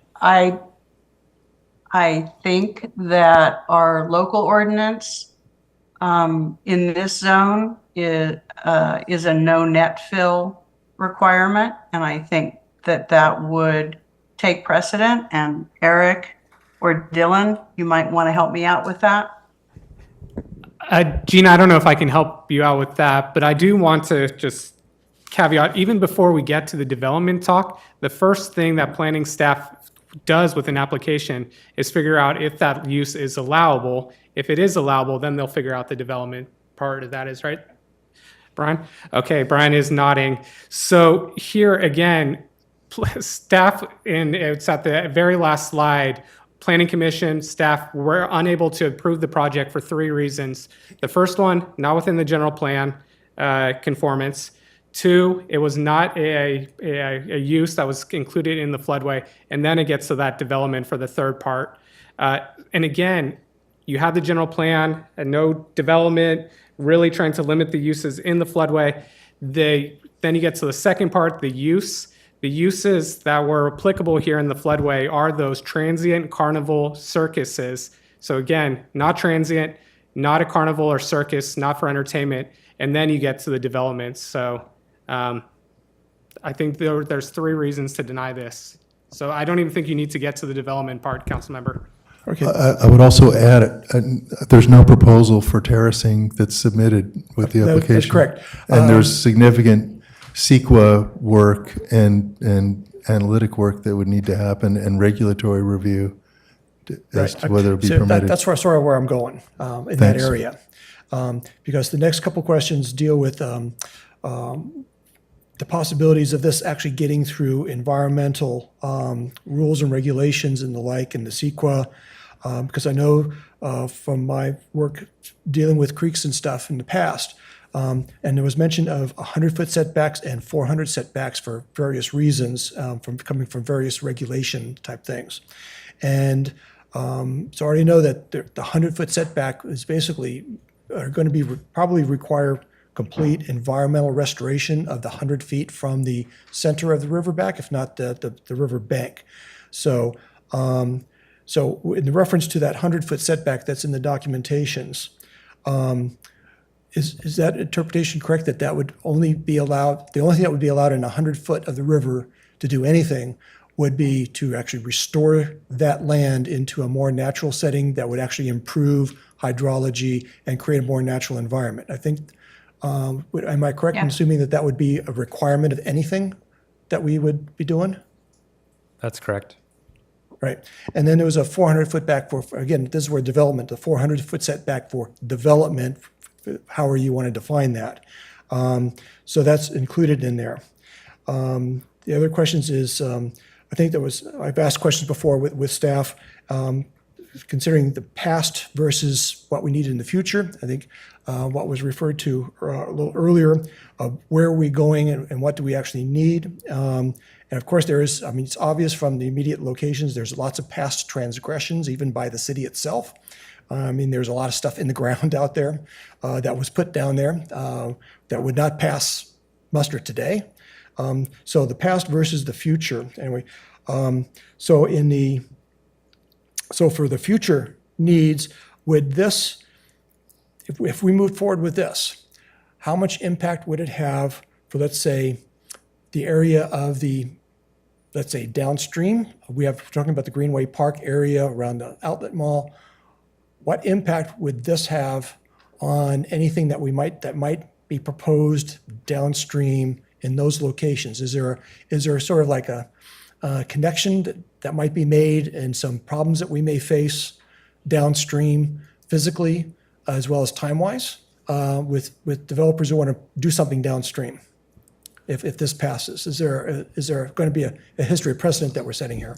Well, if I could start that, how the council is the legislative body for the city, and it's the council's interpretations of its legislation to which courts will defer. So how the existing regulations get interpreted and construed by the council is relevant to how they get interpreted and construed to other applications.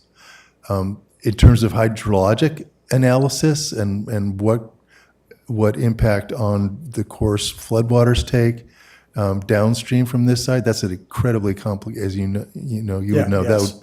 I mean, Gina is more qualified to address that, but in the law, in litigation of those matters about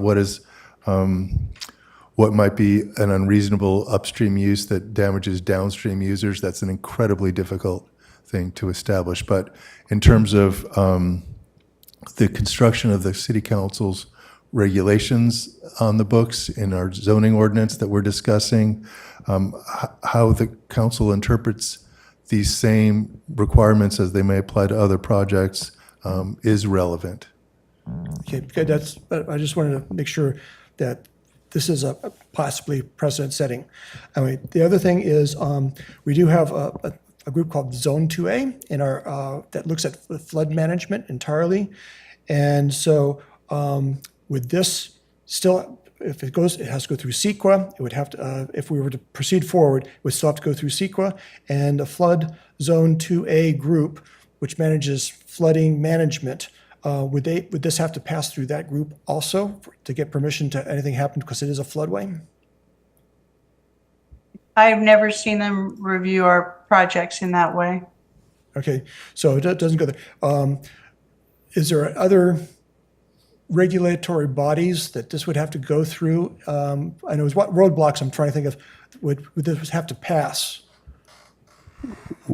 So remember, what's before us is the project is described in the appellant's presentation in the staff report, And that's all that's before us. That's right before And us. so it's a proposed use that avoids improvements on that site that has a floodway zoning designation. And you've heard discussion about what staff believes are inconsistencies with the general plan and also inconsistencies with the applicable zoning. And I think the applicant's clear that the applicant's trying to avoid improvements, but there's also discussion in the staff report about the kinds of activities that are planned and the improvements that they would require, Right. such as safe paths of travel and accessible, travel for people with disabilities and et cetera, and also utilities that would be required. So that's another of the challenges, but what's before the council is what's been described as being before the council. Right. I'm just trying to say, if we did approve this, that there's lots of other possible roadblocks that would have to be overcome for this to happen. Well, something, there's, if the council were to remand this to the planning commission with instructions, or give direction for it to return to the council, there would have to be additional information in the record to consider that's not in the record right now. So, because there's no proposed improvements, there's just an outline of things that would happen in certain parts of the site. And all that you have really is that. There's no environmental review. There's no discussion of grading or terracing or anything like that. And there's just a footprint, an approximate not to scale footprint showing things that would happen in certain locations. Right. And So, that's, I understand. and this kind of legalistic analysis of what the code would suggest and what I read as staff's effort to try to respond to the application as submitted and also indicate what staff viewed as the most potentially promising way to try to seek approval, but that the applicant did not seek because it limited the use to periodic use. Okay, so which raises the question on the actual application itself. From what staff has seen from applicants in the past, is this application, the drawings themselves were not accurate to the actual design of the site, the actual size and shape of the site. So in this application, which is very conceptual rather than details on things, would you consider, from all the other applicants that you've seen from similar that might be like for projects, was this an application that was thorough or detailed enough to cut the mustard for moving forward? Or is it a little bit conceptual, and does it meet standards, is what I'm asking for the actual application itself?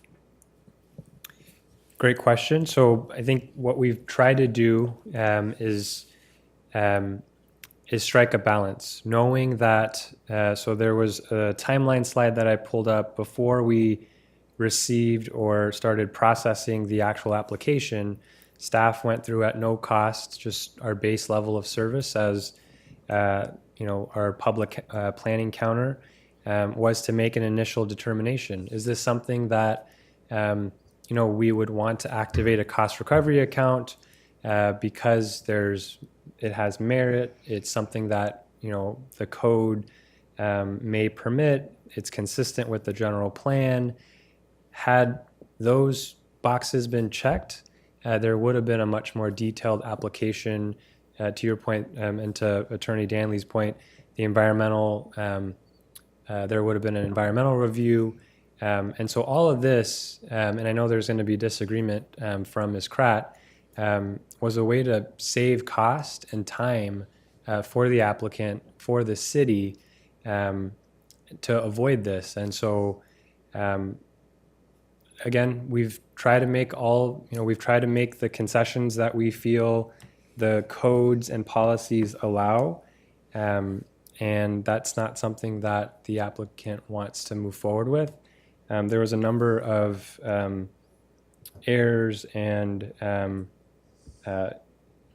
false statements that were made in the presentation. So if I'm given the opportunity, I'm happy to be responsive to some of those.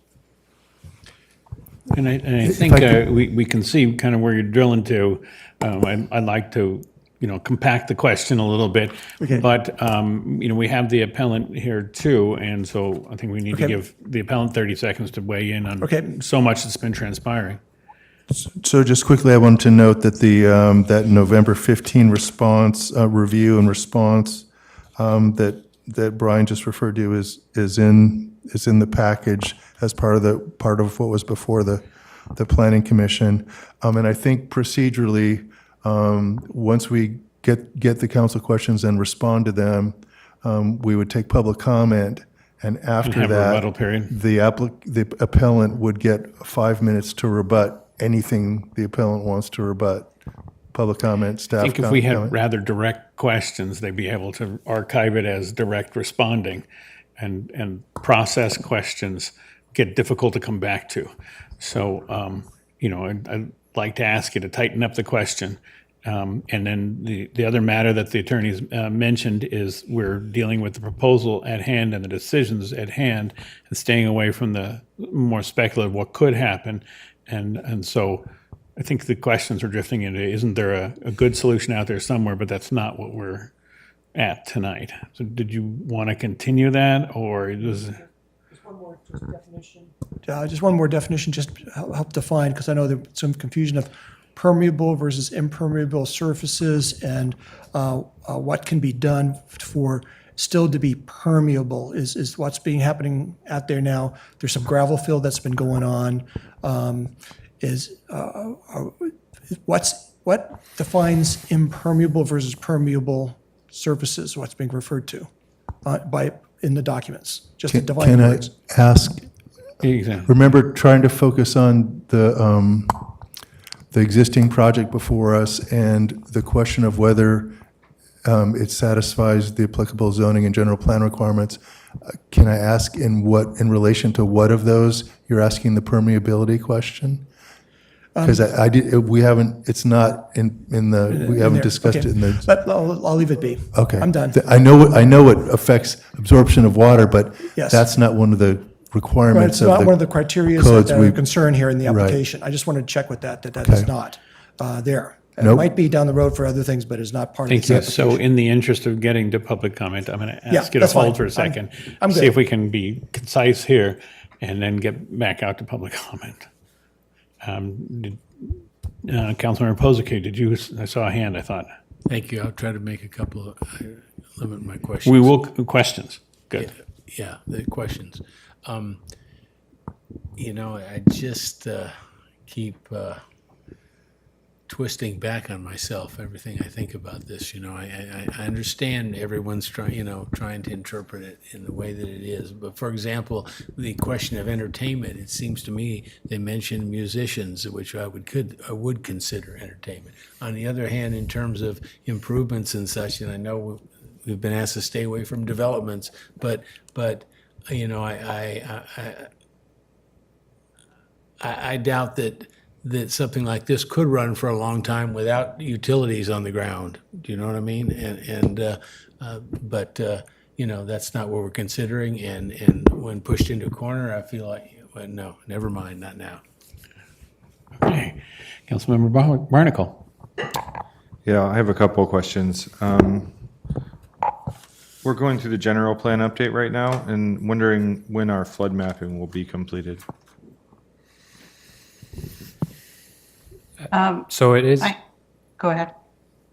The mapping is complete. We do have a introduction to the data with our General Plan Advisory Committee at the end of this month, and it will be the first time we're meeting in person. And so you'll see that data shortly. All right. If I could provide a nuanced clarification to that, Brian. Some of the mapping is complete. We are still working on some mapping, but we will be rolling out some mapping later this month, to be sure. Some of our final floodplain mapping is still being finessed, but yeah, we do have a large body of work now prepared to present to the community. Okay, and maybe it's too soon to say anything because it's not final. Does it seem to support the existing flood map? Yes, I mean, this is just adjacent to our river. Yeah, thank you. Is there water on the site? Is there existing water infrastructure, spigots, anything like that? No. Okay. Is there existing electric meter, anything like that on the site? No, and it's not needed. Okay. And then question for, so if the electric's not needed, what's the power source? Solar on a trailer, all movable, all mobile. Okay. And then, Brian, you mentioned misstatements that were made. Can you elaborate on those? Thank you, Councilmember. There's one zoning designation for this parcel. It is floodway. We do not have dual zoning districts, so this is not zoned commercially. There were examples provided to look at the circus, which was recently in town. Circus Vargas is not, it's hosted on the fairgrounds, which is not in the floodway. There's a whole host of layers to that. And I would argue it is already on an existing developed property with surface lots. And so, again, not a one-for-one. There was a number of statements in there, 3 homes in the floodway, absolutely false. We've never developed within the floodway. In recent memory, the only one that we have done is the outlets in the 80s, and that there was a whole host of mitigations that came with that project. There was a comment about, and I apologize for using this language, but just quoting poor people in mobile homes. Not really sure where that came from, but the reference is to the flood insurance and the discussion that staff has raised with the impact on our CRS rating, 20% reduction on flood insurance for a number of property owners, the city included. And so it's not focused on any individual person. And I'll just add one other one. This zoning code's not 50 years old. It's the implementing zoning ordinance that went with the general plan, which I believe the previous one was in 2008.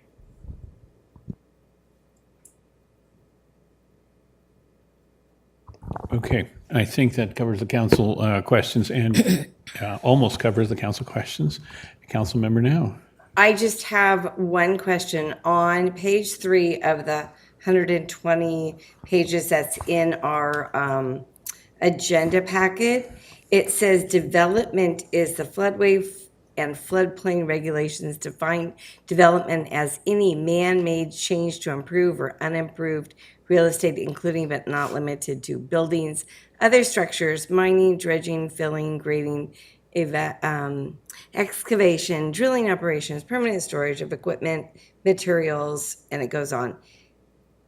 I believe this is just food trucks, which are driven on and driven out, and the bollards for parking are all temporary. There's no permanent structures, and there's nothing being changed. No actual development is happening. Am I correct? I think that I would disagree with. No, I don't think that's correct. The project is a community marketplace, essentially year-round, around the clock, based on business demand, and so the permit itself is requesting full use of the site. the very definition that that you cited is in our implementing zoning code, but also essentially a copy and paste from the FEMA regulation. So our Chapter 6, which the floodway designation and information lives in order for us to achieve this, to be a CRS community, these are essentially copy and paste from the FEMA designations. And so again, if there is a disagreement from the council that our interpretation of development would not, it is not relevant or is inaccurate, I mean, that's up for the city council to decide. Because development is brick and mortar, and this is all food trucks. Things that are being wheeled in and wheeled out. There's nothing putting into the ground. There's no actual development taking place. Am I? If I could, we're on the question part, and I think you're arguing. Well, I'm just asking if there's, is a food truck development? So it's not about food trucks. What you just read, any man-made change to unimproved real estate, but not limited to buildings or structures. So yes, I will concede that section talks about brick and mortar or some sort of structure, but then it continues mining, dredging, filling, grading, excavation, permanent storage of equipment and materials. Again, these are much more similar to how this project is being proposed. To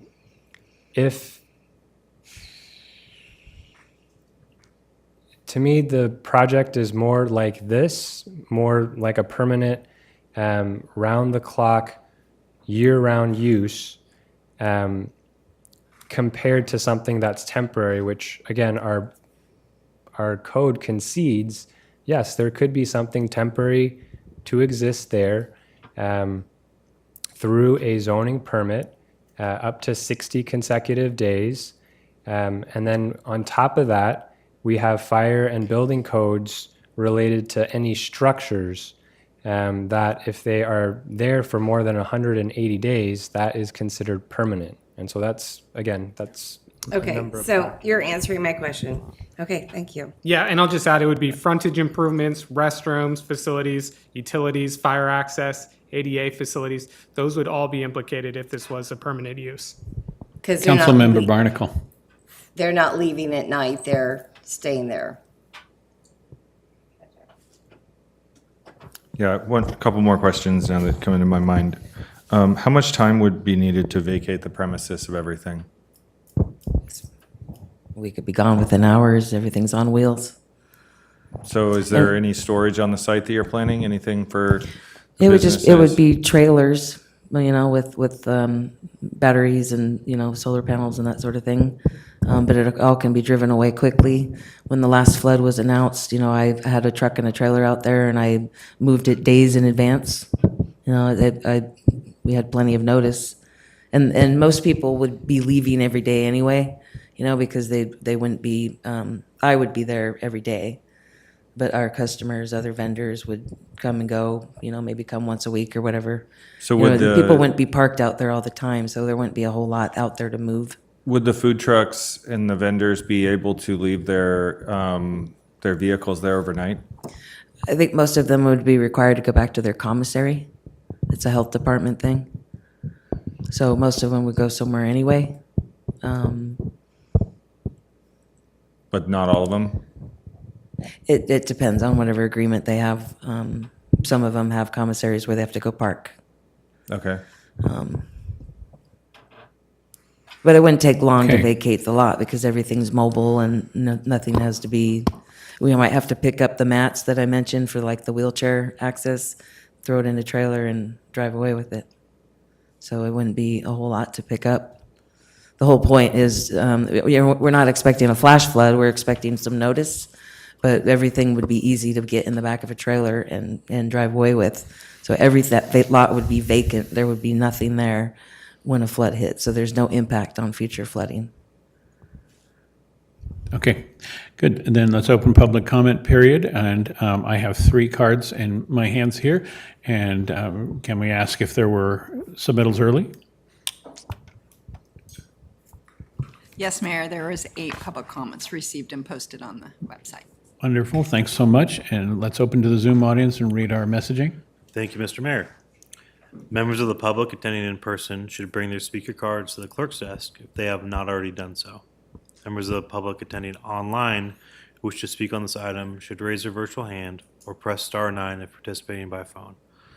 Mr. Mayor, at this point, we have 2 members of the public with their hand raised. Wonderful. Then we'll start with our in-house cards and come back to Zoom. The first is Robert Gouston, and the second is Karen Eldridge.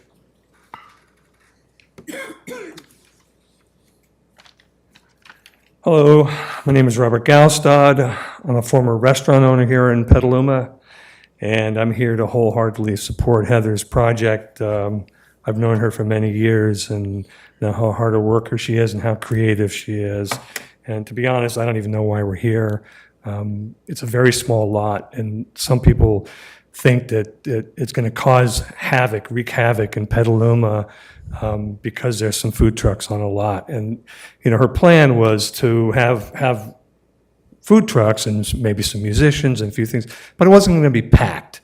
You mentioned, Mr. Earl mentioned around the clock. That's false, as we all know. It's not around the clock. She said 6 to midnight. That's not around the clock. But if it's 6 o'clock, it's going to be maybe a coffee cart, you know, maybe some pastries. It's not going to be a carnival. It's not going to be a lot of stuff going on. If it's probably won't go till 8 or 9. We know my restaurant closed at 8 o'clock. Everything's closed at 8 o'clock, so it may not go until 8 o'clock. But the idea was we had a restaurant together in Berkeley, and we set it up to close at 2 a.m., which we never did, except under certain circumstances. But we didn't want to go back before the planning commission or whatever we had to do to get a permit to do that. So we were already set up for that, but we never really did it. It's not going to be a late night thing because Petaluma is not a late night town. So we can knock it down here. It's not a danger to Petaluma. It's the ugliest lot around. We all know that. We drive by the thing. And we keep talking about it being a floodway. When was the last time it flooded? It flooded in January. But when prior to that was 3-4 years ago, before that, it doesn't flood very often. And we all know when the flood's going to come. We knew for that lot when it was going to come. We looked at the river, and we knew a week in advance it was going to flood. It will take hours to move everything out of there, pick up any debris. And speaking of debris, Heather spent thousands of dollars cleaning up hypodermic needles, garbage, stuff that you wouldn't possibly believe could be on a lot that would have, in January, flooded into the intersection. And no thanks for it. She didn't need any thanks for it, but it shows that she's a steward of the environment and she wants to take care of it. Some people act as if this is a horrible thing if she has food trucks on there, and I don't know why. It's a very small thing. We drive by places that have food trucks. We stop sometimes. Petaluma is a food town, and there are no food trucks in Petaluma other than Elroy's on Washington, which has 3 locations, and from every once in a while in the farmer's market, you have some food trucks, but there really are no food trucks around here. She bought the lot. Again, you're saying it's not designated C1. It is on the map. Thank you for your comments, but your time has expired. Thank you very much. Karen Eldridge, to be followed by Wayne Ekstrom.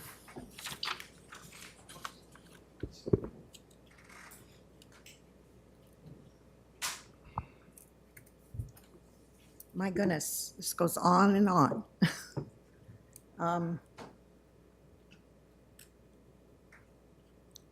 The northern part of Petaluma Boulevard, near where Cattleman's Restaurant has gone. Thank you. Am I good now? Okay. The northern part of Petaluma Boulevard, near where Cattleman's Restaurant has gone to pasture, that part of Petaluma Boulevard needs more life, more joy, more vitality. the vacant lot that we're talking about has been an eyesore in Petaluma for years. Chick-fil-A is on its way. I suggest food trucks as well. And I would throw in a cannabis dispensary. I think Petaluma needs one of those. Santa Rosa has an area where a responsible food truck group thrives and is enjoyed by the community. Food trucks are mobile. Food trucks have wheels and can move in the event of a flood. What will Chick-fil-A do when there's a flood? I ask you to be bold, be visionary, be creative, be open-minded, and keep up with the times. Food trucks are here to stay.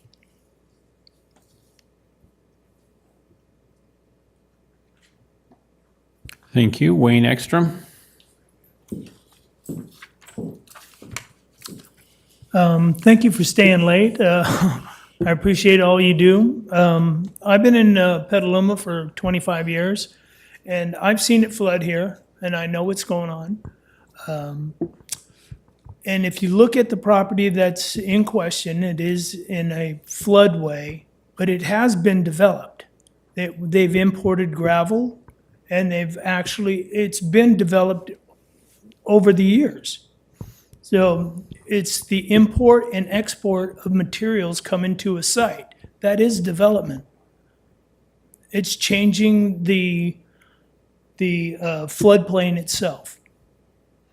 So if you consider for one, you got to consider for all. So if we open it up for the floodplain for development, are we going to do it also for open space area? So if you do for one, you're going to have to do for others. So I thank you for your consideration, but at least think before we overbuild so we don't make problems worse down the line. Thank you. Thank you. And let's go to our Zoom audience and invite the participants in. Thank you, Mr. Mayor. The first speaker that we have is Dwayne. Dwayne, I'll now allow you to speak. You can unmute yourself and begin. Thank you. Council, thank you for your attention to all your good work. What I find interesting, they named it the floodway, and I appreciate the honesty there. I appreciate any time I can find honesty in the political spectrum. The Leisure Lake is possibly too honest would be my objection to their name for the facility. Clearly, property going underwater is a problem. I would like to point out, first of all, that floods come by surprise. They aren't planned. That the auto dealerships, a couple of them have been caught just downriver from this property during floods and have lost dozens of brand new cars. And so what I would ask would be, is there an insurance method that the city could insure itself against property being accidentally left there the day of a flood? You get a notice at 2 o'clock in the morning to go get your circus off a piece of property, and the city finds elephants or lions floating downstream. I kind of joke.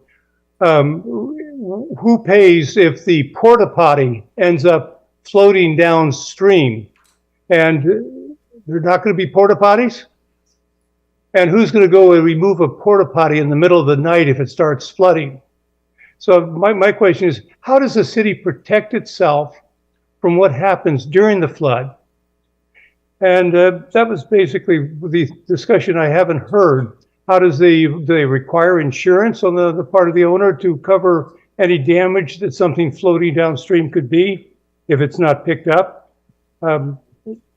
it's not that these people would plan on leaving anything there, but what is the last day of the year or the first day of the next year that we have floods in Petaluma? And how would we know to eliminate those dates if they were going to have portable things, to know what dates to that they would be having the circus or any other event?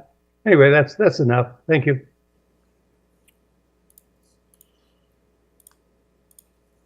The next speaker that we have is Susan Kirks. Susan, I'll now allow you to speak. You can unmute yourself and begin. Thank you. I'd just like to note that it's just past midnight, and I really wish this is an item that could be heard earlier in the evening, because there are so many different facets to your role as elected leaders who are to make decisions while the city attorney continues to guide you back to what's before you, what's before you, what's before you. All that's before you is this. Well, yes, you know, I do believe each of you understands what your role is. And I would like to acknowledge that I've really appreciated hearing the questions you've asked, the discussion that's occurring, the thoughtfulness behind what many of you are seeking to consider. We're a city of over 61,000 people, and this is a property owner who wants to roll some food trucks with solar panels and use her property in that way in a location that, quite frankly, is great for food trucks. Several years ago, and trust me, I'm very familiar with this area of the city. Several years ago, when there was flooding and that area flooded, a member of Zone 2A, and I talked about this extensively, about the actual, the water movement for that flood that ended up flooding up there near Stony Point came from Marin Creek, and the water from West Haven, a development that should never have been approved here in Petaluma, moving water northward and overwhelming the creek banks, and it actually wasn't from the Petaluma River. So, you know, we've had, and also I just want to acknowledge, I understand the point of view of, just saying no because of the fear that if you do this for this person, you're going to have to do it for everybody. No, that's what leadership is about. That's what analytical, comprehensive, whole thinking and giving your staff direction from you as an elected body is about. It isn't about one, if you do it for this person, you're going to do it for everyone. Look at all the terrible developments that have been approved here, the land that has been taken. As leaders, it's up to you to come up with a decision, and I support you in that process. I'm not sure I'll agree with you in what your decision will be, but again, I would like to say this is a property owner who is trying to put portable food trucks with solar panels for a certain period of time to serve members of the public. And honestly, I do hope there's a way to support that and find a way to do it and be strong in leadership and direction. Thank you. And Mr. Mayor, that's our last public commenter. Thank you. We're closing public comment now, and now we turn to the applicant's rebuttal period. And we'll be setting a timer for you and inviting you to speak. Okay, thank you. I would just like to reiterate that this is not a development, so there will be no fill. We don't need a PG&E meter. We don't need light poles. Everything's attached to trailers. Everything's movable. I think Brian, he mentioned something else. He's trying to call it development. Increased usage. That lot has been used in the past to abandon vehicles, to park vehicles. There have been large trucks there. This use is not more intense than what it was used. Now, that was all illegal use, but this use is managed by a smart business owner who's going to take care of that land. And if that land just sits there unused, it's going to turn back into a dumping ground or a homeless encampment. And it was nasty. And all that stuff goes in the river. So I will, the advantage of me being there is that I'm actually taking care of it. So that I think the city should be happy that somebody is at the gateway to downtown Petaluma, making it beautiful. Because what a great way to be welcome to Petaluma is a foodie environment, and here's your food trucks at the gateway and your artisans and a musician, and what a beautiful thing to have other than this blight that's been there for over a decade. That lot has been developed in the past. It has 4 existing driveways. There's nothing more that we need to do to it. The sidewalks are there. There's cutouts for wheelchairs to get across the street and whatever. Everything's there. There's nothing that we need to do for development wise. So any mention of the word develop is just to derail the conversation, because it just shuts it down, because there is no development. There's nowhere you can go from that. So there is nothing that we need to do to develop.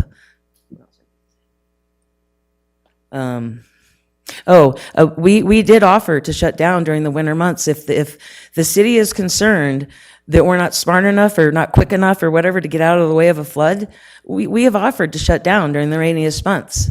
You know, it probably wouldn't be a great time for business anyway, so the lot will just be vacant. And but what we were told that wasn't good enough. So I don't know. Like, there have never been any alternatives suggested to us, as Brian suggested. That, like I said, tonight is the first time I ever heard that 180 days was an option. I applied for the 60-day and never got anything for that. The period that we were going to use expires actually, I think, tomorrow. You know, that whole period that I applied for is just gone. So we probably won't be able to use our lot at all this year, which is very disappointing.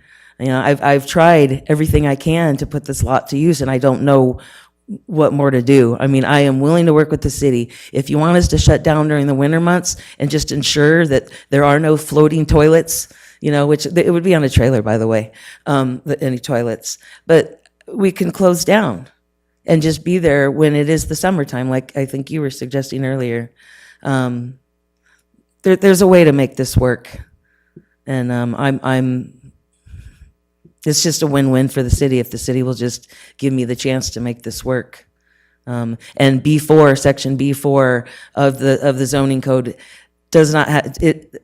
There's nothing in there that says that it has to be like a circus. A circus is just one of the permitted uses. What I'm suggesting is a similar use in that it is open air, outdoor, it is mobile, it can be moved anytime. It's the spirit of the law that is being lost here.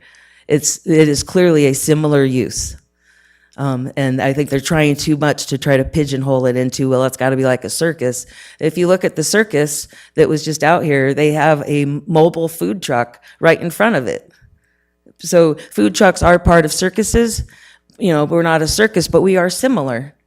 And the whole point is they don't want anything permanent there. Get out of the way when it's flooding. And we will, so that we have no negative impact. And it's the exact opposite, is that we'll be out there, we'll be stewards, we'll keep it clean. Nobody in the city could tell me, for over a year I tried, who is responsible for that section of the river and when was the last time it was maintained? Nobody could answer that question for me. So I figured it out on my own and got that section of river on the county's summer cleanup schedule. I did that. Nobody helped me do that. And that's who I am. I'm going to take care of that lot. I'm going to watch out for my neighbors. I'm going to do everything I can to make sure that lot is properly maintained, and that lot and that neighborhood and the gateway, the northern gateway to downtown Petaluma, is beautiful. The city should be proud. I will make you proud. You will love that lot. Please approve my use permit, please. Thank you. Thank you. And I think we're bringing it back to council for final comments. And at the end of all of our deliberations, then there will be a motion and a vote. But let's start with Vice Mayor. I'm just going to make a few comments that, I mean, we're not just talking food trucks, we're talking music, we're talking artisans, this is an event area. And this is very close to the river because it's in a floodway. Nobody's talking about the habitat in rivers. We're not, I'm surprised to hear from Susan. I mean, she's with Audubon Society. I would think that Audubon would be opposed to something so close to a river. So it's just kind of surprising to hear that. This area, I mean, it is a gateway into our town, but it's been a flooded gateway forever. I mean, it just floods there. It's always flooded there. And then they built on the opposite side, the west side of the river, they put this whole fill in, and all these trucks are there. I mean, all this stuff is going right into the river. You know, you can't not have oil coming out of vehicles. And then this is right next to the river, and it goes right into the river. It's just, we need to realize when we were talking about the factory outlet, well, yeah, the factory outlet was approved, and the factory outlet flooded over and over and over and over again. And I just think this is, I don't believe that the zoning is appropriate, or that the zoning is correct for what Ms. Kratt wants to do. You know, when I look at the fairgrounds and I see one food truck and how many people are there all day long. It is packed there. And so we're talking about multiple food trucks in an area. We don't know any traffic counts. We don't know, there's just a lot of information we don't know. We don't know what kind of solar system that's going to be used. We don't know what kind of bathrooms are going to be used. I mean, there's just a lot of unknowns. It's just like, just approve this, here's my map, and I'm 40 feet from the river, and that's fine. Well, it's not fine. I think, at least for me, it certainly is not fine.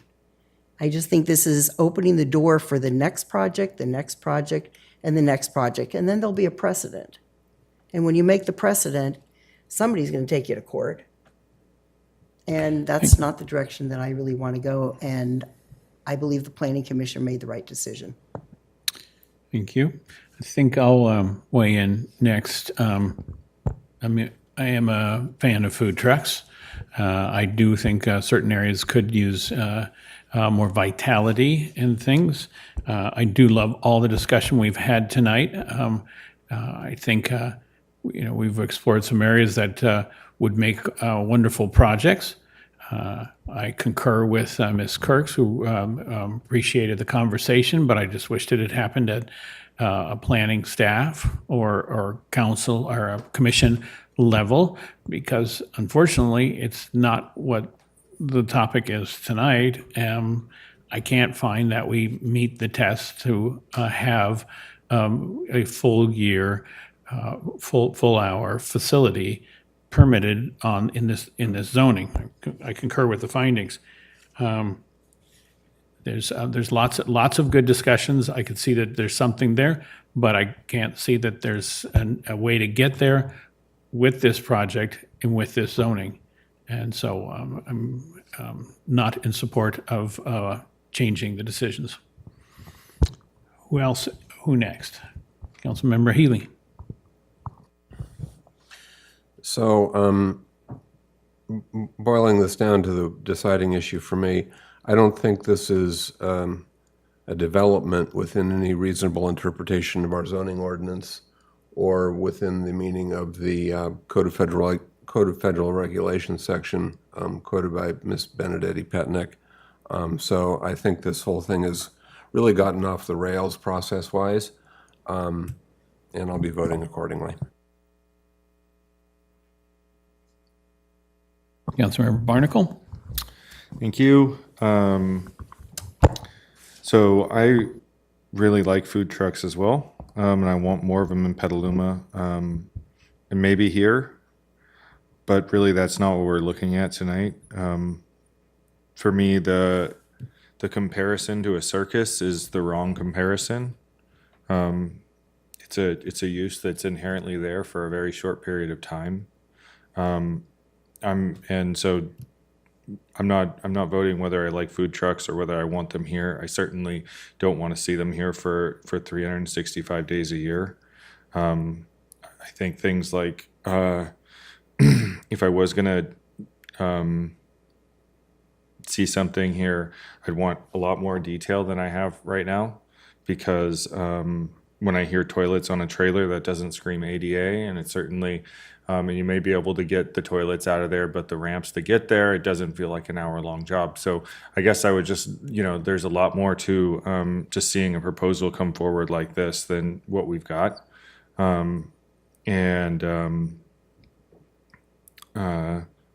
I do want to say thank you for taking care of the lot because it looks a lot better, and I really appreciate that.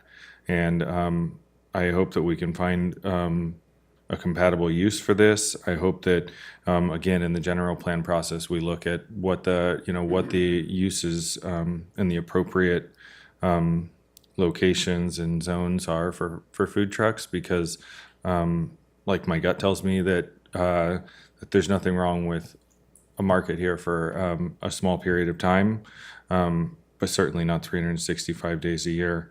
And I definitely agree that it's not a consistent use with what's in our zoning code today. So I'll be supporting the Planning Commission's recommendations as well. Anyone else want to weigh in? We go to vote? You want to weigh in? Councilmember Shribs. Okay, so there is some merits on both sides and also some disappointments a little bit on both sides in the strict definitions, the legal definitions of development and possibilities. Some of the communications, obviously, it did not happen appropriately. There's two very different stories that we've heard about what was said, when was said, and so there's a lot of disagreement over terminology and options that might be available. So that's a concern over this process. For the actual development, I would not consider food trucks themselves on wheels coming in, but that's not what this proposal is. I find the proposal to be weak, vague, conceptual, not detailed enough, not describing what a vendor is, who the vendors are, how many vendors would be, size of marketplace, structures on the market besides trucks, what might they be, they're artisans, are they going to be in tents? Or there's a huge amount of details, all the weeds that you need to get into for an actual description of a project, the type of business that would be run, the volumes that would be there. So just land use conceptually in a fairly poorly laid out diagram. I'm a little disappointed in the quality of the actual application that we saw. So that's a problem. I see the setback. I don't see any legal way we're going to get around that 100-foot setback that's actually required, that if you get near that river right now, trying to get through any organization, regional or federal organization, environmental, the CEQA, whatever, there's no way this project could pass muster at all because it's going right with, it has something happening within 100 foot of that river. There's no way that's going to pass muster today. It did in the past, and we have all this other stuff that's going on, but that was all history done in the past, and we really can't reverse that at this time. That's disappointing. But yeah, it's totally unfair that right next door and right across the river, there's all this ugly stuff happening that should have been illegal and not happen, but it did happen and is there, and it's totally unfair that we can't even do what's being asked here because it doesn't meet the current environmental and legal standards at all. So I'm going to have to vote against the current development, but I would highly recommend that there is a reapplication with proper descriptions of everything in detail, and that some work gets done, who the vendors might be, and also to change the whole plan, because I could come up with a plan of 100-foot setback with natural vegetation. Half the property would be used. We could do net fill with moving it, creating bioswales and putting it up there, using the gravel that's already there to improve, to make it better hydrologically wise, to actually improve the flooding conditions. That was possible with using native grasses rather than the bare dirt or just chopping down weeds. You could use native grasses and various, as the walkways that you said, all sorts of ways to improve the property rather than have it decline hydrologically in flooding. So I think there's an opportunity. I would like to see food trucks there. I don't want to see a huge marketplace that's been described. I don't want to see that on that site, but something that's confined, contained, limited, and can work with the constraints of the environmental constraints that are going to be laid down in front of this project anyway. Let's start with that. Let's start with the environmental constraints that we have to be, and just my recommendation, redo the application, listen to the options, and see where we can make work and make this happen and get something there at least. So that would be my, but the current thing is this current plan, this current proposition, I can't go for it at all at this time. Okay, good. Then with no other council comments and hands raised, I'd like to see a motion from someone. I'll make the motion to uphold the planning commission's decision, To approve the resolution. on Second. approve the resolution. the- As written, okay. And a second from Councilmember Barnacle. And a roll call vote, please. Council members Barnacle, Aye. Cater Thompson, Yes. Healy, No. Now. No. I'm sorry, did you say no? Thank you. Posake, No. Yes. Could we? Shribs, Sorry. I was saying no.